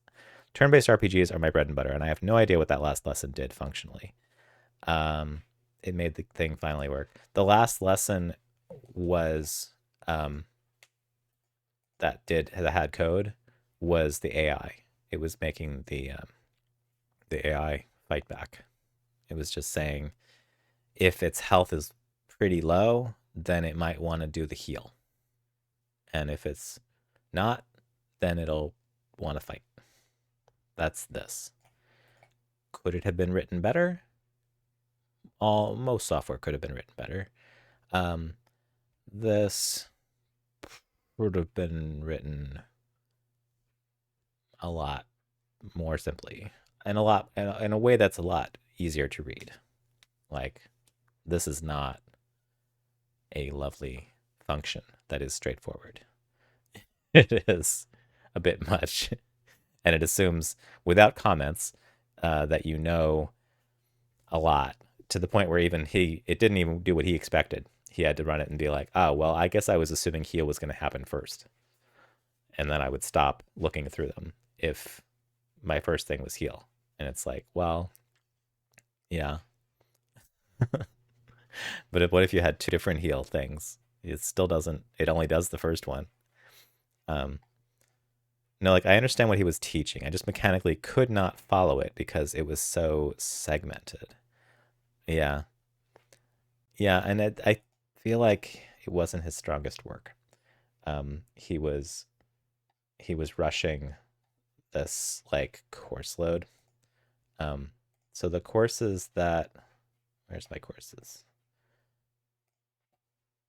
Uh, this I can show. So the courses that I bought and that I've done some of them. I got the Humble Bundle Tier 3.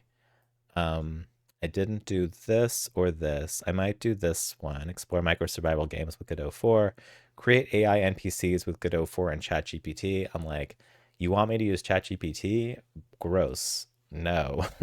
But what I what I hope to learn from this one is just how to make network calls. I don't really give a fuck about ChatGPT. I'm not interested. Um, I think this is supposed to be like, oh, look at how you can have NPC with a personality, and it'll have an unending flow of new things to say. And I'm like, no, I'm not using AI in a game just to not write dialogue. That's horrible. I'm not using that type of AI in a game at all. Um, but but I do want to know how to call another service because I want to be able to call Twitch to make games that interact, like listen to chat. Or not that this will teach me how to listen, but it'll teach me how to make network calls at all. Intro to the game development industry. I don't know what that's about. We'll see. This one, game intro to game Godot 4 game development. I did. That was very like very simple early stuff, but he's skipped a few things here and there, but they're kind of like you can pick them up through osmosis when he skipped them.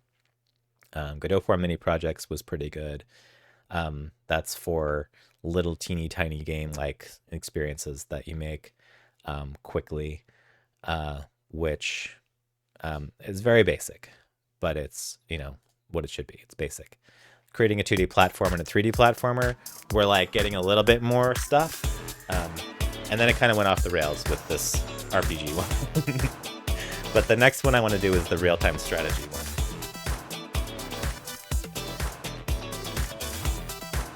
And I hope it's not quite as bad as this one, but I will be more careful. I won't trust it.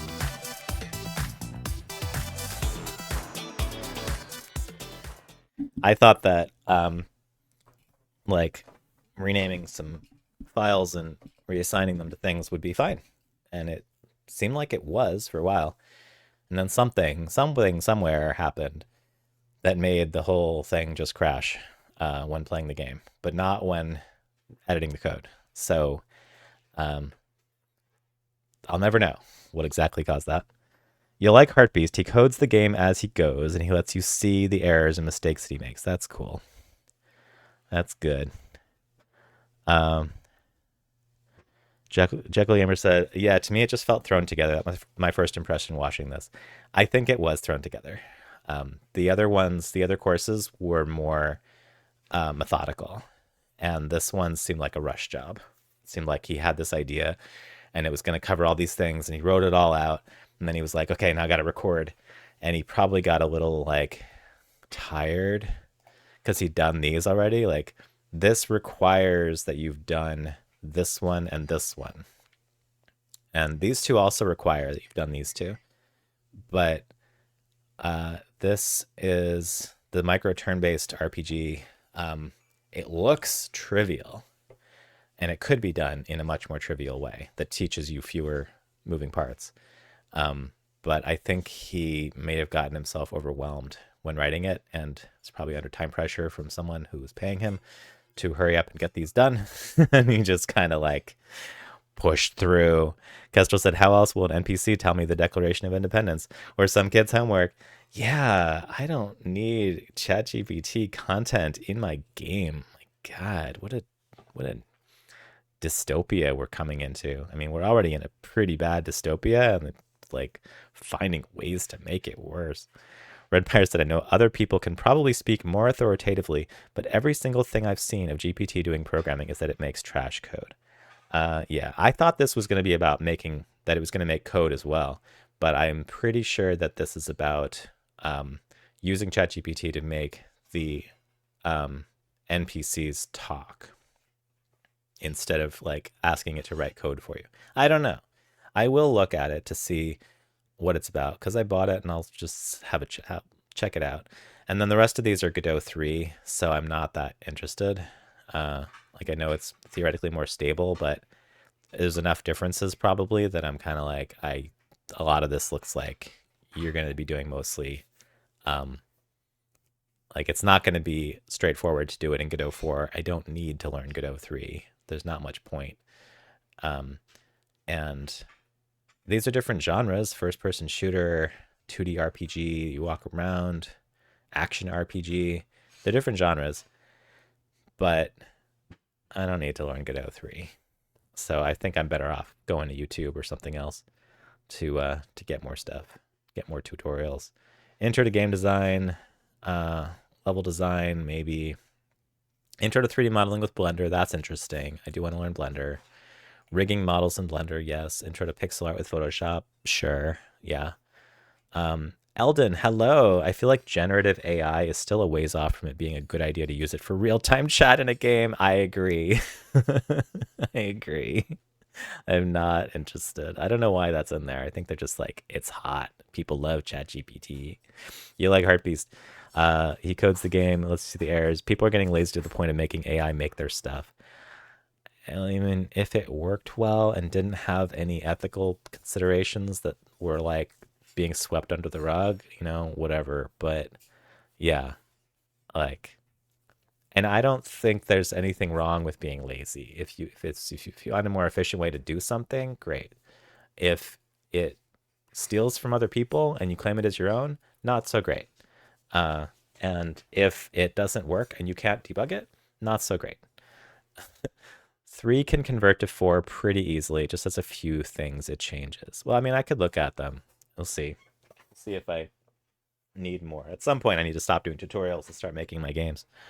But we'll see. Tile maps are the major difference from 3. I definitely need to learn more about tile maps. I saw a video. I was looking up tile map videos for a game that I am designing that I need to figure out how to do. For content creation, especially for a prototype, it could be okay with rules well established by you. For example, to make 25 combat actions quickly, but then again, that's the fun part. ChatGPT, yeah. I mean, yeah, when you just need like a bunch of random text, you can use it, but you can also use other things. It's just like, yeah, like when I was first looking at like asking the question everyone's asked, is ChatGPT useful for anything? I would ask it things like, okay, design an escape room for me with puzzles, detailed puzzles. And it would just be like super vague. It'd be like specific puzzles. And it would just start talking about types of puzzles vaguely and suggesting what kinds of things I could search for to find them. Like, okay, well, this is not useful. You're not giving me anything that's like better than Googling some list because you're just regurgitating lists that you've ingested. So never mind. ChatGPT isn't going to make even rough quality content. No. I don't know what that course is about. I don't know why that's in there. It's just a weird thing they thought would be cool to put in, so they did. Anyway, it is 10:30. I need to go do a bunch of chores, feed the cats. So let's look for someone to rate. This was a successful stream with successful completion of a project. Was it frustrating? Yes. Did it suck? Yes. But we did it. And we can do another time. Um, Tuesday's working out pretty well. May do another Tuesday afternoon thing. Let's see. Who should we raid? Lem's doing Jackbox. That's fun. Opcost is playing board games. Giddy Giraffe's also doing Jackbox. I think. Uh, oh, Lem's doing Jackbox 10. That's right. It's Jackbox Day. Let's go. Very successful stream. Yes, successful because we finished. And, that's something. Here's a raid message.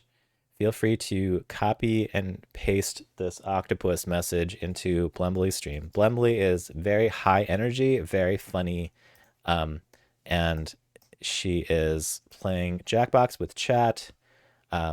Please say hi, and if that's not your thing, feel free to duck out, of course. But stick around if you want to watch people make each other laugh. That's what's gonna be. That's what's gonna happen. Eldon said I played around a bit with using ChatGPT and Bard to generate code. I don't know Bard. Pretty hit and miss. It only rarely gives code that's decent without some additional work by a competent dev. Yeah, that's what I've heard about it. Is like it can show you some syntax and give you some starting points to think about, and then then you can continue from there. It might teach you a couple of things you didn't know about the code because reading anyone's code, stolen from anywhere, will teach you some things you didn't know. And that's useful, but putting it in your actual program, less useful. Let me load this so that I can hear her when we read it. Bard is Google's generative AI chatbot. Oh, Google. Of course it is. Is this getting ads to join? You can do Q join. Okay, that's cool. So you can join some Jackbox game with Blem if you'd like. Yeah, I'm gonna I don't know if I'm streaming on the weekend or not, but on Monday I'll be back here playing puzzle games with Ambi and also getting ideas for my puzzle game. And then I think Tuesday I'll probably do some more tutorials of Godot because I'm keeping the momentum.